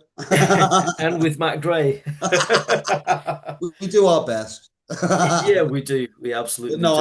I want to hear sorry, I want to hear your answer to this. Yeah. So when we're talking about locality, what does that invoke? It invokes space, and space invokes time. If we imagine movement, and we don't even need movement. There's actually a field in physics called kinematics. I don't know if you're aware of it, where all you need to do, we don't you, you don't need to know anything about the forces behind the movement of the objects. All you need to do is pay attention to what shapes the movement creates. So it's there's an element of geometry. Topography? Oh, right, It's yeah. geometric. It's called kinematics, right? So it conveys geometry, geometrical Mm, shapes. It's mm. all very mathematical, right? And if all that in idealism, if all that exists in consciousness, then you can see that locality is tied to the concept of space, and space is something that emerges in consciousness. So imagine consciousness isn't anywhere because there is no Mm. place. Places exist in consciousness. Consciousness conceptualizes spaces, and the localization of something um, can only be understood in terms of something else localized uh, at a With particular respect to it. distance. Yeah, so you need a point of reference really, and all of that you can't help it stems from the irreducibility of consciousness. Consciousness dreams up um, the the concept of localization. Consciousness, you know, it it dreams up. Localization is like a mode It's a of mode. Yeah, yeah, like what managing Yap of. was saying. Yap was talking about modes. Modes, was it modes of perception? I can't remember. Mm. But basically, consciousness is non-local. It's not anywhere in space because space Mm. exists within Yeah, it. yeah, And yeah. and I know it's very hard for us to Yeah. wrap our Yeah, heads around it. because it ties in with the idea of non-locality in quantum physics, doesn't it? Because when you ask a physicist, you say, well, where is that particle? Yeah, Right. You end up, as Levin sort of comically says, you end up in the fucking maths department, a probabilistic, yeah, sort of non-local, kind of like it's a field that actually extends out into infinity. yeah. So every single, and I remember I read Roger Penrose's Arrow of Time. I read, Right, Brian Cox. Brian Cox was the one that got me over the line in terms of understanding relativity conceptually. right. Well, I think, right? Yeah. And it had to do with mirrors on a train, right? And the lights bouncing off the mirrors, and then you think, oh, hang on, for an observer that it's going at the hypotenuse, it's going at a diagonal, but it's still taking the same length of time. Whereas Yeah. if you're on the train, it's bouncing between the two mirrors in a straight line. But anyway, my point here is, if I can get to it, It's like a time dilation tied to the observer sort of thing, isn't it? Yeah, it's yeah, non-locality. So here's what I'm thinking, right? So a particle seems to be a representation of a concentration of the probability of a particular wave of a particular kind of like extended phenomena, right? So you and I are if we're made up of atoms, which are made up of particles, then we are absolutely non-local according to quantum mechanics. yeah, There is no kind of here in a sense. The here is essentially the kind of the collapse of the wave function. It's kind of like we can agree that this is the outcome of all of these kind of potentialities, right? yeah, Um, and and so I think that I just want to kind of go back to what I was saying earlier about the problem with physics models being replaced with. I mean, we used to have phlogiston,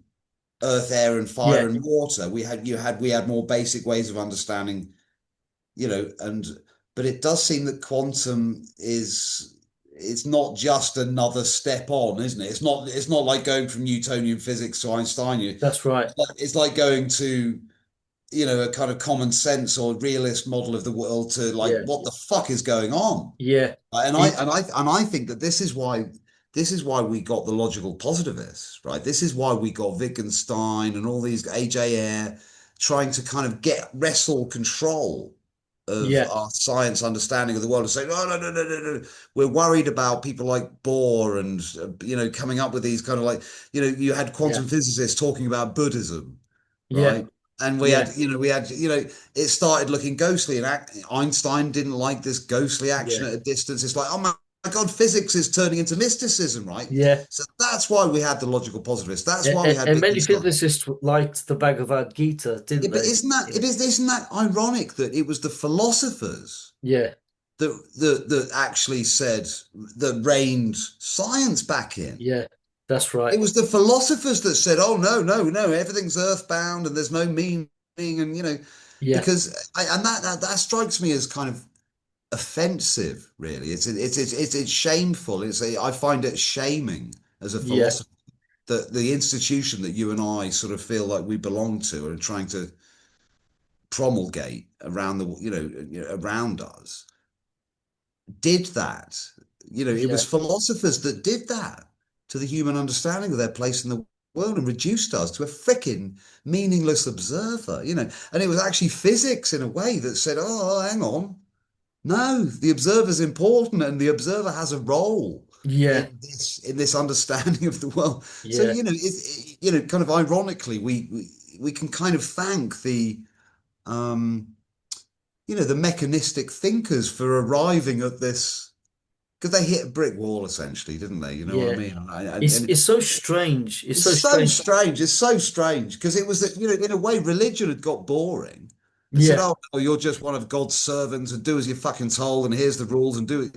And then physics came in and said, "Actually, whoa, we don't really know what's going yeah, on." yeah. I think sometimes scientists they come up with a theory and they test it, and the theory sometimes is so elegant, so beautiful that they think, oh, it has to be true.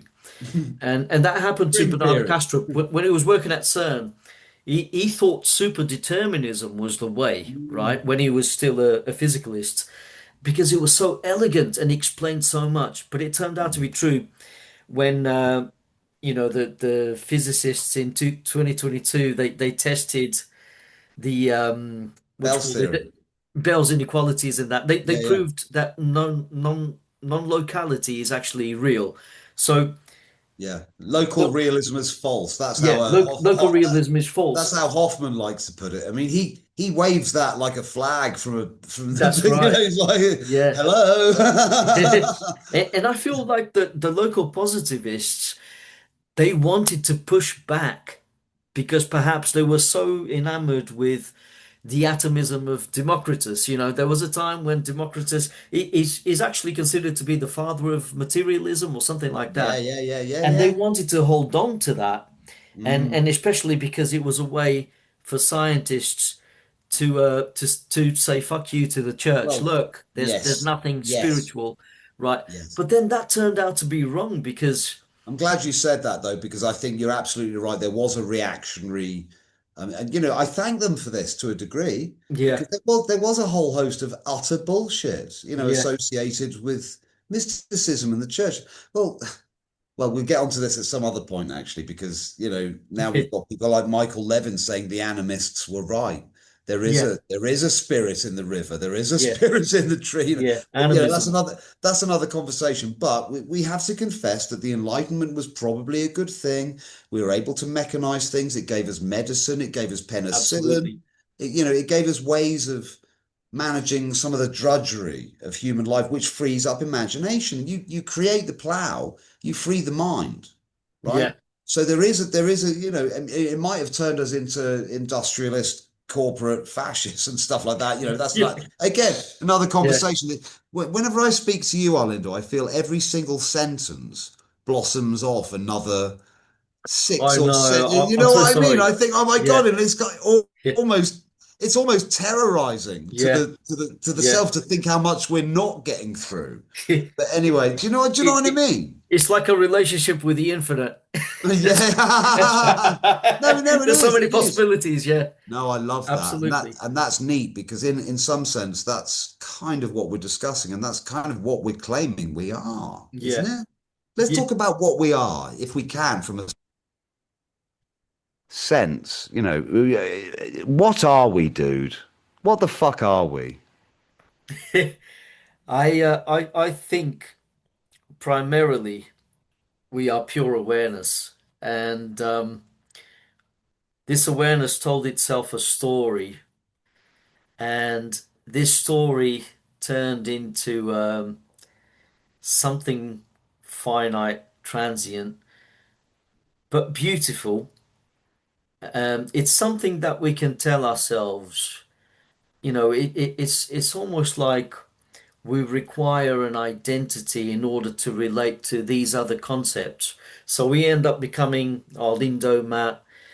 Um, but I really do think that's only a fraction of what we can be. I really do think that we are so much more than that.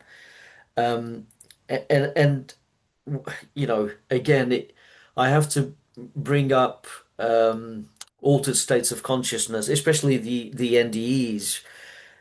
When you read some of those stories, so many people say that they realized they were so much more, and that who they were on Earth was just a tiny sliver, like that it was just an ego, just an identity, but it's not their real selves. The true self is like something higher, something more expanded. But dude, you've had this. I mean, look, right, there are many people that have had more lucid dreaming, meditative, transcendent experiences than you. So could we talk about some of that? Is that okay?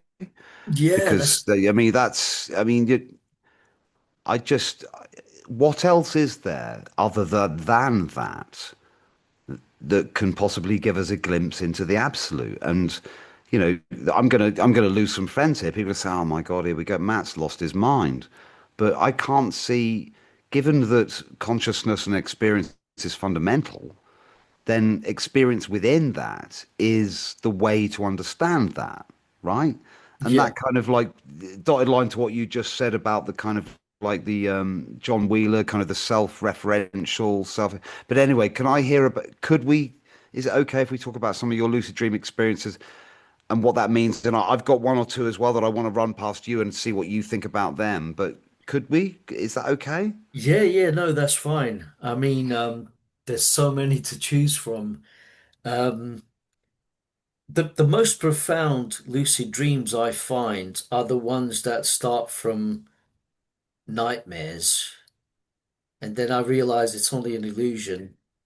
But then once I become lucid, um, it's not just an anomaly. It's not just what's around you is an illusion of anomalies, and there's no meaning.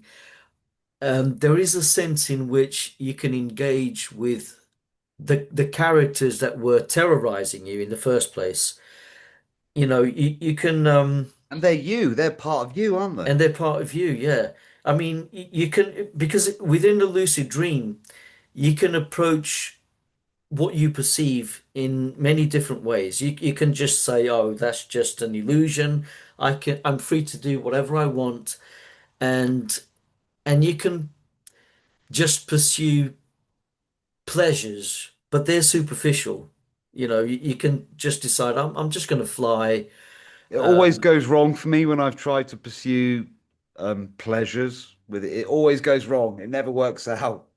yeah, especially of the sexual kind, isn't it? Oh, you had to say it, didn't you? But no, no, no, no, absolutely. Well, no, seriously, when I was a kid and I got Yeah, into some lucid dreaming, I thought, oh yeah, I can do whatever I want now. I can have some, relations with the girl I fancy and stuff like that. Whenever I tried to use it for that, always failed. yeah, yeah. I see what you mean. I mean, if you don't pursue that, and there's always the danger that the lucid dream could come to an end. It could be premature. You could make a false movement, or you could hesitate, and that's it. You're awake, right? So you want to prolong that. But I think the less you worry about that, the higher the chances of carrying on. And Is it a science? So can you map this and can you create a process? I th Of I pres- think I think it could potentially be a science, right? The science of neurology, and we could map the dynamics of the lucid dream world, or the lucid dreaming itself. But the problem is, if we have expectations So say in the waking world, you can come up with a scientific theory and you can find patterns that are consistent or don't match your theory, right? Um, and also in the waking world, there is a danger that your preconceived notions could interfere with you refining your theory, right? That you could become biased. But in the lucid dream, I think that becomes more acute. You know, in the lucid dream, whatever preconceptions you have, it becomes your reality. So there's a danger that if you form a model in the waking world and you take it to the lucid dream, there's a danger that that's going to dictate what you should find in the lucid dream. It's going to bias you, and that becomes your reality. It's almost like there's a measurement problem to do with dreams. It's almost like the Yeah. moment you try to measure it and you think, "Oh yeah, I've got it right now," you ruin it because all of a sudden that becomes your reality, Yeah. and then you hear another lucid dreamer saying that no, that's not my experience. I have this belief and I experience this, and then it doesn't match your experience. So it's oh that's beautifully put. And that's about caution, isn't it? Epistemic kind of Yeah, humility as well. It's like because actually that's the same problem that we have in the so-called mundane reality. That that's the right. whole damn thing is a virtual realm of knowledge and Yeah, information understanding.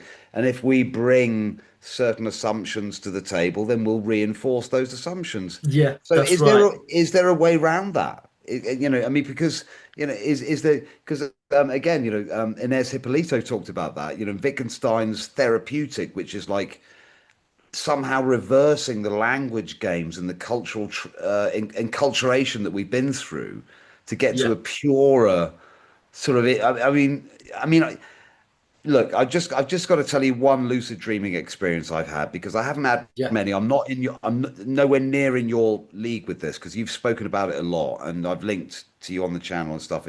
It's fucking fantastic. I love listening to your lucid Oh, cheers, dreaming. man. I've wrote down But so many. your art as well, and the way you've tried to. Not many have the mental kind of sort of discipline to be Yeah, able to structure a response to it and to be able to describe it as well as you do. Because I've had some experiences that I can't even begin to. And then when I listen to some of your accounts, I think, I kind of sort of relate to that. But there was just this one experience, and basically, there's this place that I always used to go to up until my kind of like maybe 30s, right? And it stopped in my 30s. I don't know why, right? And it was this house that everyone I knew was in. Everyone I ever met. I'd see people from all the jobs, all the friends of families, families of friends. Everyone I'd ever met in the entire universe was in this fucking house, right? And it was like a big mansion house on a hill.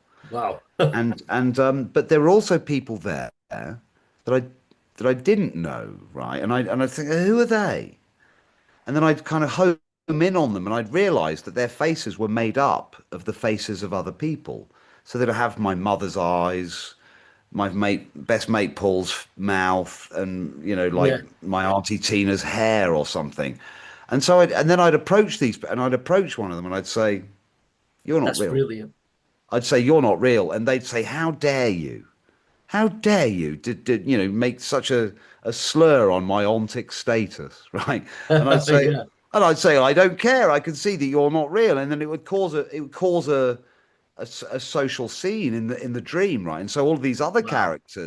all of these characters, right? And at this moment, I'm thinking they're all me, Yeah, but this person I'm dealing with here, this isn't me, and this is an imposter, and I was trying to expose them as an imposter, yeah, right? And then in the end, they would.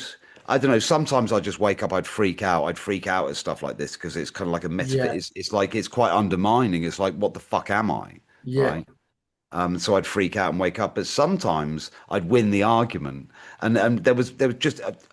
I'm done with it after this. But there was this one time where I was speaking to a whole room full of people in this house, this mansion, right? There was like a good few hundred people in this room. And I said, I can prove that all of you aren't real, right? And they were like, what the fuck are you talking about? And I picked up this cushion and it had like a kind of paisley sort of psychedelic design on it. And I said, see this cushion? what do you guys think's on the other side? And they said, oh yeah, it'll still be the same design. And I said, no. When I turned it over and it was blank, it was black, like Yeah. void. And then the paisley design slowly formed on it. And I Wow. won the argument, and that was it. It just Yeah. so what Yeah. the what's going on with lucid dreams, dude? It's almost like you were talking to yourself and playing out a narrative. And even though you knew you were lucid dreaming, even though you knew you were dreaming, you were lucid, you still regarded, what's interesting is that you still regarded the characters as separate from you. You're still Yes, playing out this kind of yes. plurality, these kind of conscious agents that you're interacting with. It's almost like you preferred not the solipsistic type of dreaming, but you preferred like an interaction with between you and the dream characters. And that reminds me actually of God. a lucid dream I had.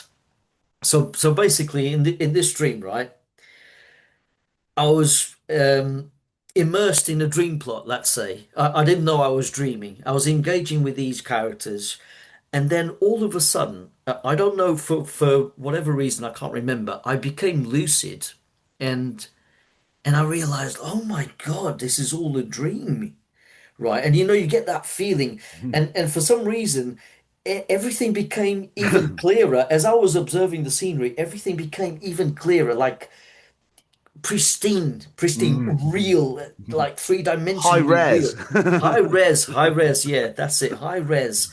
And when I looked at the characters I had previously been engaging with, they looked mannequin-like, like devoid of life. Mm. So I suddenly thought within the dream, it's now a lucid dream, right?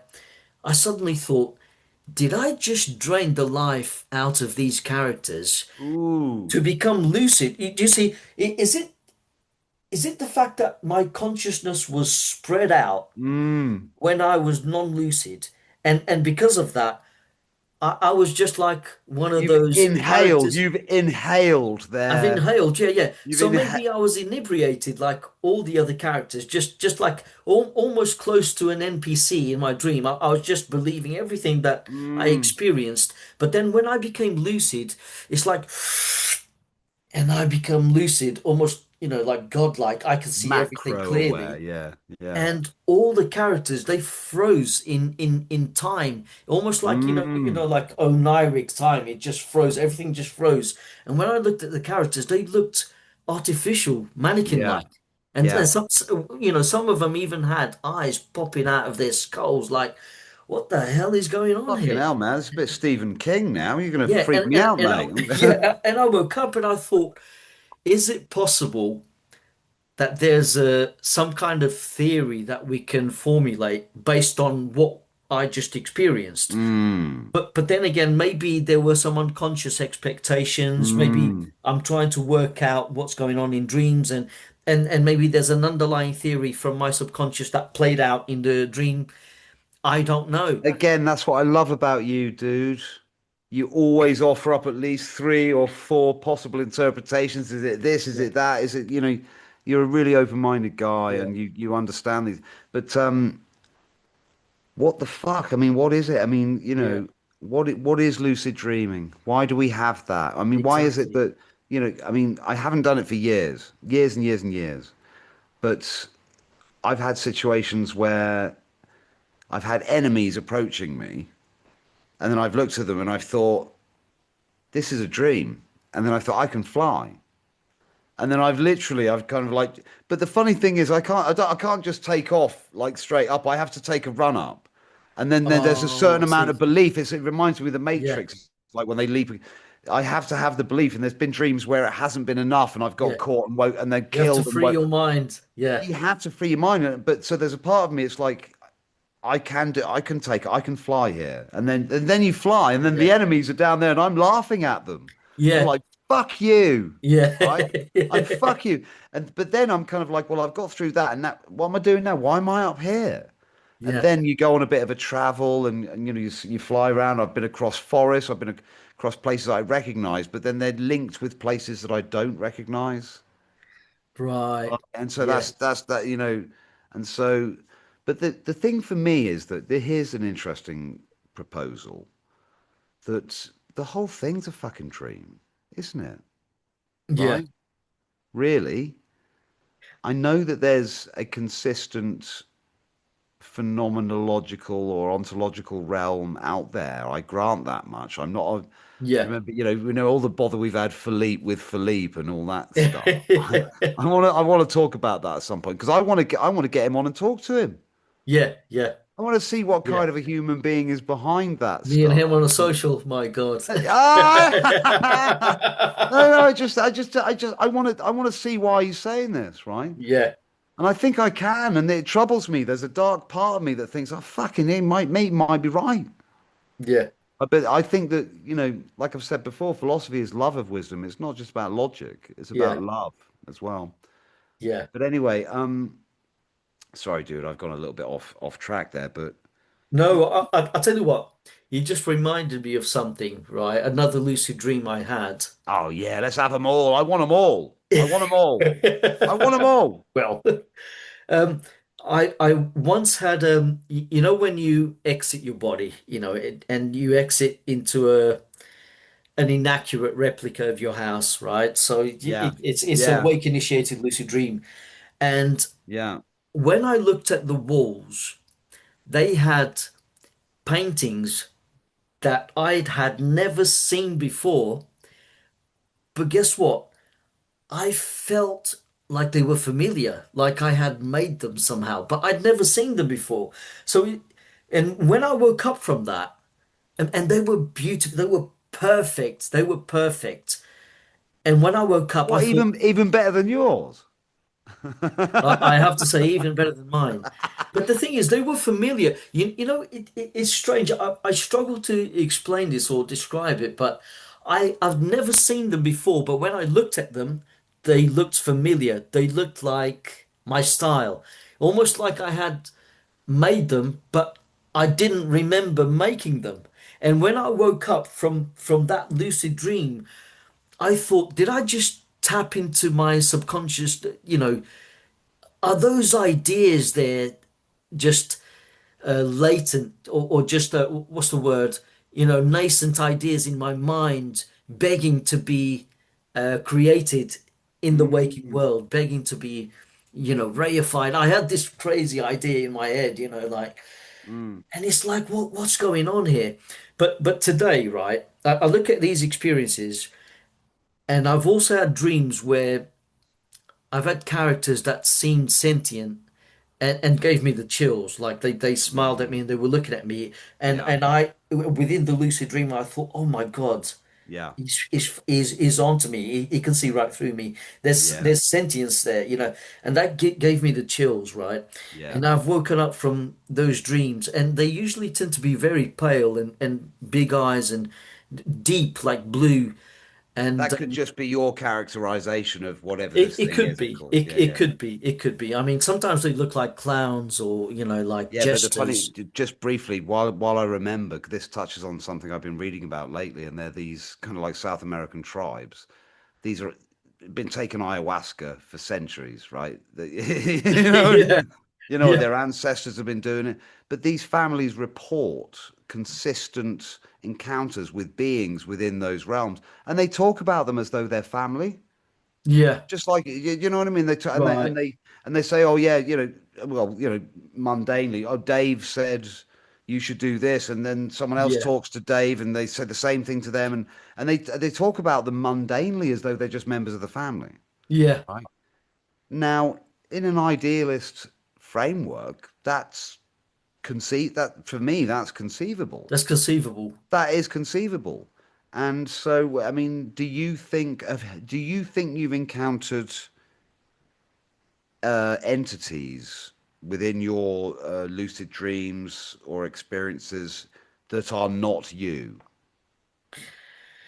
I have because I think there's a real possibility because I I think idealism is the most compelling view of reality, right? Definitely over physicalism. So right there. Hard carrier. I'm sorry, but Yeah. it's just it's so fucking obvious to me. Yeah. What I think is going on, right? So within idealism, this is my theory. I think many of our dreams are highly symbolic and very close to our personal unconscious, right? So, and when I say unconscious, I don't mean it's always unconscious.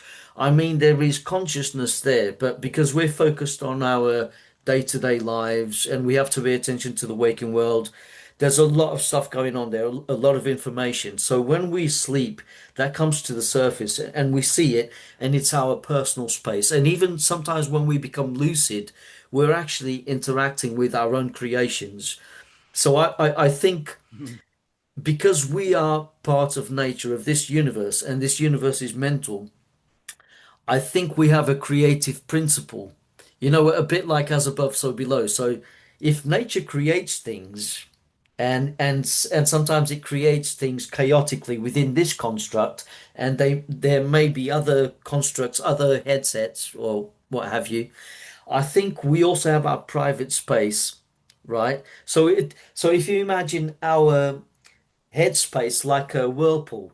And the thing as human beings, the perceptions closer to the core of your being, your consciousness. If you imagine that to be your own creations, closer to you, they're going to be the most frequent dreams, and you can become lucid within them, and you get a sense that they are your creation, right?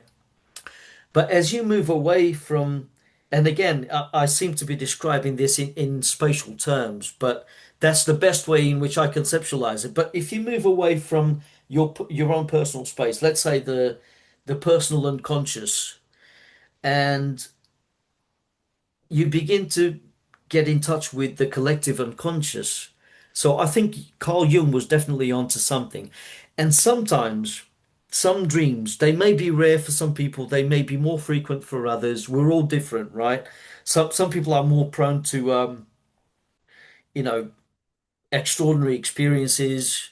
They may be psychics even. I don't know. Other people are more parochial, you know. But I think sometimes, and I think everyone can experience this, and they won't always know that for sure that that's a fact. Sometimes you get nuggets of experience from the collective unconscious, which is the mind at large. It really is the mind at large. And these dreams feel different. And sometimes they come in the form of other entities, and they feel Mm, like they are separate from you. They feel like mm, they've got their own autonomy. And that could also include information that you couldn't possibly know about at yeah. the time through conventional Mm, means. yeah. It could be precognitive, it could be telepathic, it could be about someone in your life, or, Yeah. and the thing is, people tend to not talk about their dreams. So there could be a lot more that's unexplored, uncharted territory for Mm, sure, because, yeah. in ancient times, people used to talk about dreams a lot more. They used to share their Mm. dreams. We don't do that Yeah, today. the oral tradition and sort of developing the sort of social narrative through interaction with it instead of a passive reception Yeah, of it. that's And right. I love what you're saying here. This is really interesting. Um, because in some sense it doesn't sound mystical at all. When we think about where science has gone and where philosophy has gone in the last sort of 100 years, that we're now seeing that there are these strange sort of interactions between phenomena that we didn't previously think interacted, right? So, I mean, yeah, I'm thinking about Nicholas Hinrick, one of my former guests. He Yeah, talked about this thing called interbrain synchrony. And they've got this technology now that can kind of observe neural interactions between multiple brains, right? yeah, And I mean, this is hard science, right? And they're finding that they can observe and explain um, phenomena, these interactions between brains that aren't they're not linguistic, they're not tactile, they're not gaseous, they're not, but they're just neural, right? So, Yeah. and this would, this kind of a dotted line from this to kind of Nietzsche's insight that, madness tends to take place in groups as opposed to individuals. So Right. there's this thing called the collective, the crowd mind, right? And for example, I know this might sound a bit weird, but for me, right here, this interaction between you and I, there's Arlindo, there's Matt, but there's also a Matt Arlindo Yeah. or an Arlindo Matt, whichever way, Yeah. Yeah. we get our legal advisors to, but do you know what I mean? There's a third person here that Yeah. is the product of the two of us, Yeah. right? And we both have a kind of like a subtle awareness of that, and that's something that exists kind of, not outside, but it exists. It's real, right? And so, I mean, it gets complicated when you've got a room full of six people. Yeah. You think of all the different combos there are there, and we know how that feels as well. We can relate to those feelings. It's like, oh, hang on, I like him, but he just said something mean about her, but I like her, and so there's this structure, there's this kind of conceptual, dare I say it, spiritual construct, or at least mental construct Yeah. that exists all on its own. And if I die physically, I'm still there in your mind. It's like you could then talk to Stephen and reflect on me and say, well, this is what Matt would have, and so Yeah. Yeah. That's right. it's kind of like, and I love that. I love that idea. It's like paint. We're all Yeah. like painters together, kind of working on combined, you know, piece of art, right? Yeah. In some sense. I mean, I'm getting a bit hippy trippy here with this stuff, No, inevitably, no, because it's 10:15. But I'm still good for a few hours here. But I don't know. Am I? First of all, am I making any sense? And secondly, can we derive something metaphysical from these insights? And can we say that yes, in fact, there is a kind of beautiful sort of singular intelligence of which we're all a part, yeah. and in the same way that the human body has cancer and internal conflict and identity disorders and things like that, right? That's what the cosmos is going through Yeah. somehow. I don't know. What do you think, dude? You're I think it makes sense, and there is evidence for that. I think, I mean, and we don't have to arrive at the plausibility of idealism just by observing certain phenomena like quantum physics or just observing our dreams and our experiences. We can actually arrive logically at the conclusion of idealism through epistemology, really. I mean, if we're going to look at what consciousness is, awareness, something that me and you share, then it's one thing. It can only be one thing, even if it has different flavors, even if you obviously have your own interests, we can share many interests, but you have your own experience, your own perception. You might see the world very differently from mine. We have our differences, but there's always something that we share in common, and that is consciousness, not just what we agree with, but that's consciousness.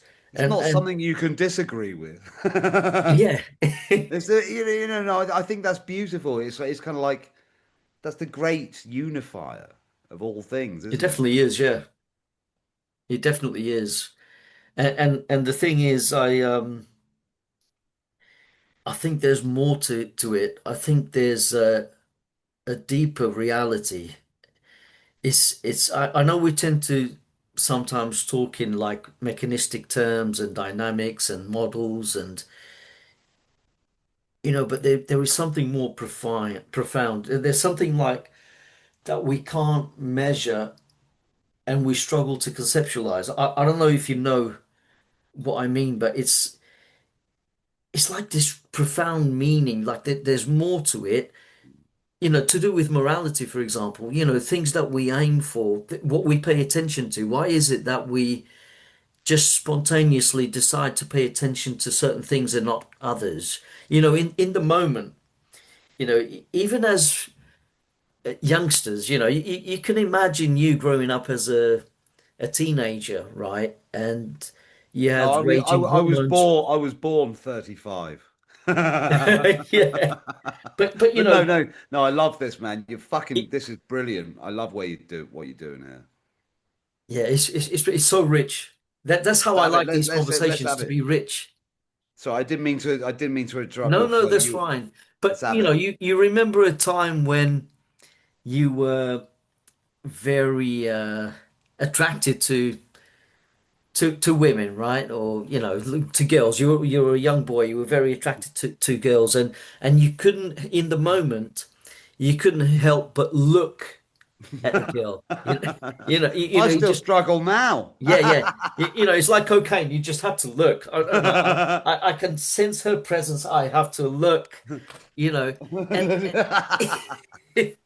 and most people would say, oh, that's just how you're built. That's just you Mammalian. It's Freud. Freud can yeah, explain you're a that. biological machine. You can't help it. You're attracted Yeah. to that. But there is a sense in which it's almost like a free won't. Like, oh yes, yes, I'm attracted to that woman, or but I'm not going to look. I'm actually not going to look. I'm going to ignore. I want to be much more than that. So, but you feel that attraction, and sometimes you can't help. You feel like you can't help but look, right? And Yeah, so you yeah, look, because there's a real world and then there's a conceptual world that we built for ourselves, yeah. right? And wherever you direct your attention in the moment, that's based on a system of values that Yes, it yes. you, Ideas. in It's the about moment, that's what you value the most. You value it, the woman the most, the beauty. You want to look. it's a in some sense, human, people worry about AI and virtual reality. We already live in a virtual reality Yeah, in some based on sense we do. Yeah, yeah, based on ideas. You look at the processes that we I'm not going to make any political or ethical pronouncements here whatsoever, but human beings are subject to processes that are based on certain value judgments, as you've just said yourself. yeah, Their decisions, they're traditional, they're cultural, they're reinforced, they're habitual. We can't help ourselves, right? And you could say yeah, again, I'd look at the ant's nest kind of metaphor again and say, yeah, well, this is how things just fucking are because this is how they worked before. But herein lies the problem for humans, and I think you were kind of skirting around this issue that for us it's about the counterfactual, isn't it? yeah, It's not, it's that, in any situation that we find ourselves in, it's not where we are, it's where we could have been, or where we might have been, or where we should be, yeah. what we That's ought right. to be doing. Why am I, and the self-judgment, the expectations, the self-narratives, the Yeah, moral, the cultural, the historic narratives that have kind of, I mean, yeah. when you come to questions of things like free will, right? I happen to believe in free will, right? And Same here. I never used to. yeah, neither did I. And I'm probably Yeah, for similar reasons. I bet yours and my book collections are pretty similar for like quite a period. yeah, Do you know what I mean? I bet they definitely. are. Yeah, Fucking Penrose, Hawking, Dawkins. yeah. Sam Um, Harris. yeah, yeah, yeah. A bit of Yeah. Harris up there. I mean, I'd love to interview his wife. Who? Oh, I mean, how cool is Annika. that? Yeah, yeah. It'd be Oh god, brilliant. shit. Where were we just then? So free will. Yeah, it's. Yeah, yeah, yeah, yeah, yeah, yeah. So I what I'm think trying we to do say. have free will. Yeah, because if we didn't, then we wouldn't be able to say, if I could, I would. In the moment, I think people get free will mixed up. They mistake the fact that we can't do certain things with determinism, but I think it's more to do with conditions. Like Mm, we feel restricted. We would like to do much more, but we have to follow the rules. And people think, oh yeah, that's evidence that there's no free will. You're not free. But I mm. think the initial will, before anything comes into the equation, before Yeah, yeah, all these yeah. conditions come into the equation, the Yeah. will, how you Yeah, yeah, impel yeah, yourself, what yeah. direction, that's absolutely None of free. that stuff would even exist without the will in the first place, Yeah, that's right? right. Yeah, and That's right. I think most of my guests, and probably most of yours would agree with that as well. It's like when I Yeah, said to Chris Fields, I was like, I said, could there be a universe? I mean, I can't remember exactly what the question was. But basically, he said that you could imagine a universe with no agency in it, but nothing would ever happen, right? Yeah, Because that's if there's right. no agency to experience, then there is no reality, right? Yeah, Yeah, I mean, I try and run this past you. Maybe this isn't the most sane view of it, but I try to imagine like a kind of like a stone room with a metal chair in it, right? And there's no agency in there.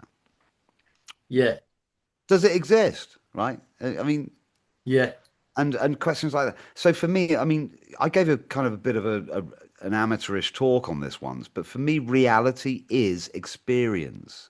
yeah. Right, and pointing towards, the title of your podcast, which is Experiential It's Realism. special, really. Yeah, But I think you're really fucking onto something, right? And I think that what was one of my guests? I can't remember his name, but he was into the mathematization of phenomenology. So it's like instead right. of assuming that there's a world out there that we're studying through physics and measurement and experimentation, Yeah, what we're doing is characterizing, classifying, talking about the phenomena of our own qualia, right? right. Yeah, yeah, Because that's all there is. There yeah, is yeah, only yeah. there is only you, your facial hair, which I think looks very nice, by the way. I think it really cute. Well, I thought I I needed to love your. shave. But you know what I mean? It's like Yeah, that's what there is. There's yeah, that light. There's my arms. My body is part of the world. right. Yeah, My yeah. my That's right. body is my even Matthew Gray's body is part of the external world, right? Yeah, It's continuous with everything else. That piano, yeah, if you were here, there.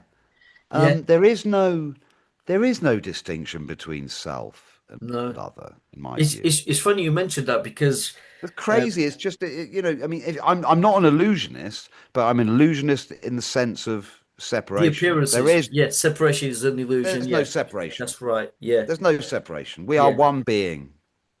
That's it. yeah. You know what? Can't I don't think. You Sorry, know dude. what? I've Go on. actually I've actually come across some NDEs where people say, Ah, and the thing is, it goes back to what you pay attention to. Some people have mm, noticed when they mhm, are looking at their bodies that they are actually not necessarily localized, but that the floor and the walls and the objects are extensions of themselves, like it's all one body.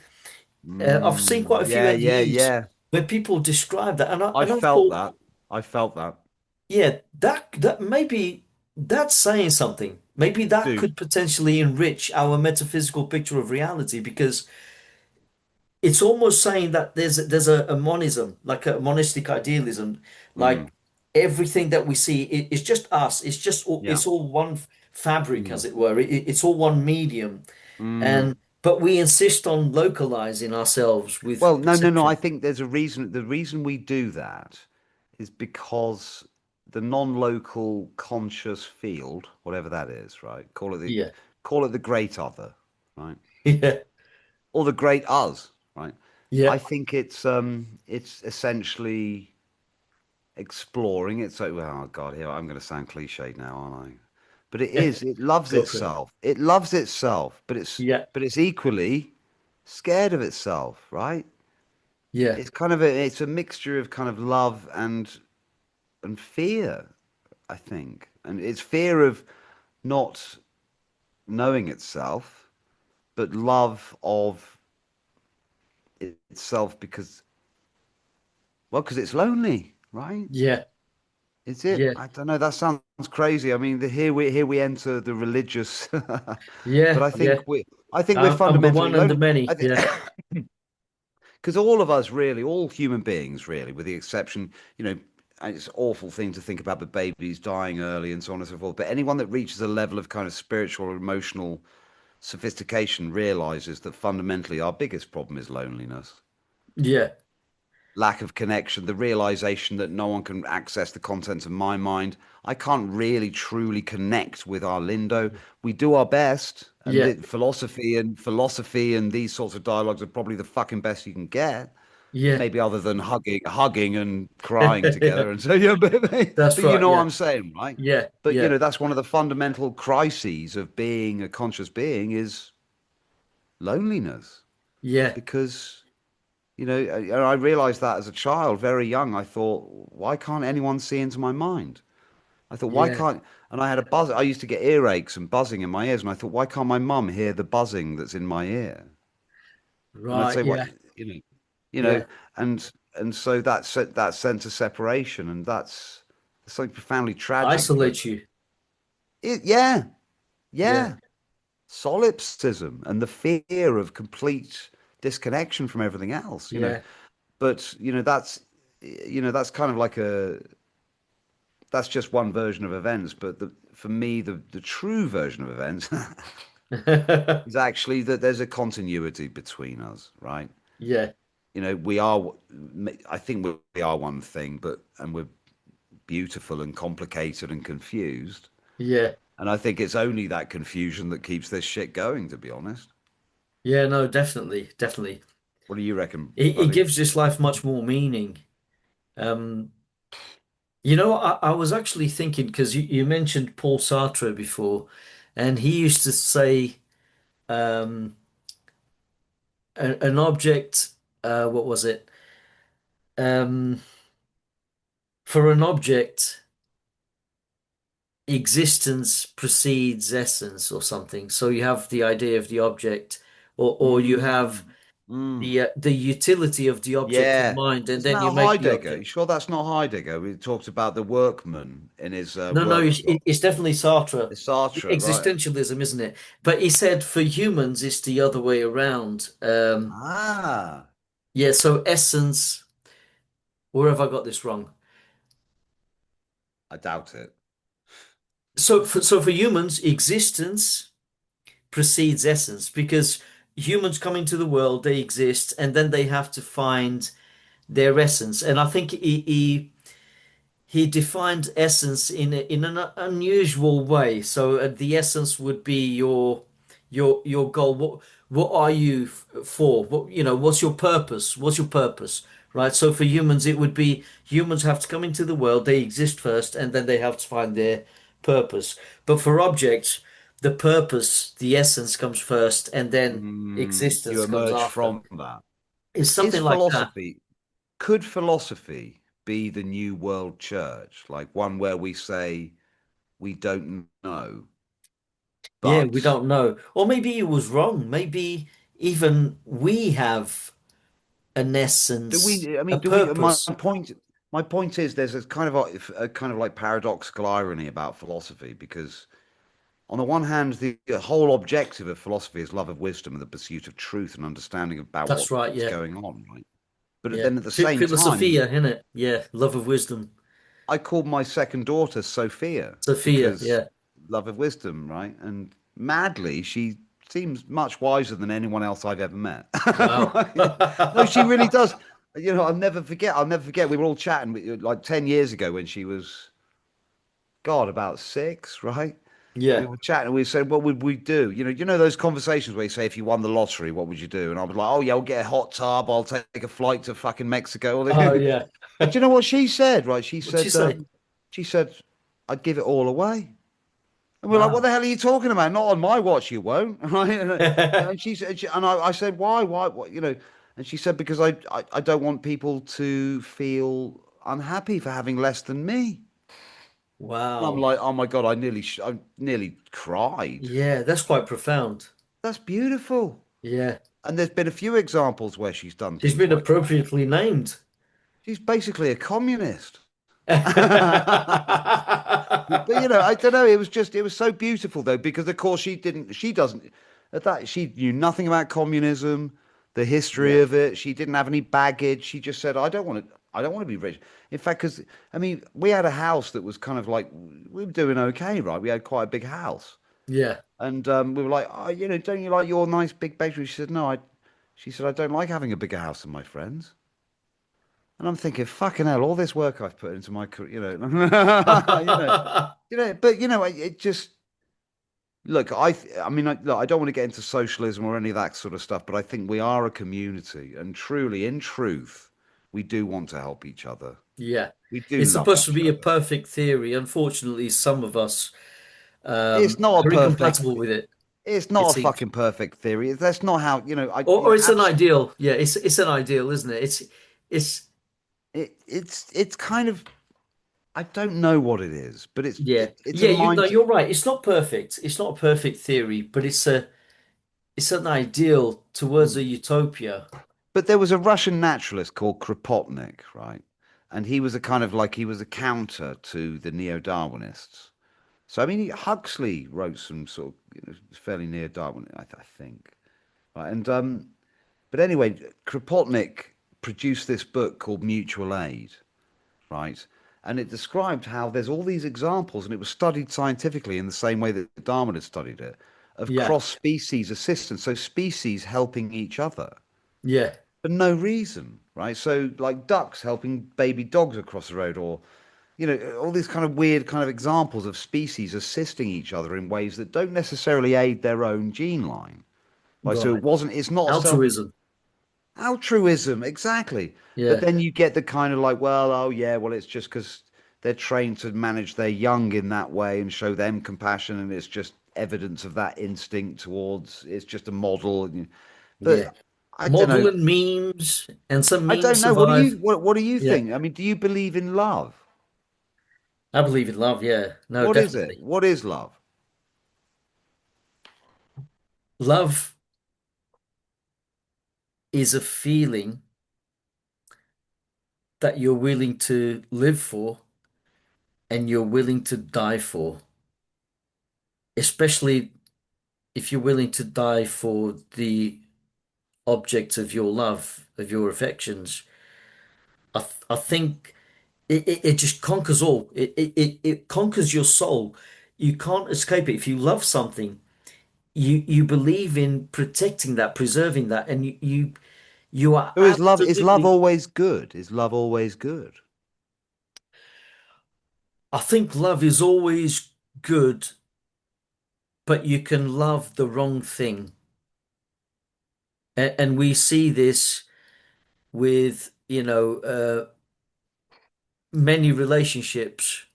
Some, that some people fall in love with the wrong person. They have this idealized version of that person. They believe that this person is good and kind and caring and loves them, but really they are just parasites, and people become mistaken with who they're with.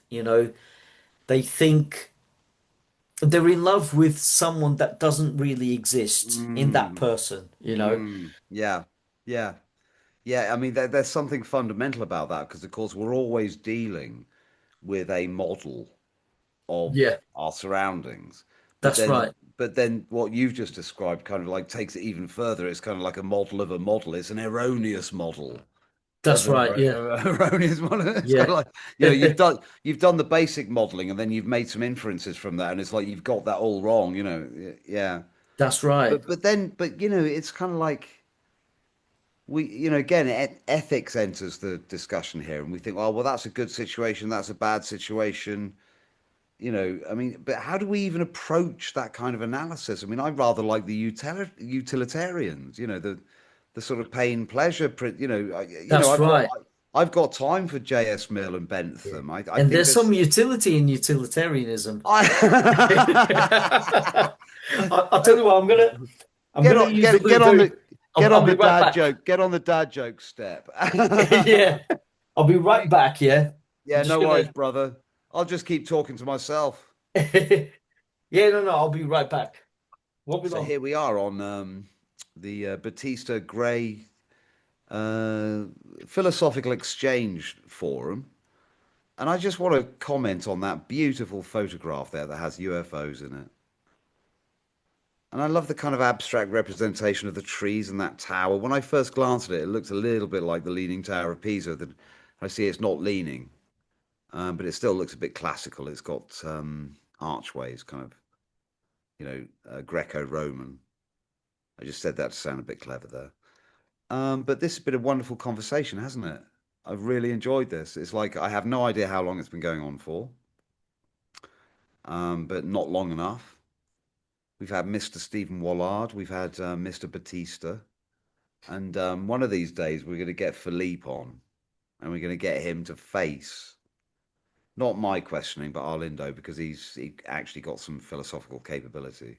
But I really want to understand what the hell Philippe is going on about with his solipsism, because the worrying thing about it is that his reasoning seems completely insurmountable, and I'm curious to hear what Arlindo has to say about. It's the fun police. Oh, hello. Fun police. Hey. Hey, fun police. What do you mean by fun police? Just Arlindo's just taking a little bio break. Have you got any philosophical input you wish to share with the group? yeah, like the angels of the soul. No, that's religion. No, that's not religion. Oh, I made it, man. It's all out of mine. Hey, my philosophical geezer's back. Yeah. Anna's back as well. Stars. How's it going, Anna? You all right? Yeah. Yeah, we've been discussing loads. It's unbelievable, isn't it? Been Oh, going on for yeah. hours now, haven't we? I think we've made some ground, actually. I can't wait Yeah. to watch it back. Yeah, I know. Wait either. Because I've just been sort of hearing sort of like snippets, not wanting to sort of like, pick up fag ends and then smoke them yourselves, right? It's just like, oh, Have you been yeah. listening behind the door? No, I haven't. I've just been drummed up there, Yeah. appreciating that I'm still alive. She's Like, probably got CCTV watching me anyway. Do you know what I mean? it's not that bad. I mean, I do have a life, darling, but hey. Yeah, see, so we've got quite a bit more to get through. Another 4 hours. Orlando, I love your art behind you. Love it. Oh yeah. It's Yeah, really, really sweet. it's actually not just my art, it's a combination of Stacey's input and my input. So Stacey drew the tree and I drew the rest of the background with the UFOs at the Oh, tower. I Yeah. love couples productions. So do I. Yeah. And and I'm getting really, really sentimental and almost died yesterday and all that kind of stuff. So in the middle of Porta Vallarta, my aunt and her friend sort of like did this mosaic thing in the middle of the thing, and they burned that too. So You kidding me? They vandalized their Oh my God, that's so Oh. horrible. they haven't really talked to me. No one's been talking about this. It's been a real, real shit show, right? So to see your lovely, wonderful, colourful, beautiful art, Oh, thank you. it gives me just hope. I've got to Yeah. tell you something, Arlindo. You're Anna's favorite Oh, is it? Oh, out, thank you, Anna. out of the group and stuff. I mean, You're I know it's gonna give me silly a and it's big head. immature, but she's like, oh, I love that Arlindo. He's cool. Oh, I just said Ah. he's been there from the start. He's been loyal, faithful, and true, like a true Arlindo knight. I love that. Yeah. No, no, God, no. getting emotional now. I might not sort of like comment, but when I do, it's like I get banned. You get banned, yeah. But when I appreciate something good, then I appreciate something is good. Oh, thank you. Yeah, Thank you very much. thank you very much. Now we'll all have to meet up someday. Oh my God, I'd And love that. yeah, yeah. I'd love it if you and Stacey could come down here sometime, man. We'd Yeah, it's love only down the that. road. You're very, very, very We love that. welcome. We love you. I You're mean, you're you're in the listen, team. thank God they had the Chelsea thing when I wasn't there in Mexico. I wouldn't have liked that at Oh, all. she would have loved it. Oh. Actually, you know what, Arlindo, it was our I would best not. it was our best Chelsea off. Even Linton was manageable. Yeah, Because I wasn't yeah. there. Oh, anyway, off we trot now, darling. I'll see you soon. No, I mean blown off. All right. That's us. Love you, baby. Good to see you again, Anna. Oh, it's good to see you too. There's us. We'll meet up someday, definitely I in can't wait for person. that. We got to do Yeah, that. yeah, We shall. definitely. Okay. So where were we then? Moving on to sort of difficult academic, sort of philosophical topics now. Yeah, you were talking about you're talking about utilitarianism. That's definitely a hot topic, isn't it? Contentious. Well, it's kind of like, what else have we got in a Yeah, way?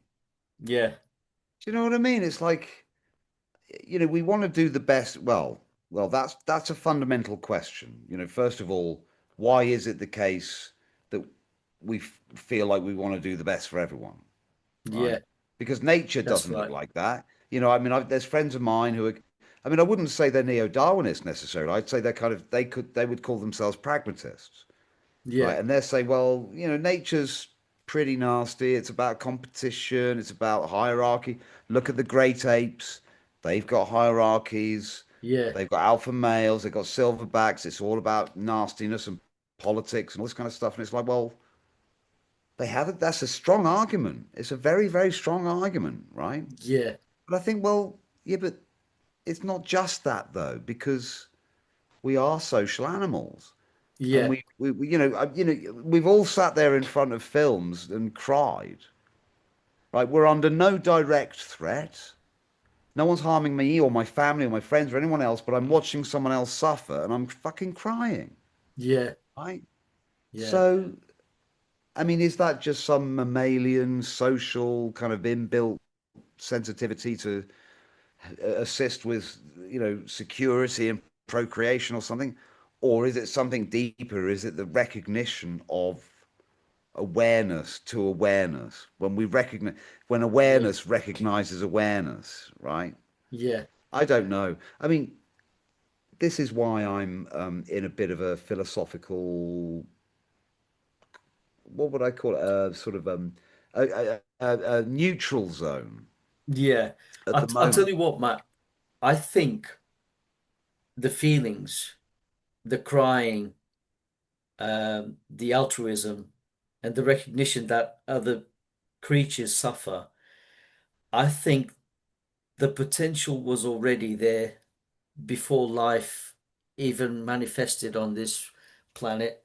I honestly believe that. I honestly think that consciousness is fundamental and capable of all those feelings, and those feelings found expression in finite beings, in a mental construct such as this world, which is entropic, and it found expression. I don't think these feelings came about through evolution. Yes, it's true that we evolved our intellect based on how, there is a learning component, I believe, in the course of evolution. Creatures were exposed to different elements and different situations, different niches, and they developed more feelings as they made associations.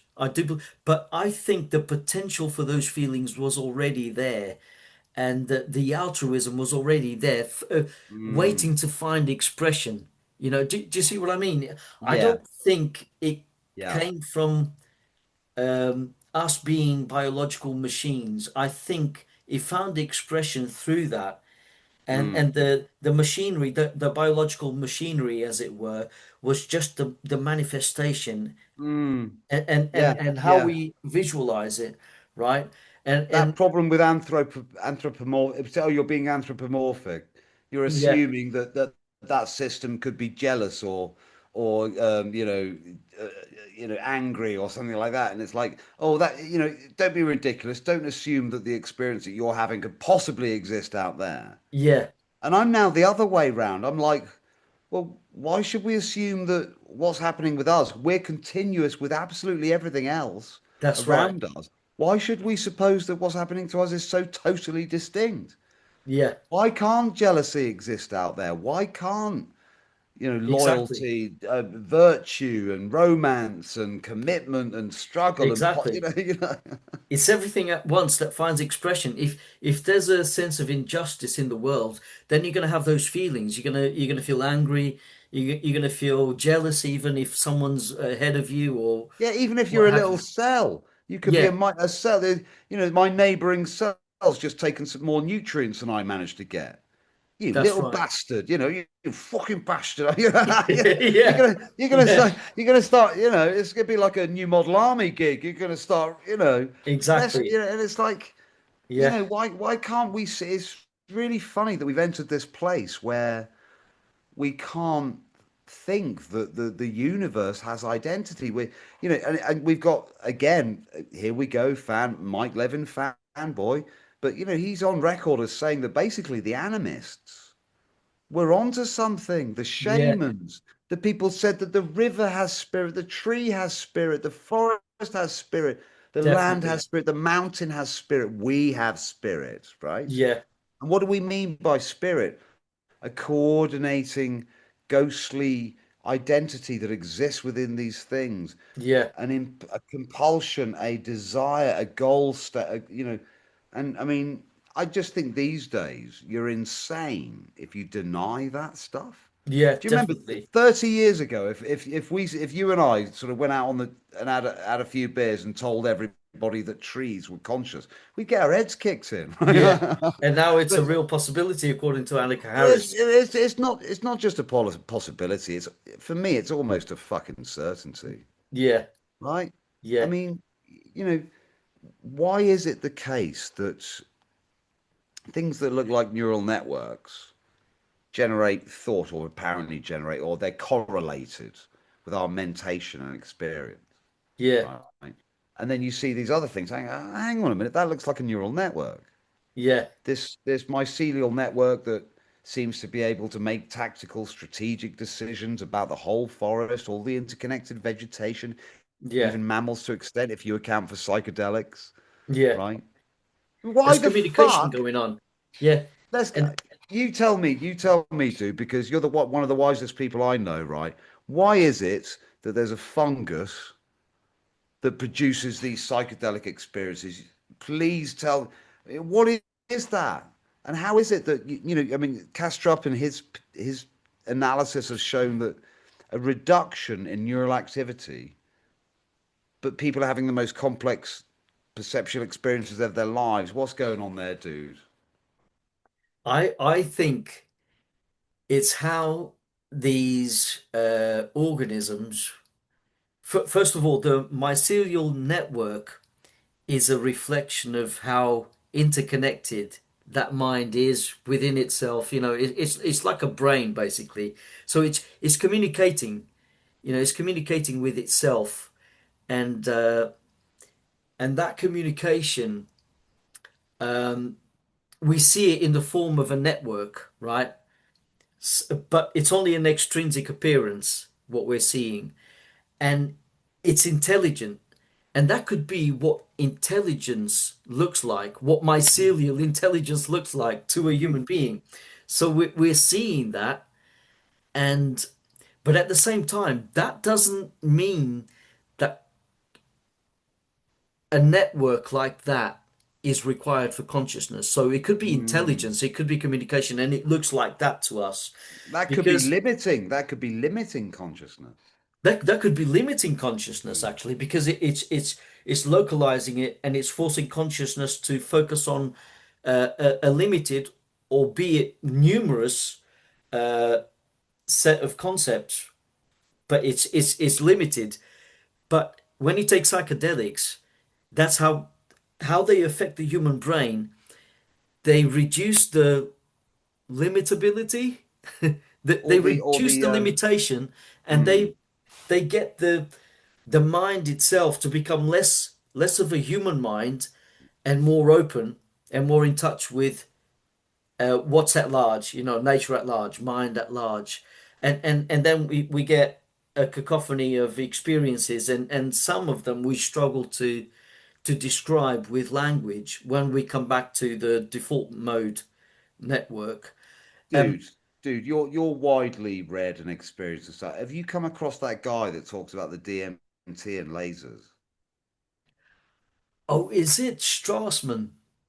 Can't remember. He looks like a bit of a hippie. He's got long hair. He's quite a cool guy. He's well read. He's not daft, but he does DMT, and then they look at lasers and they see these patterns. It's like the fucking Oh Matrix. yeah, I think I know who you mean. Yeah, It's it's completely not Strassman, it's someone else. Yeah, it it, sounds completely insane on the yeah, surface, but it then you does. Yeah, listen to what he's saying, and actually he's got a fairly coherent metaphysical kind of account of things. But then yeah, he did talk about these buffer zones where you with these entities that he says there's this kind of in between space in between every single moment of time, and it sounds insane, but I don't know. I mean, I suppose the question is backtrack a little bit. Do you think that psychedelics can give us an insight into the nature of reality? I think they can. I think they can. I know many people would disagree. Um, I've heard Sam Harris say that um, they don't give us any insights into the nature of reality because it's just they're just chemically affecting the brain, and it's all some kind of hallucination that gives Yeah, the but impression that we what get the fuck is deeper yeah, but what the insights. fuck is the brain anyway? The brain's just a representation of the thing E- that exactly, that's what exactly. Sam Harris doesn't get, right? No, it doesn't. Anyway, sorry. He doesn't, and he ought to listen to his wife more because Yeah. Can you imagine their pillow talk must be hilarious. I mean, you yeah, bastard. There is no consciousness. Yes, there is. yeah, yeah, Just something like that. But yeah, no, oh, I'd love to be a fly on the wall on one of their kind of like, yeah. So I can one swat dude, you. dude, Yeah, yeah, yeah, dude. One of these days, one of us is going to interview one of them. I bet you. yeah, I guarantee it, because yeah. we're on a trajectory. You are brilliant at this stuff. You're a brilliant host. You're a brilliant interviewer. You're brilliant at chatting stuff through. I can't imagine anyone better to talk this stuff through with you, right? I take inspiration from you. I like your style, No. because You're good at this stuff. You naturalize it. You make it accessible. You make it fun, but you bring experience, mate. You honestly, man. Thank you so much for the. I mean, no, I'm not saying I'm over. I'm happy for a few more hours if you want. But no, this has been so much fun. yeah. I tell you what, it definitely has been fun. Um, I mean, I don't want to push it because Stacey's waiting for me, but um, you said something about what was it?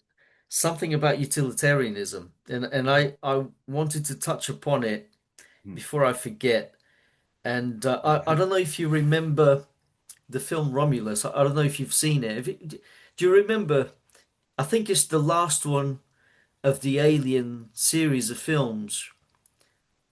It's What, by Ridley Scott, As in Ripley and as Alien? in Ripley. Yeah, yeah, yeah. Oh, mate, what a great series of films they It was, are. it really was. But if you haven't seen Romulus, you watch it because I don't think I have. right. So basically, spoiler alert, right?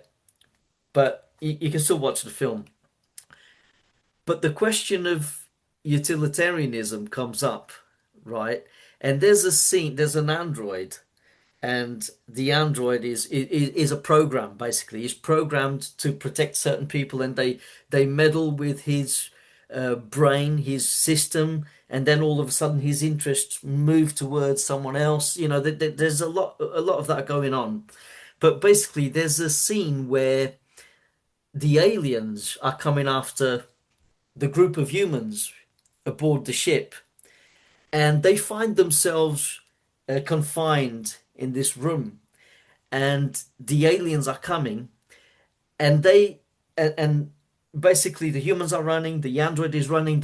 All go inside this room and they shut the door, but there's someone that doesn't make it who's outside the door, right?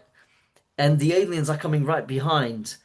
And the humans say to the machine, open the door, open the door.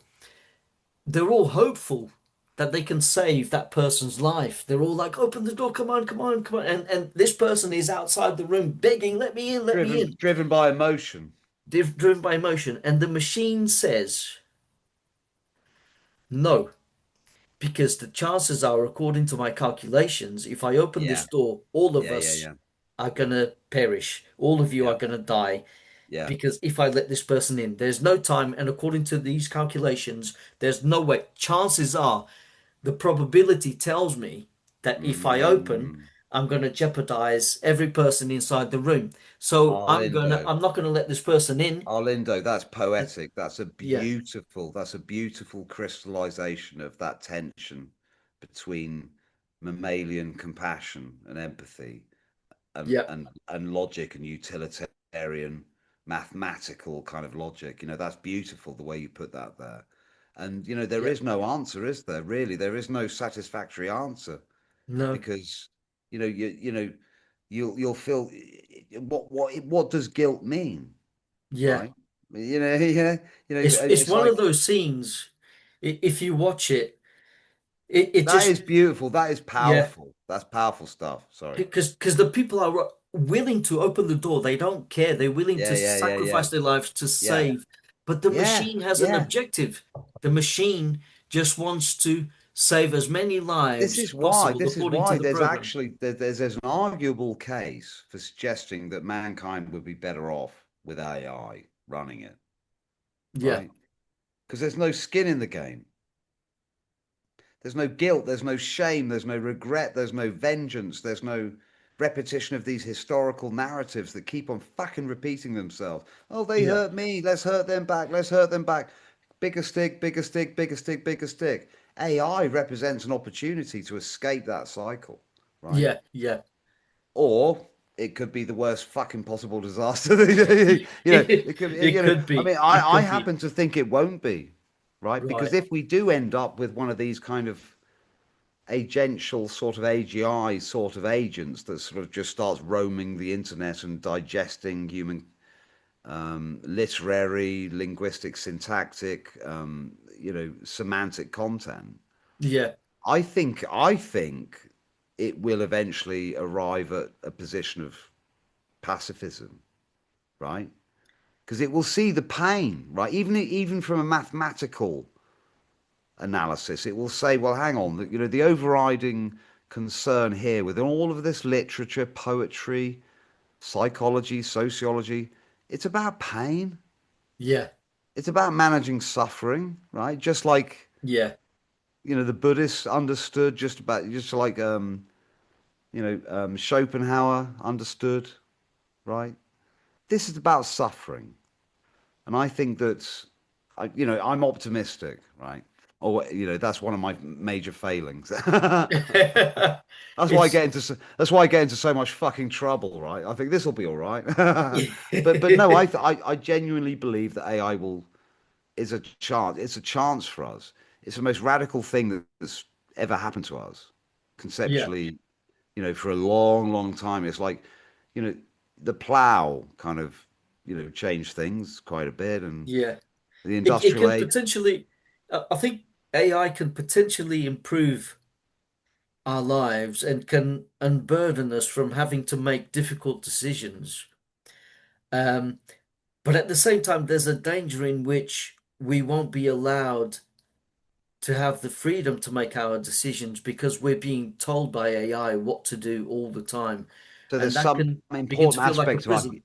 So there's some aspects of our humanity that won't be developed properly because it'll be taken out of our hands. But Yeah, maybe there's a chance, maybe there's some other um, aspect of humanity that we will then be able to explore because of that unburdening, right? And so, we have to kind of keep an open mind about things. It's kind of like, well, there were people sort of when the printing press came in that said this is the devil's work. This right. means Yeah, this yeah, means that this means that people's minds are going to be corrupted by false information, false idols. They'll be governed by, demonic presences and things like that. yeah. That's And what it they said didn't about happen. that's what they Yeah. said about Gutenberg. Well, no, in some sense it fucking did, right? Yeah, It fucking did. The printing press has caused more trouble, right, than yeah, the internet, right? I yeah, mean, so to date, the internet will probably eventually cause a lot more trouble, and so yeah, will AI, right? But my point is that I keep saying this to people and they keep denying it. Susan Blackmore denied it, right? I said, I don't see how what's going on now is anything new, right? Right. I don't, Yeah. because she said, "Oh no, we were in control when it was just TV. We were in control." And no, we fucking weren't. There was all Yeah. we've been subject to AI, ever since we had any kind of taxation process. The Romans introduced structured censuses, factivization, if you like, no Yeah. facticity, contingent facts representing human selves, CVs, lists of information, your date of birth, how much Yeah. tax you owe, how much money you own, your Yeah. family, your information structures that represent human lives, right? We've had that for fucking thousands of Yeah. years, right? So for me, we're all, AI isn't, we've already been living in virtual representation of a That's right. human world, right? I And mean, if you, perhaps we should have more faith in our ability to adapt, because even with all these changes, it's always been changing. Like you said, it actually we could afford to be more optimistic because we've seen the world change so rapidly in the last century, and people have always been pessimistic about these changes, and they've always said, "Oh no, we're not going to survive. It's all going to go to shit." And before you know it, we always find a way. It's almost like life finds a way, humanity finds a way. We always adapt. We're so very good at adapting because yeah, we've been yeah, doing it for thousands of years, yeah. millions of years. Yeah, yeah. Yeah, And everyone, we always, well, I don't know, but I bet you, everyone, at all times of human life, we've always thought we're on the edge of the next great discovery. yeah, But the thing is that actually things are kind of weird now, right? they are. They really I are. mean, Unprecedented.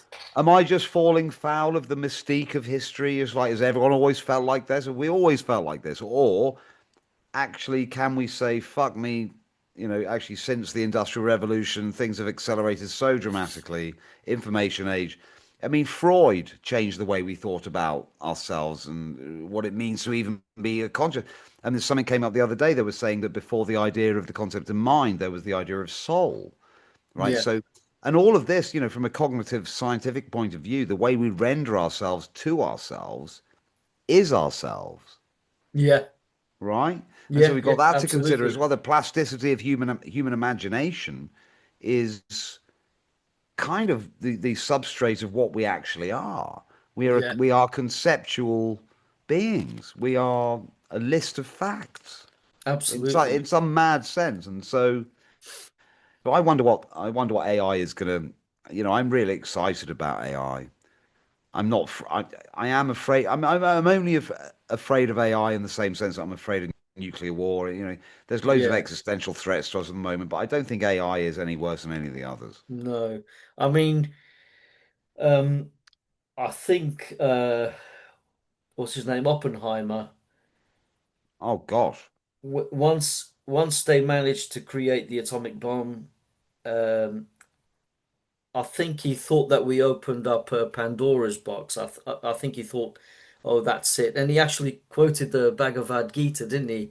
He said, now. I've not seen this film. I Oh, should see it. you should see it. And he was actually interested in Eastern philosophy and the Bhagavad Gita because he quotes something in it, or is it the Vedas, which says, "Now I," and it's weird because the grammar appears to be wrong. Instead of saying, "Now I have become death," it says, "Now," at the end when he sees the atomic bomb, he actually quotes the Bhagavad Gita. He goes, "Now I am become death, the Oh my God. destroyer of worlds."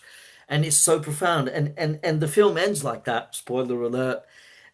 And it's almost like he's saying, we've opened up a Pandora's box. Now we know how to destroy ourselves based on a discovery that we made about splitting the atom. But it's inevitable anyway. I mean, we can't help. There's always going to be someone who's going to try to study nature, the way it behaves. They're going to figure out how to split the atom, and voila, you get the atomic bomb. We can't Mm. stop ourselves. But there's a concept that people call the problem of Moloch, and Moloch is supposed to be a dark god, but this problem is based on That's really, sorry, just briefly. Yeah. Moloch, it sounds very much like Morgoth, which is the name of a dark god in Tolkien's system. Um, you know, I think it's something, it could be related. There could be several derivatives, I'm not sure. But basically, it's supposed to represent doom and pessimism. And basically, the problem of, story of my life. yeah, it's something like this, right? So, the problem of Moloch would be the problem that humans have to contend with their ideas. If, say, if you imagine every idea that humans have had in their history as a marble in a jar, right? Imagine there's a jar and there's several marbles inside, and each marble represents an idea. And the white marbles represent good ideas, which benefits us long term and short term, right? And then you get the ones in between, the grey ones, and then you have the rare ones, which are black.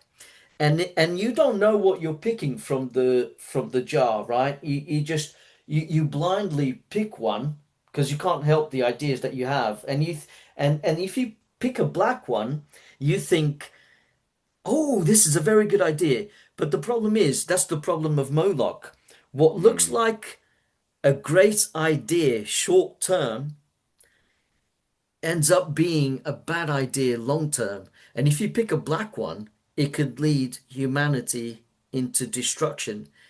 Do you see what I'm saying? And because yeah, they're yeah. rare, there's less chances of Well, you picking a black one. But there's yeah, yeah, lots of yeah, yeah, chances of you picking a white one or a grey one. But if you yeah. pick a black one, watch out, There's a you good know? there's a good metaphor here with chess, right? You could be in a position that's sort of like fairly well balanced, Yeah, and there could be loads and loads of tactical moves that look like they work. yeah. Hang on, no, I don't know whether I'm not sure this is a They, great they- they're like metaphor. traps or, pitfalls.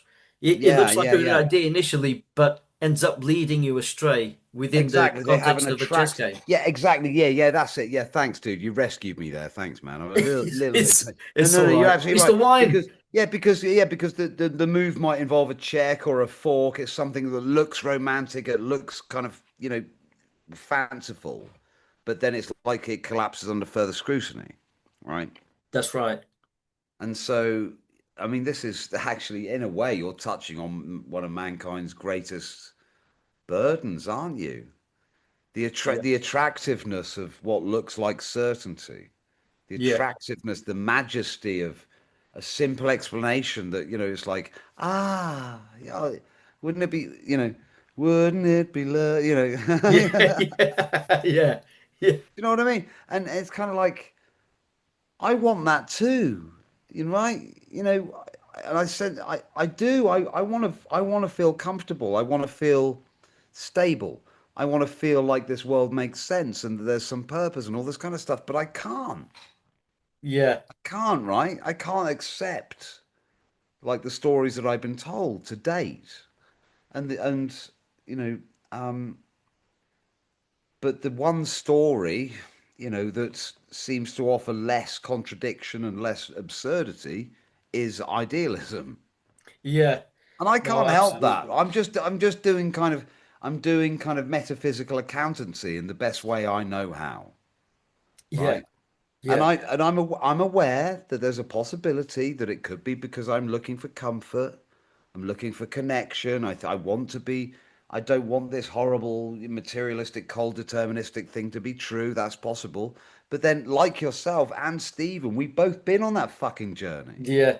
I We've been there. devoted so We've many years to materialism, and it, Yeah, it just, and there's a case for saying there's more comfort to be found in the yeah, nihilistic, deterministic, materialistic. There's more yeah, comfort there because there's no more fucking suffering, is there? yeah. That's right. Do you know what I That's mean? right. It's like all Yeah, suffering's illusion. A suffering's an illusion. There is no pain. There's no pleasure. There's no punishment. There's no justice. There's that's no right. no purpose. So cool, nothing to worry about then. Yeah, And Kastrup absolutely. Kastrup talks about this. He talks about the existential terror of idealism, and it's something that Yeah, I struggle to think about, but I know where he's coming from when he yeah, talks about the many rooms of the mind of God. All the possible pleasures and pains, and yeah. Many mansions. yes, exactly, many mansions. Yeah, I mean, yes, I love that. And there's a great book I read once called The High House. Right. I can't remember who wrote it, but it was a dreamlike kind of exploration of this mansion, and there were forests inside it, rivers mixed in with halls, and but it was beautiful, and it was about this kind of stuff. But ah man, you know, so yeah, it's funny, isn't it? Epistemology and epistemic humility. Yeah. Am I just conning myself, right? Am I Yeah. just comforting myself? Do I I want don't to live think for you it? are. Is it ego? I mean, Yeah. but I don't think you are because but how do you answer that question? I think you really care about the truth, right? I've seen you. I've seen how you deal with your guests. You ask questions. You are curious. You really want to know. And I think you're the kind of person that deep down. I know we all have doubts. I've even asked myself, especially not so much now, but initially when I began to have my metanoia into idealism from materialism, I thought, am I conning myself? Because I don't like the idea of just accepting a belief system Yeah. because it makes me feel You're not good. an easy, you're not like Mr. Easy when it comes to accepting, do No. you know what I Uh, mean? You're gonna like it's gonna yeah, fucking hit you on the way through. exactly. Exactly. You're I not, want the you're not truth. easily convinced. You're not easily convinced, right? No. And you have to be skeptical even of yourself. A true skeptic will do that, right? And you just want the truth regardless of how it makes you feel. So you just want to get there. Yeah. I'm And then happy you with that. examine, I'd rather be miserable with yeah, the truth, right? then the I'd other way rather, around. yeah, yeah. I'd ratad have the truth and be miserable, wouldn't you? Right? Yeah. It's Sorry, it, I know I'm an idiot. It's like the Matrix. That question. it's It's like if the steak tastes good, yeah. right? You remember that? And it's Yeah. like, okay, that's good. That's Cipher. good. That Yeah. rat-faced little bastard, the traitor. Yeah. Yeah, I don't care. I don't care if it. I don't care if it's real or not. If it tastes good, It and tastes good. there's a part of me that Yeah. understands that. I Yeah. get him, Make and make me forget. but Yeah. that's lazy. It's Yeah. disrespectful. Yeah. It's it's an aberration, Yeah, right? and he lacks It's bravery because yes, it's the yes, opposite of Neo. Neo just cares about the truth regardless. He just wants the truth, and he's brave enough to confront it, to confront the real world, which looks dire. It's a dark world where machines have taken over, but at least it's the truth, and you can deal with the truth. You don't want to live in some lie, and even in the real world, like when you um when you apply for a job, right? You have your CV. When you win the job, ideally you want to win the job because you've been truthful on your CV, because yeah, then it feels like you've earned it. meritocratic, yeah, Yeah. But if you lie, then it's not you that won the job, it's the lie. The lie yeah. won it. It's like I don't understand cheating, right? I hate cheating Yeah. because I couldn't live with myself if I cheated. Yeah. It would weigh on your conscience. What's the point in winning if you've cheated? You haven't won. Exactly. Exactly. It's like playing a game on the PlayStation. You're playing a game like GTA, but imagine if you had cheats, immortality, nothing affected you. It would take something away from it. What would be the point? There's no Exactly. challenge, no. I've got a funny little personal story about this actually, and my friend Paul, he'll never watch this, right? But the thing is, we went through a phase where I was a bit of a gamer. I was playing like Age of Empires, World of Warcraft, and he was quite into software and stuff like that. And I went around and he was like, "Oh, you're wasting your life gaming." He said, "What are you doing? You're a man of your caliber. You should be doing this, this, and this." And I don't know. That's what I was doing at the time, right? And I was happy, and it used to annoy me that he had the gall to kind of judge me. I was like, well, just leave me alone, man. I'm not criticizing you about anything. But anyway, one day I went round there and I said, let's have a game of Age of Empires. And he was like, oh, go on then, you fucking geeky nerd. Right, I'll do it. And anyway, so we played this, and I was building my little village and like, mining stone and stuff. And suddenly his guys turned up in a Porsche with a machine gun mounted on the top of it. And he's got, and he just he massacred my whole village, right? Yeah. And I was like, what the fuck's going on? He said, oh, don't you know that cheese? Right. And I said, no, I don't. I wanted a nice game of Age of Empires with my friend. And he said, oh, I haven't Yeah. got time for this geeky shit. And that really cut me up, man. Yeah. That Yeah. cut me up Yeah. because my choices and my choice. I was a gamer. I like building Yeah. little strategic communities, Yeah. economic networks, and Yeah. I'm fucked up like that, right? But And but it he could, improves you. but he Yeah. couldn't see the beauty in that. He wouldn't share that beauty with me, and Yeah. so maybe I hope he sees this because that hurt me, man. That Yeah. fucking, it's like he just cheated the system and turned up with his Porsche with a machine. I mean, it is And fucked. destroyed everything. Yeah, and then Yeah. said that so basically he said, okay, I'll game with you, but then I'm gonna you know, anyway, wow, Yeah. thanks for listening, man. You should Yeah. say I how feel for much does you. counseling, how much does Arlindo Batista counseling services cost? I'll do it for free. No, Ah, you're a good I man. absolutely, I see where you're coming from because, it's harder to, even within the gaming context, it's harder to build something than to destroy it. And also you want the challenge because you're trying to improve. You don't want cheats. You want like opposition. You want like a difficulty. You want to overcome something. You want opponent, a worthy opponent, for example. When you're I struggling want, with something and you're trying to get somewhere and you're trying to improve your skills, you're trying to improve yourself as a person, it helps to have a worthy opponent. But if you just have all the cheats, there's no challenge, there's no opportunity to learn. yeah, The and only it, good thing that the cheats are for is if you want to see as quickly as possible, if you want to see what comes next, the next level and the next mm, level. So yeah, if that's your purpose, okay, bring on the cheats. I just want to see what comes next and what comes next in the game. But maybe, if you want to yeah, play the game properly and enjoy it and give it more meaning, you don't want the cheats. You want to have the the you want to experience the possibility that you could die in the game. You want to get a sense of danger. It's so much more meaningful. mm. And And then that's you want what to be gaming is, skillful. You want and to that's learn what from your gaming is, mistakes. and that's Yeah. what it's like with your kids, isn't it? When you're play acting and creating invented realities with your Yeah. kids, right?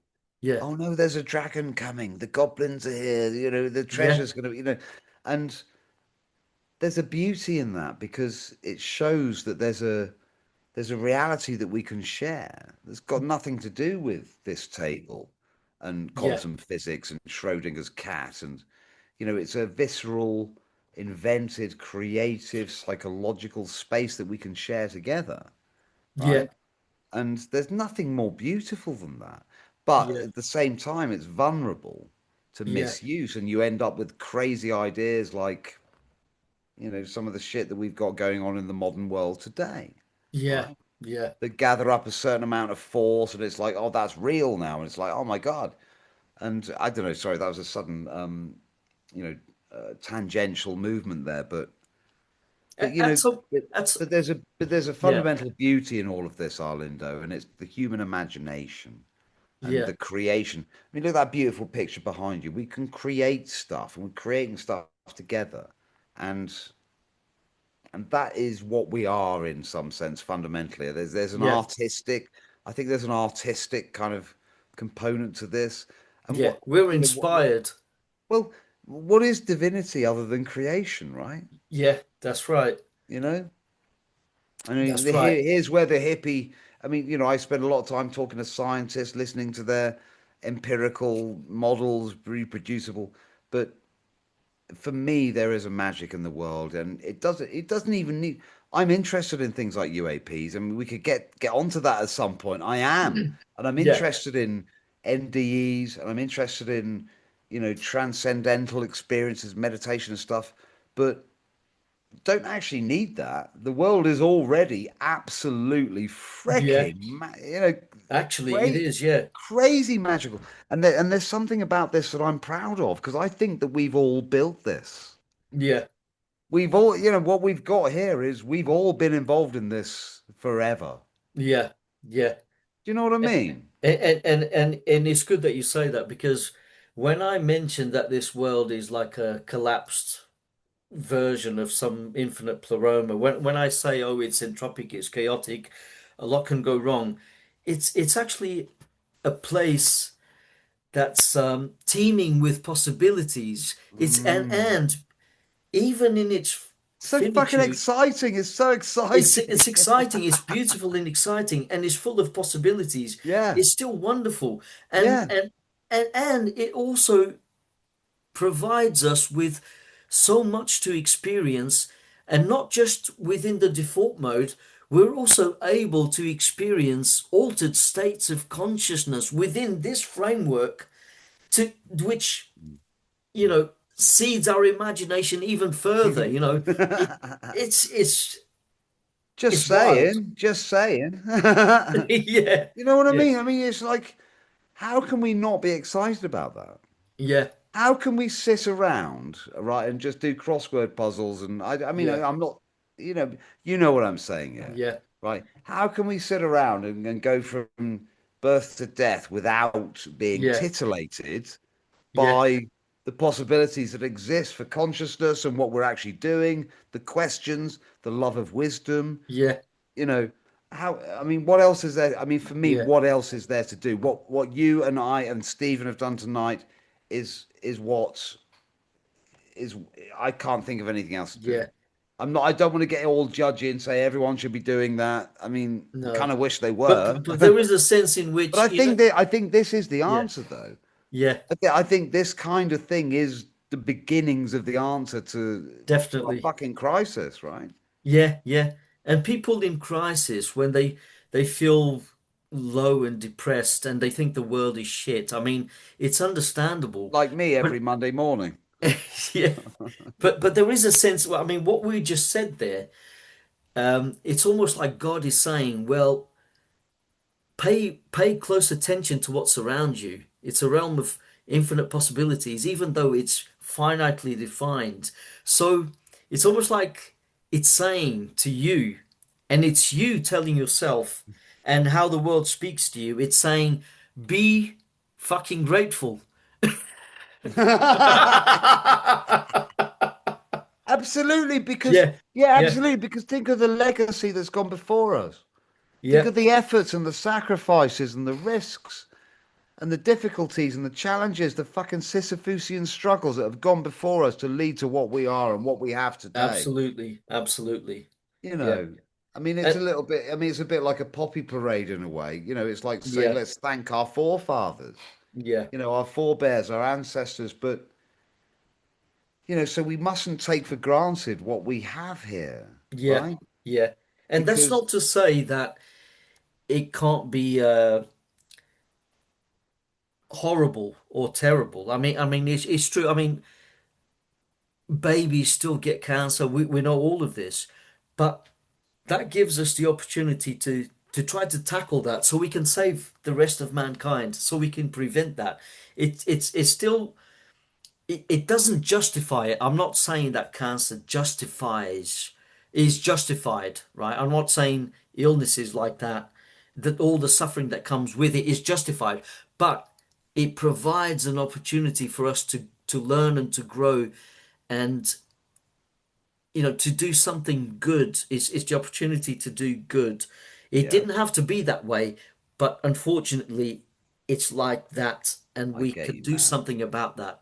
Yeah, yeah, I It get doesn't you, man. justify it, Yeah. but it It goes provides the opportunity. this Yeah, harks all the way back to what you were saying in the very early stage of this conversation that, if we were in a state of perfection, what the fuck are we going to do? yeah, yeah. And yeah, it's hard to consider things like human suffering and so on as part of some kind of journey, but it, how else are we going to see it other than a process of learning and growth That's and right. development? But I mean, I still struggle with the ultimate kind of teleological question. What is the actual purpose of all of this? And and I'm working on that, right? You Yeah, know, and I don't know what that but it does feel that sometimes I can't help Arlindo, help me out on this, but there's a little kind of cynical voice in me that says, why all this suffering? I can't help it, man. I'm a yeah. baby. I I'm a know. big baby. I'm a big baby about this sometimes, right? And there was something that Thomas Metzinger said the other day. He said that, in some sense, you could see consciousness as a punishment, Yeah, right? yeah, Because because you're dissociated from everything else. You're lonely. You're isolated. We talked about the idea that we can't truly share our inner state with anybody else, yeah. and that's interesting. And there's some. I mean, didn't the Gnostics talk about this as being some kind of punishment or disconnection from the absolute? Oh, the kind of like the demiurge. So basically, Yeah, yeah, there's yeah, yeah. yeah, I mean, look, there isn't much you don't know about, but you know about this stuff as well, don't you? And what have you got to say about that? Because it's so sometimes. Sorry, man. I mean, I'm feeling a bit emotional at the moment, but sometimes this does feel like a fucking punishment, man. it does. Yeah, it does. I mean, I think it's not supposed to feel easy. Um, I think it's supposed to feel hard. I mean, life is hard because if it doesn't feel hard, then we definitely won't learn. It's almost like you know, it's like trying to teach a child to be responsible. Um, and we have to convey to the child that with responsibility, comes hardship. They are going to have to go through difficult moments. Um, because if we just do everything for them, then they're pampered, aren't they? So I think with this world, it can be terrible, definitely, but maybe it's just from the human perspective. Maybe there is a sense in which we've done this to ourselves prior to our human existence. I mean, that's what NDEers tend to say. I chose my life. I chose to go through these experiences. Um, and the thing is, we forget where we come from. It's almost Neoplatonic. Well, it is in a sense. It's like when they talk about gods. I think these gods are psychological aspects of the human mind, right? And I think even the demiurge, it's not some So say dark, Satan, for example, that's yeah, just a yeah. meta. It's not some separate entity out there apart from us. It's not that we've been enslaved by this dark god, the demiurge. I think the more realistic interpretation would be that yes, we come from a divine source, right? Which would be in the story, it would be the real God, the Brahman or Abraxas, the real source that includes everything. So we come from that. It's us. And when we come down to this level, so it's not transcendence, it's emanation. We come down, we fall to this level. We become the demiurge. I think that's what they mean, what was initially meant by the demiurge. The These are mythical stories. disconnection from the divine. Yeah, so there's a disconnection from the divine, but because it's not a full disconnection, and because we can still be inspired by the divine realm, we are the demiurge. And then we create, because we're inspired, we get those ideas, we try to recreate that divine realm under these conditions. And So what it's do we get? We get, separation. So it's just a sense of dissociation that's right. is demiurgical, if you like. Yeah. And we create a chaotic, materialistic world in a sense. That's what the demiurge does, right? It's supposed to have created a material reality as inspired by the divine source. Apparently, he was jealous of the divine source, the one true God, and he decided to be his own God in this reality. Well, that's the human story, isn't it? Yeah, We're yeah, yeah, divinely yeah, yeah, inspired. We yeah, want yeah. perfection, As but we can't. we twisted off somehow from the creation and developed our own That's right. divinity. Yeah.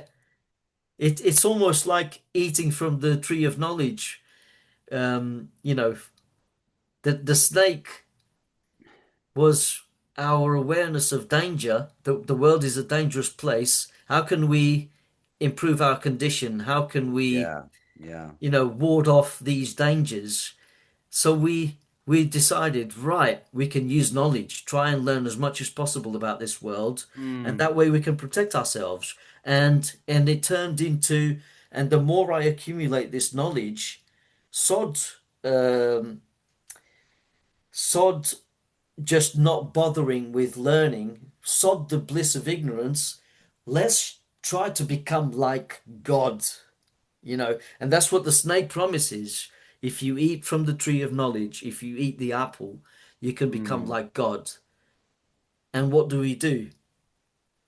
We try to be God here on earth. It's like the demiurge. But we are God.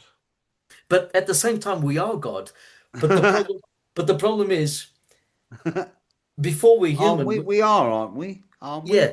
we? So before we're human, we are God. But as long as we identify with a finite perception, a finite being, as long as we identify as being human, because we're restricted and blinkered and finite, then in a sense, we're not being God. We're not being our full potential. So that could be by not being our full potential and not realizing that we can be so much more than what we identify with, we cease to be God in a sense. So we're both God and not God. We are I always see what you God, mean. Yeah, initially yeah, God. yeah, Yeah, yeah. yeah. Well, um, what is God? I think God is a perfect being. It's supposed to be omnipresent, omniscient. And the thing Are is, we God? Are we God? we are God seeing through human eyes. And and the reason why we want to improve ourselves is because we miss the divine realm, we miss going home, we miss our true nature. So basically, because we have consigned ourselves to a temporal existence, a finite temporal existence, and we have to experience the passage of time, the linear time. God, the idea of God all of a sudden becomes something that's distant from us, far into the future, something that we have to aim for. Oh, Out we have, there, yeah, something up there, or something that, beyond we us. and that's the reason why we're never satisfied. It's like, But I don't we, like but this. What can I do to, but we are it, aren't but, we? but we are it. That's undeniable, isn't it? Yeah, it's undeniable. It's undeniable. We are God, but we are not experiencing the fullness of what we can be, the fullness of God. So we try to recreate that at this level. So God ends up being a prospect, a distant prospect in the future. And all we can do is make incremental changes to improve ourselves towards that goal. And and to improve ourselves, we end up making mistakes. But I think that's why. hang on. Just briefly, is it possible to work out a philosophy where we say, okay, here's some findings, here's some empirical and rational findings that suggest that we are, in fact, this kind of like interconnected God mind thing, right? For want of a better word. Is that possible? Is it possible to start having a proper conversation with ourselves? I think so. I think so. I Yeah. mean, it, if you're looking for an empirical um, angle to justify the notion that we are gods, you'd have to look at human behavior, what we're trying to accomplish here, and if we learn from our mistakes, and as Carl Jung said, the fool, the clown is the precursor to the savior. So we have to make mistakes in I in order love to that. reach an ideal. Like there's Mm. no you see what I mean? It's almost like I'm de I'm basically defined by my mistakes. yeah, because you can it gives the opportunity to learn, doesn't it? Like it's like clowns in a circus. The clown tries to juggle, and then he ends up dropping the object, and children laugh, but then the more he does it, then all of a sudden he starts to juggle, and the children applaud. It's like yay, and it's an expression. It's teaching people. It's teaching children that you can learn from your mistakes. You can improve yourself. So you're not expected to be perfect straight away. Us human beings, we're not. The excitement and the Mm. meaningful human experience is in making mistakes, and Mm. then achieving something and saying yes, I learned something. I've made that journey, you know Meaning, so it's meaning. God making a journey, so God can experience itself, himself, herself, being finite, traversing, making, it's like a narrative to itself. It's creating a narrative to go from one end to the other.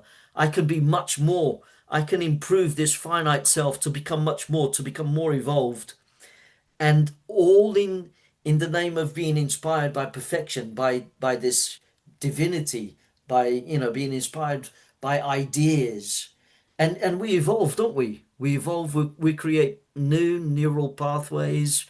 um every time we learn something, new pathways seem to be created in our brains. There's a correlation there, and we evolve, and we become much more, and then we learn that we can improve ourselves. We don't have to stay limited. We can improve ourselves Mm. as much as we can within these conditions, and also if we want to prolong our lives, we can do that. We can learn scientifically about the world and what works, what doesn't work. But yeah, we are God, but we're just God having a human experience, that's all. I mean, yeah, it's undeniably. I mean, what do you think? It's Yeah, I mean, I think there's, as you yeah, say, there's a certain undeniability about the fact that there's this deep interconnectedness, right? yeah, And physics shows us that, chemistry shows us that. There's this permeability between sort of different life forms and boundaries and so on. There's this ever flowing kind of exchange of information and ideas. Can you still hear me? yeah. I can hear you. Yeah, Yeah. even louder now. That's good. And so, you know, um, I can't see that reality is anything other than a sort of consciousness system of some sort, Yeah, right? And when empirical science starts showing you that what look like really really basic systems have volition, right? And yeah, and when Mike Levin isolates a single frog skin cell and it seems to have opinions about things Yeah. and decisions, right? And this is the most simple, this is the most simple piece of, organism you can possibly imagine. And it makes decisions. It changes its mind. And Its it mind lacks a about nervous system, which it. goes It against, doesn't have a nervous system. yeah, it Like doesn't have a this, nervous system. Yeah, I mean, I know that you know about this, right? But isn't it exciting it is. when Yeah, definitely. there was this American maths teacher, started getting headaches, went to see his doctor, sent him for a neurological scan, and he didn't have a brain, right? Yeah, yeah, that's right. He didn't That have a is fucking amazing. That is brain. phenomenal. So he had like neural tissue kind of on the inside of his skull, but no frontal lobe, no neocortex, none of this stuff, Yeah, right? But he had a job. He was a maths teacher. He had 2 kids. He was a family man, right? So he didn't have any of the functional kind of mechanism engineering that you would expect to be able to produce consciousness as some materialist explanation. But he had no brain. yeah. What Flies in the the face of fuck? What does that physicalism. tell you? What does Yeah, that tell you? exactly, So I'm exactly. getting excited here, but come on, man. It's true. No, no, that is amazing.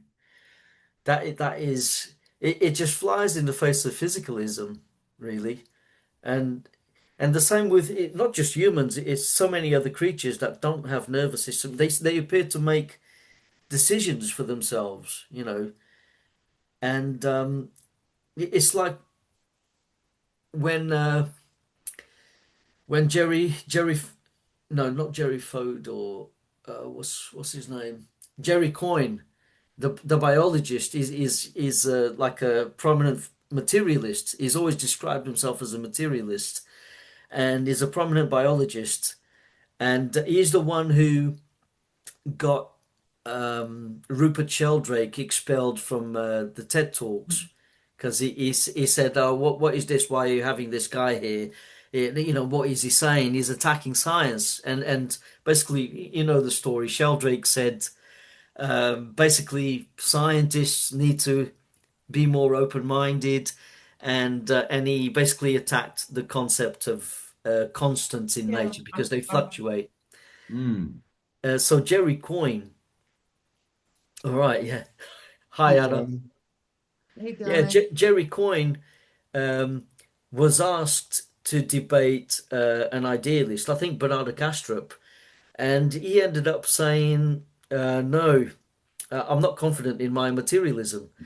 And then someone said, "Oh, are water fleas conscious?" And Mm. he goes, "Oh, I've observed their behavior. I think so. Yeah, I think they have to be aware of their environment." And someone pointed out, well, they don't have a nervous system. That Mm. goes against materialism. Mm. And yeah, Jerry Coyne ended up shying away from the whole debate thing Mm. because he Yeah, realized it contradicts materialism. yeah. Materialism it's an extremely confused ontology now, isn't it? It doesn't have any grounding. Run out So sorry No. to interject. I've run out of tobacco. Oh, that's fine. I I, can I help mean, with that. That's the only thing I want to say. But also, anyone who's called Jerry Coyne has my vote.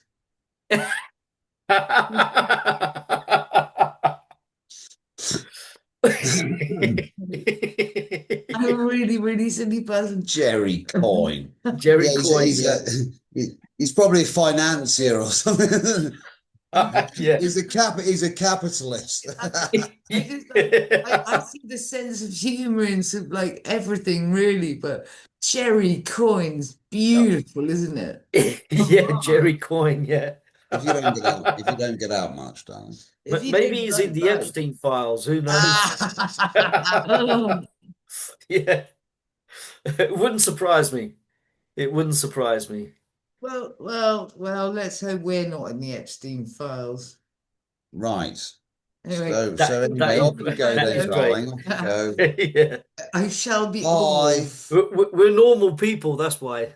Yeah, No, no, actually, we're bloody well not, and we that's the fucking no, so get it. scary. We were normal people before Anna turned up.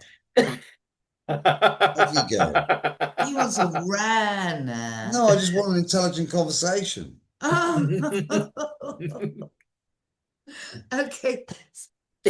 Hasta mañana. Get out of here. This isn't Good night, Anna. this isn't your We won't be ballpark. long anyway. You're only another 4 hours. But yeah, Oh God. Get out of here. Much love. it's the wine. The wine's also No, had no, some effect on me. it's not. I blame her entirely. It's not the. Get out of here. It's not the wine. It's her. Oh, she's like that the whole time. Oh my God. Don't get me started. But anyway, Yeah. where did we get to? Yeah, so we were saying how physicalism used to have its Mm. appeal, and now it's just not feasible, is it? It just seems so attractive, dude, didn't it? Yeah, there's You know, just too much evidence going against it now. It's just not plausible, is it? yeah, but And let's just for 1 second, let's just kind of reminisce, back to like, whenever it was for you. I mean, for me, it was like kind of my early 20s, right? yeah, I had my copy of The Blind Watchmaker, right? And I thought, this is it, right? And the mad thing was at the time for me, I mean, it's different for all of us, but science just wasn't cool anyway, right? yeah. Everyone else is off going raving, doing loads of ecstasy and fucking LSD and all this kind of stuff. And I'm sitting around reading philosophy books and like science and it's funny. I kind of there's a part of me that thinks I should have been able to connect with that whole the Yeah, rave scene and stuff, but I just didn't. Right. yeah. I And I, can relate to that. do you know what I mean? I had my own psychedelic experience and stuff, but it wasn't. I don't know. It just nothing to do with the rave scene. The rave scene just struck me as just a fucking waste of time. Yeah, yeah, yeah. I see To what be you honest, I mean. mean, that's another conversation. I mean, because I have no problem with people celebrating and partying and things like that. But really, to be honest, I mean, it looks to me like it just took a load of brains out of circulation, to be Yeah, honest. Do you yeah, know what I mean? yeah. You did. Yeah, yeah. It Just took them down the mindless path of hedonism. it took them down the path of total hedonism. Yeah, And there's a part of me that says, okay, yeah, why shouldn't we celebrate pleasure and so on and so forth? But not without responsibility and reason. exactly. Yeah. And then I've got these guys saying, "Oh, come to this rave with me." And then I went to one. There's children running around on ecstasy and drugs, and it's like Wow. Yeah, there's 15-year-old girls walking around in stockings and suspenders, and yeah, I'm yeah, like, what? yeah, Come on, guys, what the fuck? That yeah, wasn't my scene, man. yeah. And I thought, Extremely I don't know. Dionysian and Call me. chaotic. Maybe I'm old fashioned. Maybe No, I'm no, old no, fashioned. But I think there's a way to, psychedelics, for me, psychedelics have got nothing to do with partying, no, no. right? Yeah, it's a different vibe, isn't it? You can do it to an extent and you can have a laugh and stuff. And I'm Yeah, not an old misery gut, but no, no, no, no. Psychedelics is a technology, yeah, yeah. It's right? it can open up your mind and all of a sudden it can inspire you to have conversations. It's almost like you just want to either sit down and interact with people uh, as you have your mind open to so many possibilities, or you can just go for a stroll and observe nature through your warped perception of it, and also with psychedelics, it's not just visual. You also get a kind of meaning, a sense of spirituality sometimes. It's all Yeah, at once. It's yeah. hard to explain. It's hard to describe. No, I love that. My brother reports he doesn't get any visuals at all, but Right, he gets that hug in a mug, right? right. It's like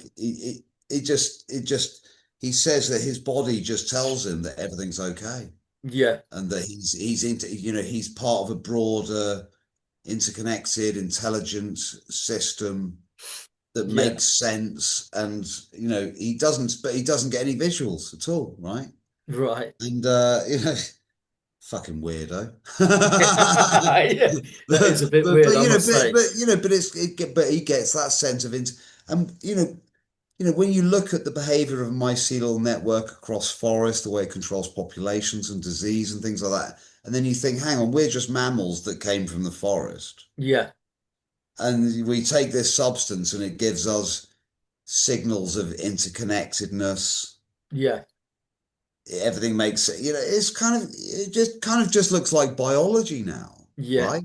Yeah. Do you know what I mean? I just think in some sense, a lot of people think that science and metaphysics will eventually collapse into physics, right? Yeah. For me, I think it will collapse into biology. Yeah. Yeah. Do you know what I mean? Yeah. Because I No, think that definitely. I'm with Chris Fields when he says that, yeah, you can imagine a universe with no agency in it, but nothing would ever fucking happen. Yeah. It's true.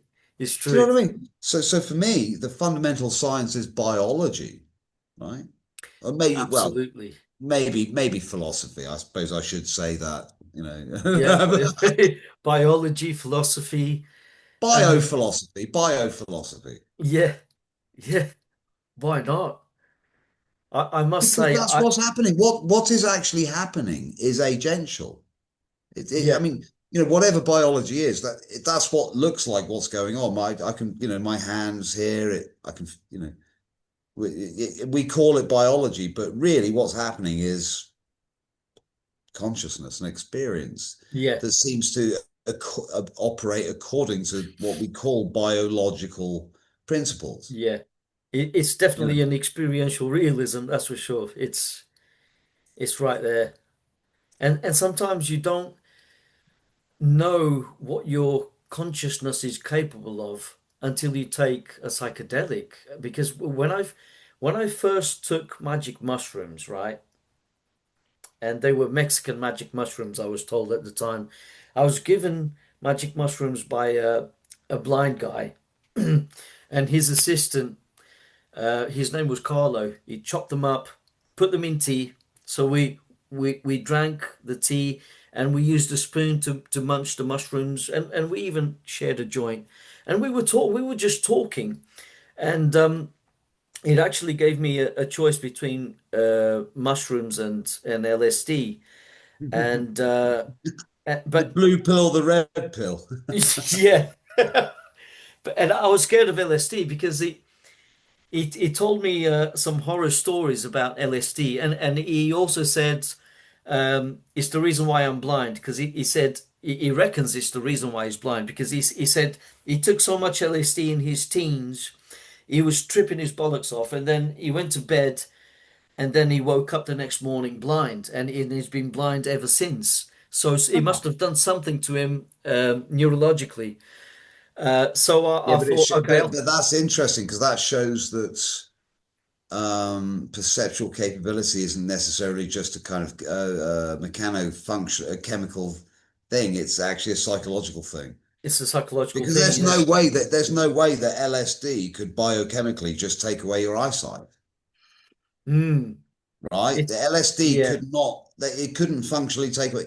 There's no mechanism for no. LSD as a There molecule there to must be take some away. kind of psychology behind it, Exactly. So or maybe it's unrelated. I mean, that's what he reckons anyway.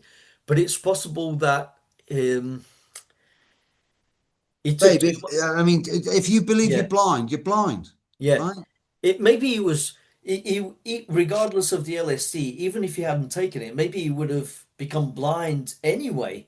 Maybe it's just something in his makeup or something. Maybe it just I mean, as they say, correlation isn't necessarily causation, right? Maybe it wasn't the LSD, but Well, anyway, it's turning this on its head very, very briefly, there are cases of people who are functionally blind, so their optic nerve has no activity whatsoever, but they report visual experiences yeah. That's the thing, because on DMT. I mean, yeah, what the fuck's going on there? because we actually asked him, me and Carlo, we asked him. His name was Matt, by the way. We used to call him Blind Man Matt. Another gift from the gods. Yeah, we used to call him Blind Man Matt, And we actually asked him, Matt, what do you get out of psychedelics? You know, what happens to you? He said it's more of a feeling, but there are no visuals. But he said something about dreams. He said, but in dreams, I can actually see, but I can't see people's faces and everything is vague. But he can Mm. see in dreams. But when he wakes up, uh, there's no vision, not But even can he darkness. describe it? Can he describe it? He can't describe it. He can't describe not seeing. He just Mm. says vision just isn't there. I don't even see darkness. That's what he said. It's just there's nothing there. Right. It's just missing, but he Like a has a null. It's feeling. a null. It's a null value as opposed to, Yeah. But yeah. the thing is, he says he still has fun from psychedelics, from taking drugs, from any or even drinking any substance. He still has fun because it changes the way he feels, right? And but yeah, they gave me a choice between LSD and mushrooms, and I picked the mushrooms because they said, look, LSD is bound to give you a darker trip, but um, The thing is, it's they're both fungus. You realize they're both still fungus because yeah, LSD is made out of ergot, which grows on. right. It's a fungus. It's a fungus, yeah, It's another yeah, fungus. They're both yeah, mushrooms. yeah. They're both mushrooms. You weren't really given a choice. No, no. I mean, I was leaning more I'm being towards the silly. mushrooms because I was frightened of LSD. I'd Yeah, heard of it feels the horror processed, stories. doesn't it? You start thinking like MK Ultra and fucking, all this, But Yeah, yeah, mushrooms just grow. I mean, look, we've got a hill up there, right? yeah, Literally just where I'm pointing, I can see it from this window. And yeah, mushrooms grow up there, and they are good for you, yeah. right? There's wavy caps, gold caps, I like all liberty, types, magic or not. liberty caps. There's loads of edible fungus up there. Parasols. We eat from the hill. We feel we're part of the hill now. We are the Yeah, fucking hill, yeah, right? And these psychedelic mushrooms, what are they for? What are they? I mean, what are yeah, they for? I don't know, right? I don't know the answer, but my chess rating's gone up by 300 points. My yeah. guitar playing's got better. I'm healthier, fitter than I've ever been in my entire life. I'm 53. I feel about 35, Wow. It can right? reduce depression as well. Or so they Um, say. that's going to be hard with me, but Yeah. Right. but no, Yeah. no, no, no, no. Seriously, they do. They do manage anxiety. Yeah. They manage depression. I've got scientific papers, a list of them as long as my arm Yeah. that talks about the psychotherapeutic advantages of psilocybin. Yeah. And Yeah. all I can say about it is, well, forests are controlled by mycelial networks, Yeah. right? And that involves messaging, chemical messaging, Yeah. hormonal, pheromonal messaging. Yeah. And I think that that's what psychedelics are. They're Yeah. some part of nature's in language with Yeah. itself, right? And but why the fuck people have these episodes, these experiential episodes, um, that defy physics, Yeah. It's a right? bit of a mystery, isn't it? Yeah, and I think, there's so much to discuss. There's so much, it's so interesting Yeah. with all these DMT reports of people having similar encounters. I mean, I Yeah. think you could collapse that in and say, well, we've got ancestral memories of encountering serpent beings. We've been fighting spiders and insects and things like that, Yeah. historically. Yeah. So maybe you're going to see praying mantis and snakes and stuff like that on DMT, Yeah. I remember but those exact descriptions from reading Rick Strassman's DMT, the spirit molecule. I mean, half the book is about how it was hard for him to get the study of DMT approved. He had to fill out so many forms until eventually it was approved by the government. And then he began testing people on DMT and giving them different doses and asking them to, observing the human brain, how the drug affected the human brain and asking people what they experienced. And they were coming out with all sorts of stories of meeting entities, aliens, um, even crocodiles and praying mantises and all sorts really, and But then, deities and there's these like tribes who have been taking the ayahuasca for generations, and yeah, they report consistent experiences with personalities within these realms that their relatives can remember. And they have stories about them and they talk to them and they guide the families, and it's part of their social narrative. It's not some fucking freaky thing that you do on a Wednesday or something like that. It's just part of their visceral reality. They yeah, take these entities seriously, yeah, right? And their advice and their input and their conversations with them are just as real as this is with you and I. yeah, What do you say about that? Is that just a bunch of hippies in a jungle on drugs, or is that a genuine conscious connection through consciousness with other entities? yeah, because if we're going to take these entities experienced with DMT at face value, then we have to believe that they are real, especially when they Give them a chance, right? Do you know what I mean? Give give them them a a fucking chance. Yeah, chance. Yeah, yeah, yeah, yeah. yeah. It's especially when they sometimes say, "Thank you for finding a way to communicate with us." Um, and sometimes these entities can feel familiar to the subject who take DMT. Sometimes it's almost like there's a sense of familiarity, like they've always That's the real reality. that's the real That's the reality. real fucking reality. Yeah. Yeah. And they say, "Oh wow, we're glad that you found the technology to communicate with us."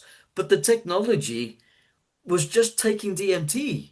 So it's like, what the fuck is going on there? It is weird. It really is weird. And like you were saying, you said it yourself, like psychedelics is a technology.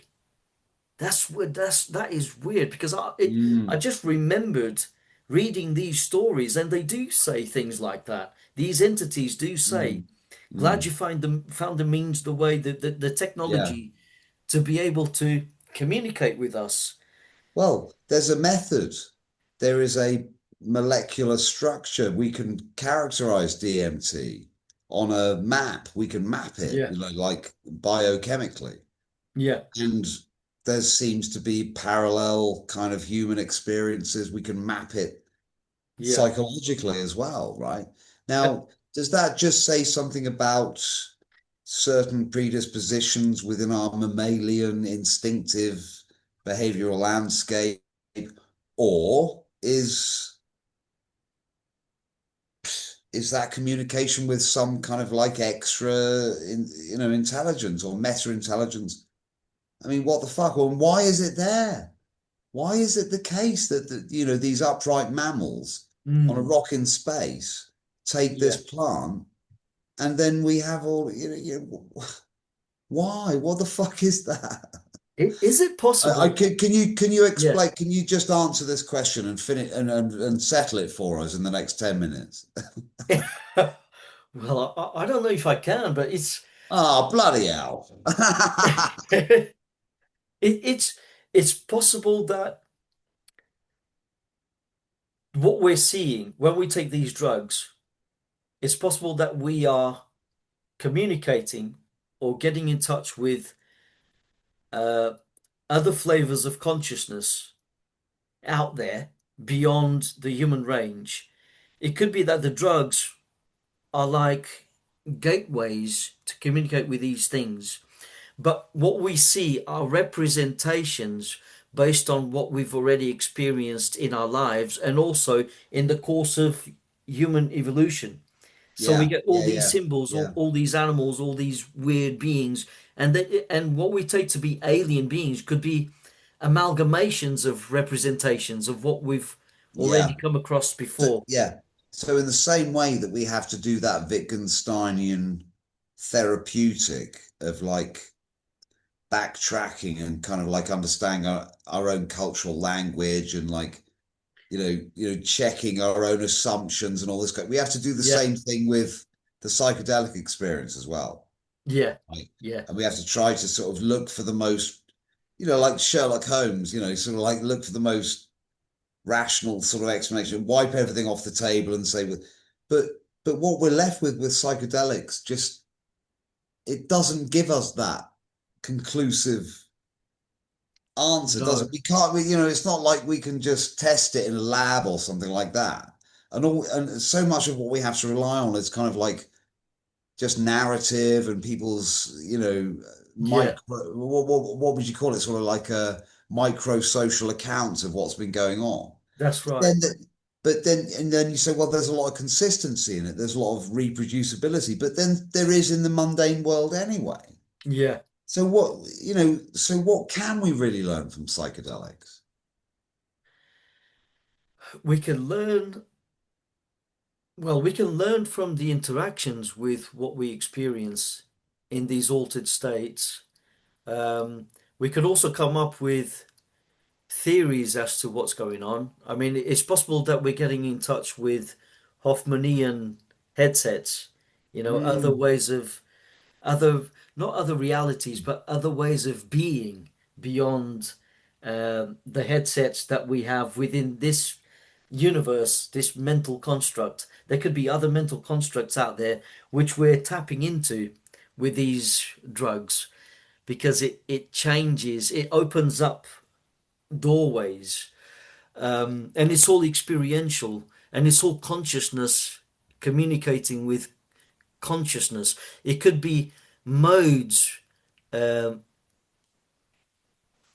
getting in touch with other modes, making contact, and then that could trigger new behaviors or new ways of thinking. And it's probably why people come away from these experiences inspired, or they start to see reality in a different way. Like Jack Osborne when he first took LSD. I remember watching the Osbournes once, and Jack Osborne came home once, and he said to Ozzy, "Dad, I just took LSD, and now I have a completely different." Uh, view of the world or something like that. Like it's changed my zeitgeist. perspective, changed my perspective of reality completely. He said something like that. I still remember it, and it must expand our minds. And as we Mm, expand our minds, we begin to get in touch with those other possibilities, manifest mm, possibilities out there. yeah, You know, yeah. it's something like that. So it Hi, kind of, Linda. I'm back again. Boring the fuck out of you. so it No, kind it's of, all right. It's all right. so it sort of, it dissolves our cultural kind of psycho-social narratives. It Yeah. sort of it takes them away, and then it's a bit like the question I asked Metzinger the other day. I said, "Look, once you've got rid of that sense of gravitational presence, with that physical We sensation, celebrate Arlindo actually for being for so patient with us, yeah. No, I know because you we should always celebrate our It's okay. I'm Linda. enjoying this. So Me too. because you won't get this too much, so I'm in a good mood, right? Arlindo, you are one of the first sort of like harbingers of Cheltenham and philosopher thing of you know and I really think you should be celebrated. Oh, And I oh. think we should. I think we should have the Chelsea we could have a Award. special cake. Yeah. Yeah. No, it's Look, nice. It's so silly. I'm going to go away, but for 50 quid's worth of hash in it or something. No, I'm glad that we can all celebrate life, and just let Yeah. loose once in a while. How is Uh, Stacey? Oh, oh, Stacey. okay. Oh, she's probably downstairs playing Sims. She loves Does playing she Sims. play The Sims? Does she like The Sims? Yeah, she My likes The favorite Sims, and game in the she likes to world. create that. We played The Are you Sims. effing Do you serious? like The Sims? Yeah, Oh yeah. my I God, love The I'm Sims. in love with you. Jesus Christ. Well, I don't play it, but she does. Yeah, she's shown me The Sims, but to me, it just goes over my head. But yeah, I can Right. see the appeal. It is creative, isn't it? It's Well, a it's chance to be godlike. creative. You're basically a god, aren't you? Controlling little Well, people. listen, I'll have to tell you something really funny about The Sims. Um, I was like a superstar, and everything On about The The Sims Sims. On on The The Sims, yeah, Sims. yeah, And in real life. No, but yeah. God, I was Jesus, Anna Mary God or something. It was hilarious. People used to faint. Some of the other Sims used to faint when they saw her because they were so overwhelmed with her beauty and faint. How fun that game is. It's the ultimate celebration of ego and It's self-satisfaction. Yeah. the Well, bestest ever. yeah. Oh my Yeah, I've tried to God. persuade her to play other games with me, but she's like, no, all I want to do It's is the be a Sims. celebrity Yeah. on The No, Sims. Stacey loves The Sims, and Oh my you know, We God. get her. We get that. yeah. Well, And Oh my I'd God. love to know what she's doing. What kind of Well, I'd love to know what kind of simulated people she's running on there at the moment. I'll find out for you and definitely oh let you know. please do. Because we've done all sorts of families. We've Yeah. had the trailer park Oh, boys. We've had we've a had the All worst right. friends living together in like a horrible bunch of little meth house. heads living in a Oh, depressed kind of squat, and we've had We've been really horrible in this game. It's so fucking brilliant. it's I mean, it's like the worst thing that yeah. you could do to your friends sometimes. But I we don't know. actually no seriously though we did actually we set up a community. Yeah. And we created all of these Sims based on what we thought the personality of our friends, and we just left them running. I Right? feel so And it was embarrassed. bloody mental. They're like Wow. friends ended up having affairs, and Yeah. like It's an About experiment in 15 itself. black Yeah. guys Stacey and tells me all about that. one Like there's one of them affairs oh one and of God, them I sometimes got there's love it. murders. Yeah. yeah, one of them got Yeah. killed, and we couldn't Yeah. resurrect them. It was just What I really didn't like was when Matt sort of like tried to lock this person in the basement. But then we don't talk about that. There was someone. So honestly, someone started sniffing around the simulated Anna, and so I said, right, that's it, and I took the prisoner, so and then the Yeah. game intervened and said, no, you can't be that mean to them. and really, well, honestly, Anyway, if you So you can create any narrative. I think Anna's just oh, it's given us an brilliant. explanation No, or listen, Arlindo. We had Freddie Mercury, Elton John, and oh, David right. Bowie, Kate Bush. Kate Bush, all living in the same house, but Wow. only have Celebrity one Sims. instrument. Yeah. Oh, we were really mean. So you can I've got to go. Yeah. it's all Sorry, right. Arlindo. No, that's I've fine. That's taken fine. over. But honestly, play that game with your woman because shit, that will sort. Oh, I think I that's will. See you later, babe. I think I will now because I've got reports.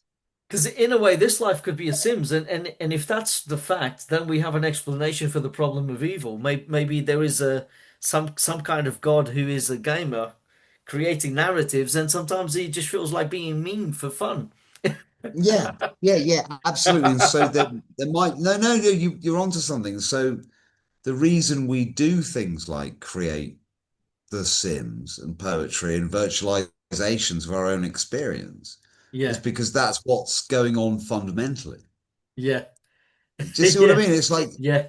I mean that in some sense that's what soap operas are. That's what Shakespeare is. That's what Definitely. this virtualization of the human experience. I mean, is there something in that? Is There's that what definitely God is something. doing? I mean, is that what God is doing? The drama, the tragedy, it's enjoyable. Even when we watch, God. The tobacco. Sorry. Didn't get the tobacco. that's Bye. all right. It's like when we watch it on the It's not telly. all right. It's not all right. Honestly, right. I'm going to call the police in a minute. Yeah. Bye. You know that song by Tool, She hates philosophy. Vicarious? No, I don't know. Honestly, I'm so disconnected from mainstream music. It's unbelievable. Right. If you get a chance, yeah, listen to Vicarious, a song called Vicarious by Tool, and the lyrics just they speak to you and they say something about human nature. It's basically vicariously experiencing tragedy through your eyes, so you're Right. watching it. And Proxy pain. yeah, and the lyrics are quite profound because it talks about human suffering, a mother losing a child and crying and looking up to the heavens and asking why, oh why, like it goes a bit like that. And it just says that we enjoy the suffering vicariously. And that could, if we think that perhaps we are God, seeing through human eyes, that could go some way in finding a solution to the problem of evil. It's all for the sake of experience. It could be that because Mm. we enjoy it in the movies vicariously, Mm. we know it's not real. So if we come from a divine realm, if the source is divine and Yeah, that's our why are true we, home, yeah. Why are we entertained by that drama? What is it about? yeah, what's the appeal, right? Why is it that we enjoy it so much? Because we're going through it. Yeah, because we can relate somehow. And maybe we like to feel scared when we watch a horror film, or maybe we like to cry when we watch a drama. Are we a story? Are we Are we a story? a story? I think we are. Yeah. We are stories unto ourselves, and we are storytellers within the story. Have It's all about you ever read Sophie's World? no, no. You've told me about it, and I'm definitely going to have to check it out.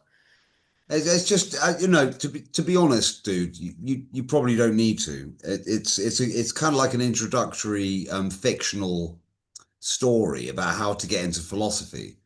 But there's a bit of a transcendent moment in there where it's like the story becomes real sort of thing, and Right. I don't know, it's just you'd probably it's kind of you probably really enjoy it, but you won't learn much from it. But it's a fun introduction to philosophy. Yeah, it's a But fun read. yeah, it ties in with what we were just discussing, this idea of this self-telling story, Yeah, yeah.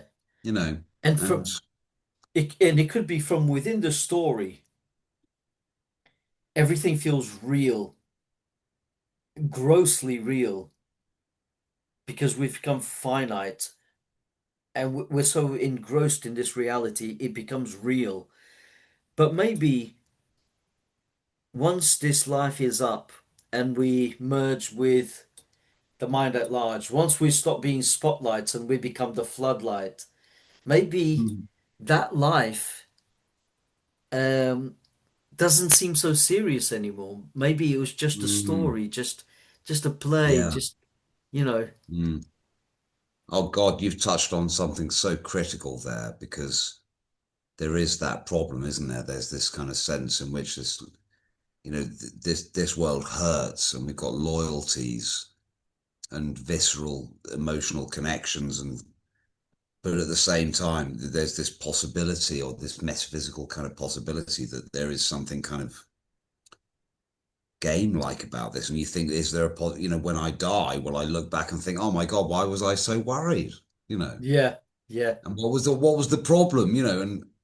And and that for me, I find that deeply disorientating as a yeah, human being, that possibility. On the one hand, I've got all of this loyalty and ethical importance and connection and yeah, difficulty and suffering, right?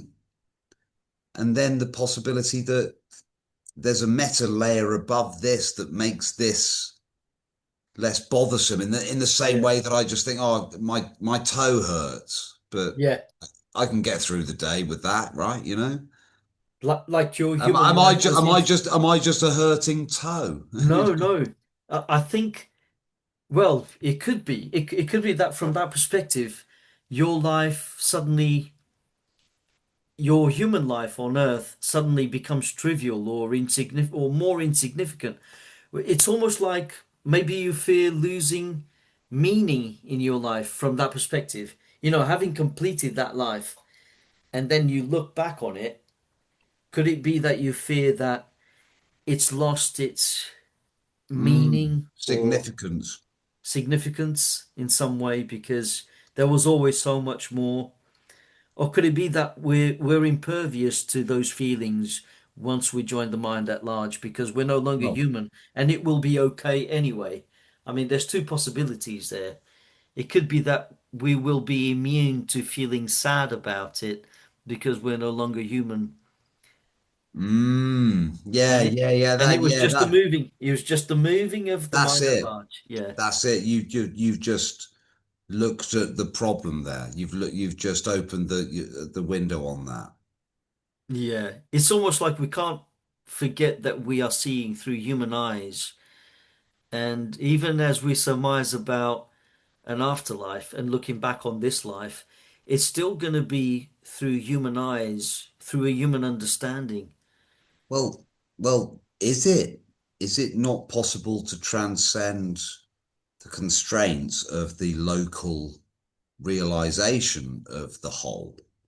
Yeah, yeah, sorry, I that's mean, what I mean. isn't that what meditation, maybe that's what meditation and psychedelics are for? I mean, I don't know. Or it's the beginning We could get of, glimpses. Yeah, we could get yeah, yeah, glimpses. yeah. I mean, Glimpse is the right word, isn't it? yeah. I mean, at the moment, because we're human, we can only conceptualize what could be beyond this life. But once we are actually there and look back at having been human, Mhm. then we realize, oh, okay, all right, okay. So there was even much more than what we could conceptualize at the time. But even as we're human, maybe we can get glimpses because we can still access these altered states of consciousness by shifting away from the default mode. And how can we do that? We can do that by quietening our minds, you know, trying to not pay so much attention to the noise, to the monkey mind. And if Trying to we can ignore the get to, football and yeah, the yeah, that's right. And if we can get to a place where the mind is still and there's no longer all those human concepts, no longer the pollution around you, then all of a sudden all becomes clear, that pristine awareness. And then we, rather than being pulled back to the monkey mind again because we're still alive, when we die, we can actually, we don't have to gravitate towards any uh, body, any human body or human Hoffmanian headset. We can just remain with that pristine clarity, and whatever we want to focus on, we can do so. It's funny We'll you be say even freer. you say Hoffmanian, I say Hoffmanian. Hoffmanian, yeah. However you want to say it. Hoffmanian, Hoffmanian, yeah. No, no, I'm warming to Hoffmanian. But Yeah. no, no, but no, no, sorry, dude. No, this is fucking this is fascinating, man. Yeah. I mean, we're only trying to Sorry. refine our theory, within idealism, because at the moment it seems like idealism is winning and it's spreading, and you know, there's almost like a revival, which could have Mm, happened before, but I think before, the reason why it didn't take off could be because of the wars as well. I don't know if you've heard of the British idealism movement that existed during either World War One or World War Two. I think it was World War Two, and there was a British idealism movement, and Right. people used to be more philosophical back then. But the thing is, the British idealism that existed here in Britain, they excluded it from the curriculum because it was inspired by German thinkers like Schelling and uh, What? Leibniz and Leibniz and Kant, and so they thought, no, we can't have this. This so is for, German. This comes from the enemy. political reasons they Yeah, silenced the philosophy. that's Fuck's right. sake. That's so annoying, isn't it? It is annoying. Yeah. I mean, why couldn't we say that perhaps some of our enemies, which weren't enemies, What's they were just nationalism got philosophers. to, what has Yeah, nationalism got to do with truth? exactly, I mean, exactly. Just because they were oh, German. what's the German opinion on 2+2? I mean, it's just fuck off, man. That really annoys me, that does. You've How could nailed it, it. oh, what's the Southern Yugoslavian opinion on, pi? It doesn't make Yeah, sense. it doesn't make sense. No, you've nailed it. You've nailed it. Just because it's a German person making the calculations, just because they happen to come from a country that we view as the enemy for some reason, only Oh my because of God. Hitler. It doesn't, Hitler didn't represent all Germans. I mean, most people were scared of He Hitler wasn't anyway. even German.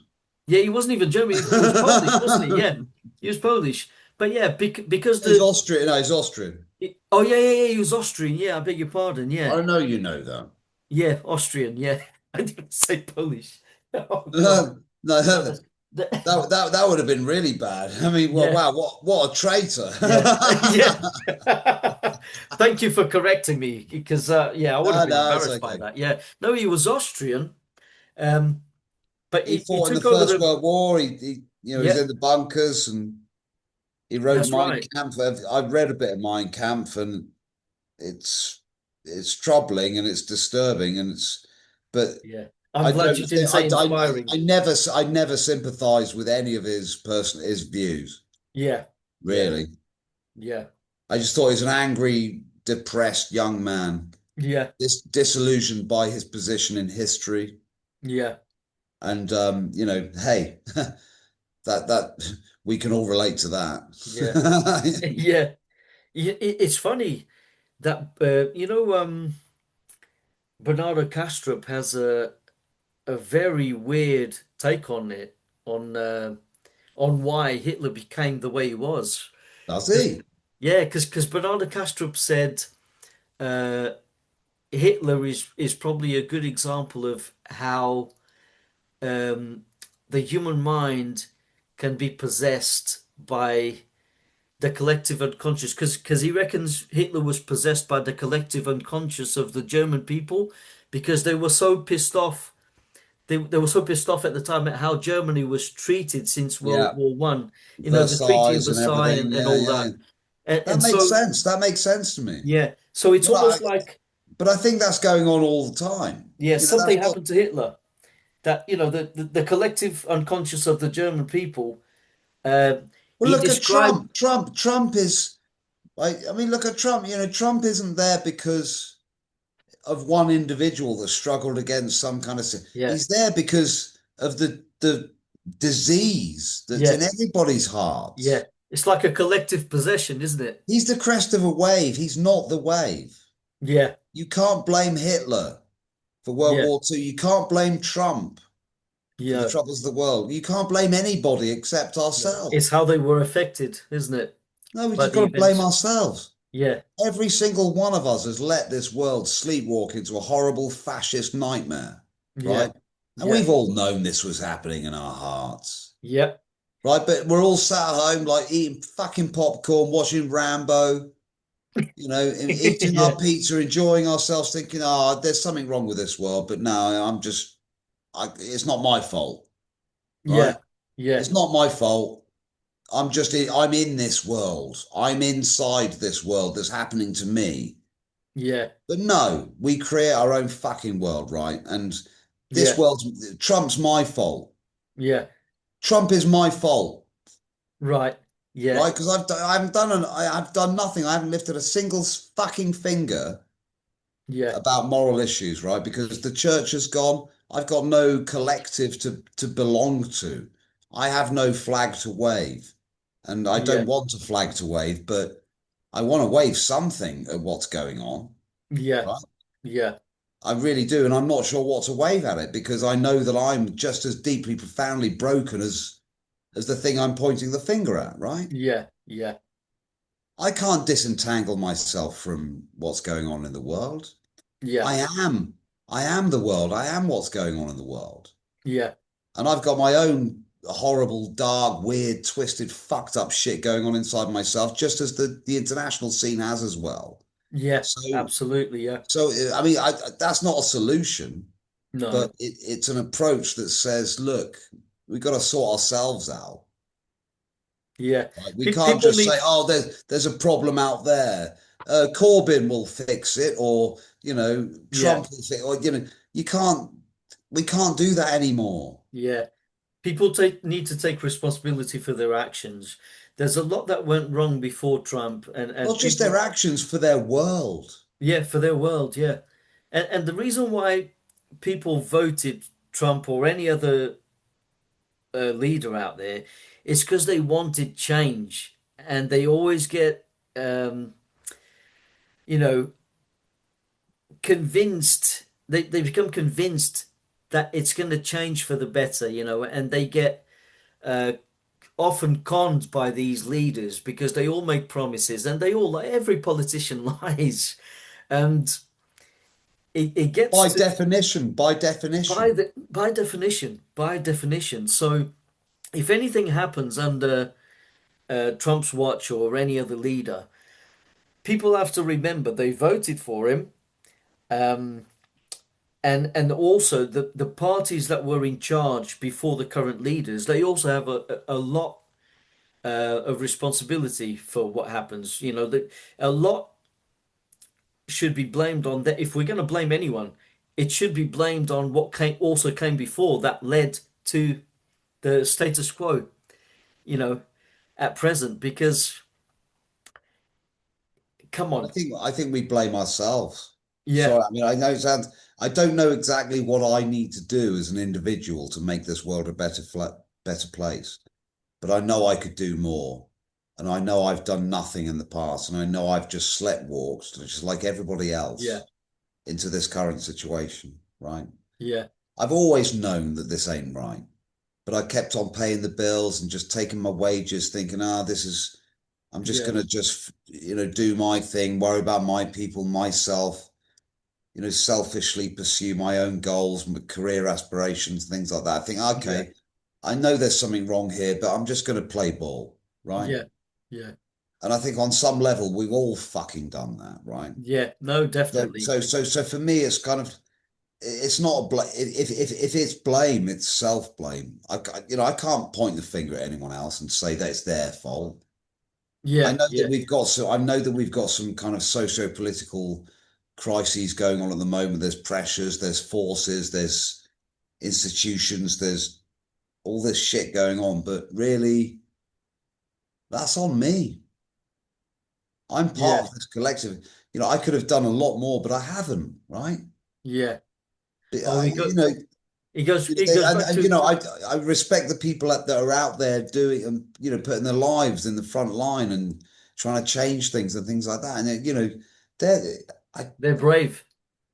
it's just I feel like a completely ineffective human being, and I don't know. This is the best I can do Yeah, is but to but then try and again, just that feeling at present doesn't have to define you, and you should always be aware or try to remind yourself. I mean, I can get into depressive states as well, and sometimes I struggle to remind myself that I'm actually capable of much more, and it helps in what mood you're in.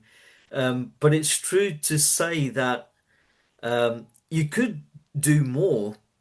All of us could do more actually, but it's just that we direct our attention at present to what we think matters most, which is more localized, closer to you. I mean, you can't solve the problems in Ukraine, but what can you do immediately at present? you There's can so much feed more to do. What's around you, your you can family. feed your kids and you can hug your wife and you can pay the Yeah, bills and that's right. yeah, yeah. Yeah. And at the same time, you can be inspired by a song like Man in the Mirror. That says a lot.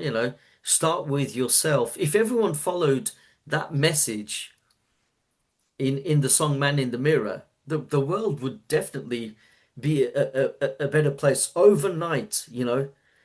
Is there a certain inevitability about what transpires for humanity? Is this, is it, can it really be changed? Or is there this kind of just kind of active inference kind of fundamentality about the way that it unfolds? I mean, I don't know. What do you think? I think, right, if we are going to try to answer that question based on what we can observe happening in the world, then we're going to come away with a very pessimistic view, and we might conclude that we're doomed, right? But then again, it goes back to having faith. What we were saying about faith, even when everything around you looks hopeless, even when everything around you is telling you that the future is miserable and there's no way out. It takes having faith that we can change things. So I think we have to believe, because if we don't believe, then we're definitely not going to change anything, not even ourselves. But if we begin to believe, if we believe, then we can potentially get somewhere. Do you see Mm. what I'm saying? If Yeah, we, because our lives are conceptual lives. yeah, There are, we live in the realm of imagination, definitely, right? Almost, undeniably, even if you take a physicalist account of things, they would probably buy that in the end. They would say, yeah, okay, we're living in a realm of informational representations and so on and so forth. But, for me as an idealist, yeah, it's it we're rooted in the absolute. So these ideas mean something in accordance with what we actually are, right? yeah, yeah, So it's not like a physical kind of robotic agency having some representation of what's going on. We are the real deal, yeah, yeah. right? We definitely are. And for me, in some way, that's the most obvious common sense interpretation. Yeah, That for yeah, me, that feels like realism. yeah, yeah. It's definitely realism. Do you It's know what I mean? Do you experiential know what I mean, realism. dude? It's like, because that's how it seems. Why can't we go with our intuition? And why can't we go with, oh no, it must be some kind of like mechanical substrate that gives the epiphenomenal, Yeah, results of us having some experience? Well, why can't we just say, no, no, no, experience is what's happening. yeah, yeah, Experience is what's real. yeah. Well, Why can't people, we say that? Tell me why we can't say that. I'm sure Linton Cox will have a reason for saying that. yeah. Well, Linton Cox would probably say we can't say that it's real because we can't measure it, and measuring stuff and feeling stuff with our senses and agreeing upon uh, those experiences, that there is definitely an object out there that we can all agree on its shape and its makeup and size. Um, that's what we can consider as real. People like Matt Dillahunty, for example, they would definitely say something like that. They would even say, right, if things looked bad, right, if things looked bad, and you had this intuition that you could improve things, even if the evidence was telling you otherwise, if you had this aim that you could do something about it, someone like Matt Dillahunty would probably say to you, well, why would you even try to do anything about it? Look around you. What is the evidence telling you? Why would you do anything against what the evidence is telling you? Do you see what I'm saying? And it would be a nihilistic approach to life. Mm, It would be mm, something that you'd have no faith in anything. You wouldn't even try. It mm, would take away hope. It would take away faith. And it would even take away the possibility of discovery. And it's actually anti-scientific. mm, If you don't step outside of the box, if you don't try something that seems outlandish against all odds and against all the apparent evidence around you, which is limited anyway, if you don't do that, then you cut yourself off from the possibility of making discoveries. And and Mm, and Matt Dillahunty, people like Matt Dillahunty, they've got the wrong approach. It's actually anti-scientific yeah. because science is about making discoveries. It's about challenging what you think you know. It's about, if you just go by the It's evidence, about accounting for experience. yeah, it's You know what I and mean? It's like, yeah, isn't that fundamentally what it's really about? yeah, And if you're ignoring the contents of experience, then you just then you're a fool. Literally, they are fools. don't hold back. You know, it's almost like in the biblical sense, it's like they are fools because they are doubting Thomases. They are denying, ignoring what's in front of their eyes, not even their eyes, what's their own existence, consciousness itself. They are Yeah, denying yeah. that because they can't measure it. It's They like can't, illusionisms are it's weird. illusionism, yeah. Illusionism is a very weird position, isn't it? It definitely is. It denies its own existence. Yeah. And the thing is, it also removes the foundation with which you can construct a theory. Well, if everything is an illusion, then maybe your own position is a product of that illusion and it's wrong in the first place. You end up shooting yourself in the foot. You may as well just not get out of bed. Yeah. It's worse than solipsism because at least solipsism Yeah. allows you to interact with your own mind, your We figments of your we imagination. need to get Susan Blackmore talking to Philippe, don't we? Oh, I'd love to see that. Illusionism versus solipsism. Yeah. That is brilliant. That is brilliant. Yeah, but only for recreational purposes. We wouldn't recommend it as a route into any kind of metaphysical truth, okay? Yeah. Yeah. But it's not bad for a laugh. Yeah. No, it Oh, would be dude, it I would think I'm going to have to press on. I'm going yeah, to have same to. same here. I mean, it's This been a has been a pleasure. lengthy, wondrous exchange Definitely. of ideas. Thank you so Yeah. much. I can't believe Yeah. this, actually. This has Thank been you too. And amazing. we've seen Stephen come and go, He was late and he was the earliest Yeah, one to cheeky go. bugger. Thinks he could be late with us. No, that was Yeah. lovely seeing him and Yeah, no, he was lovely. He was lovely. connecting the dots. He's a fantastic You human know, being. I love Stephen yeah. and I love The you. the first philosophical Three Amigos conversation finally has happened. All of us on the same screen. First of many, I hope. First of many, yeah, Because I definitely. think we're all on a journey. Journey? I'm a little bit tipsy.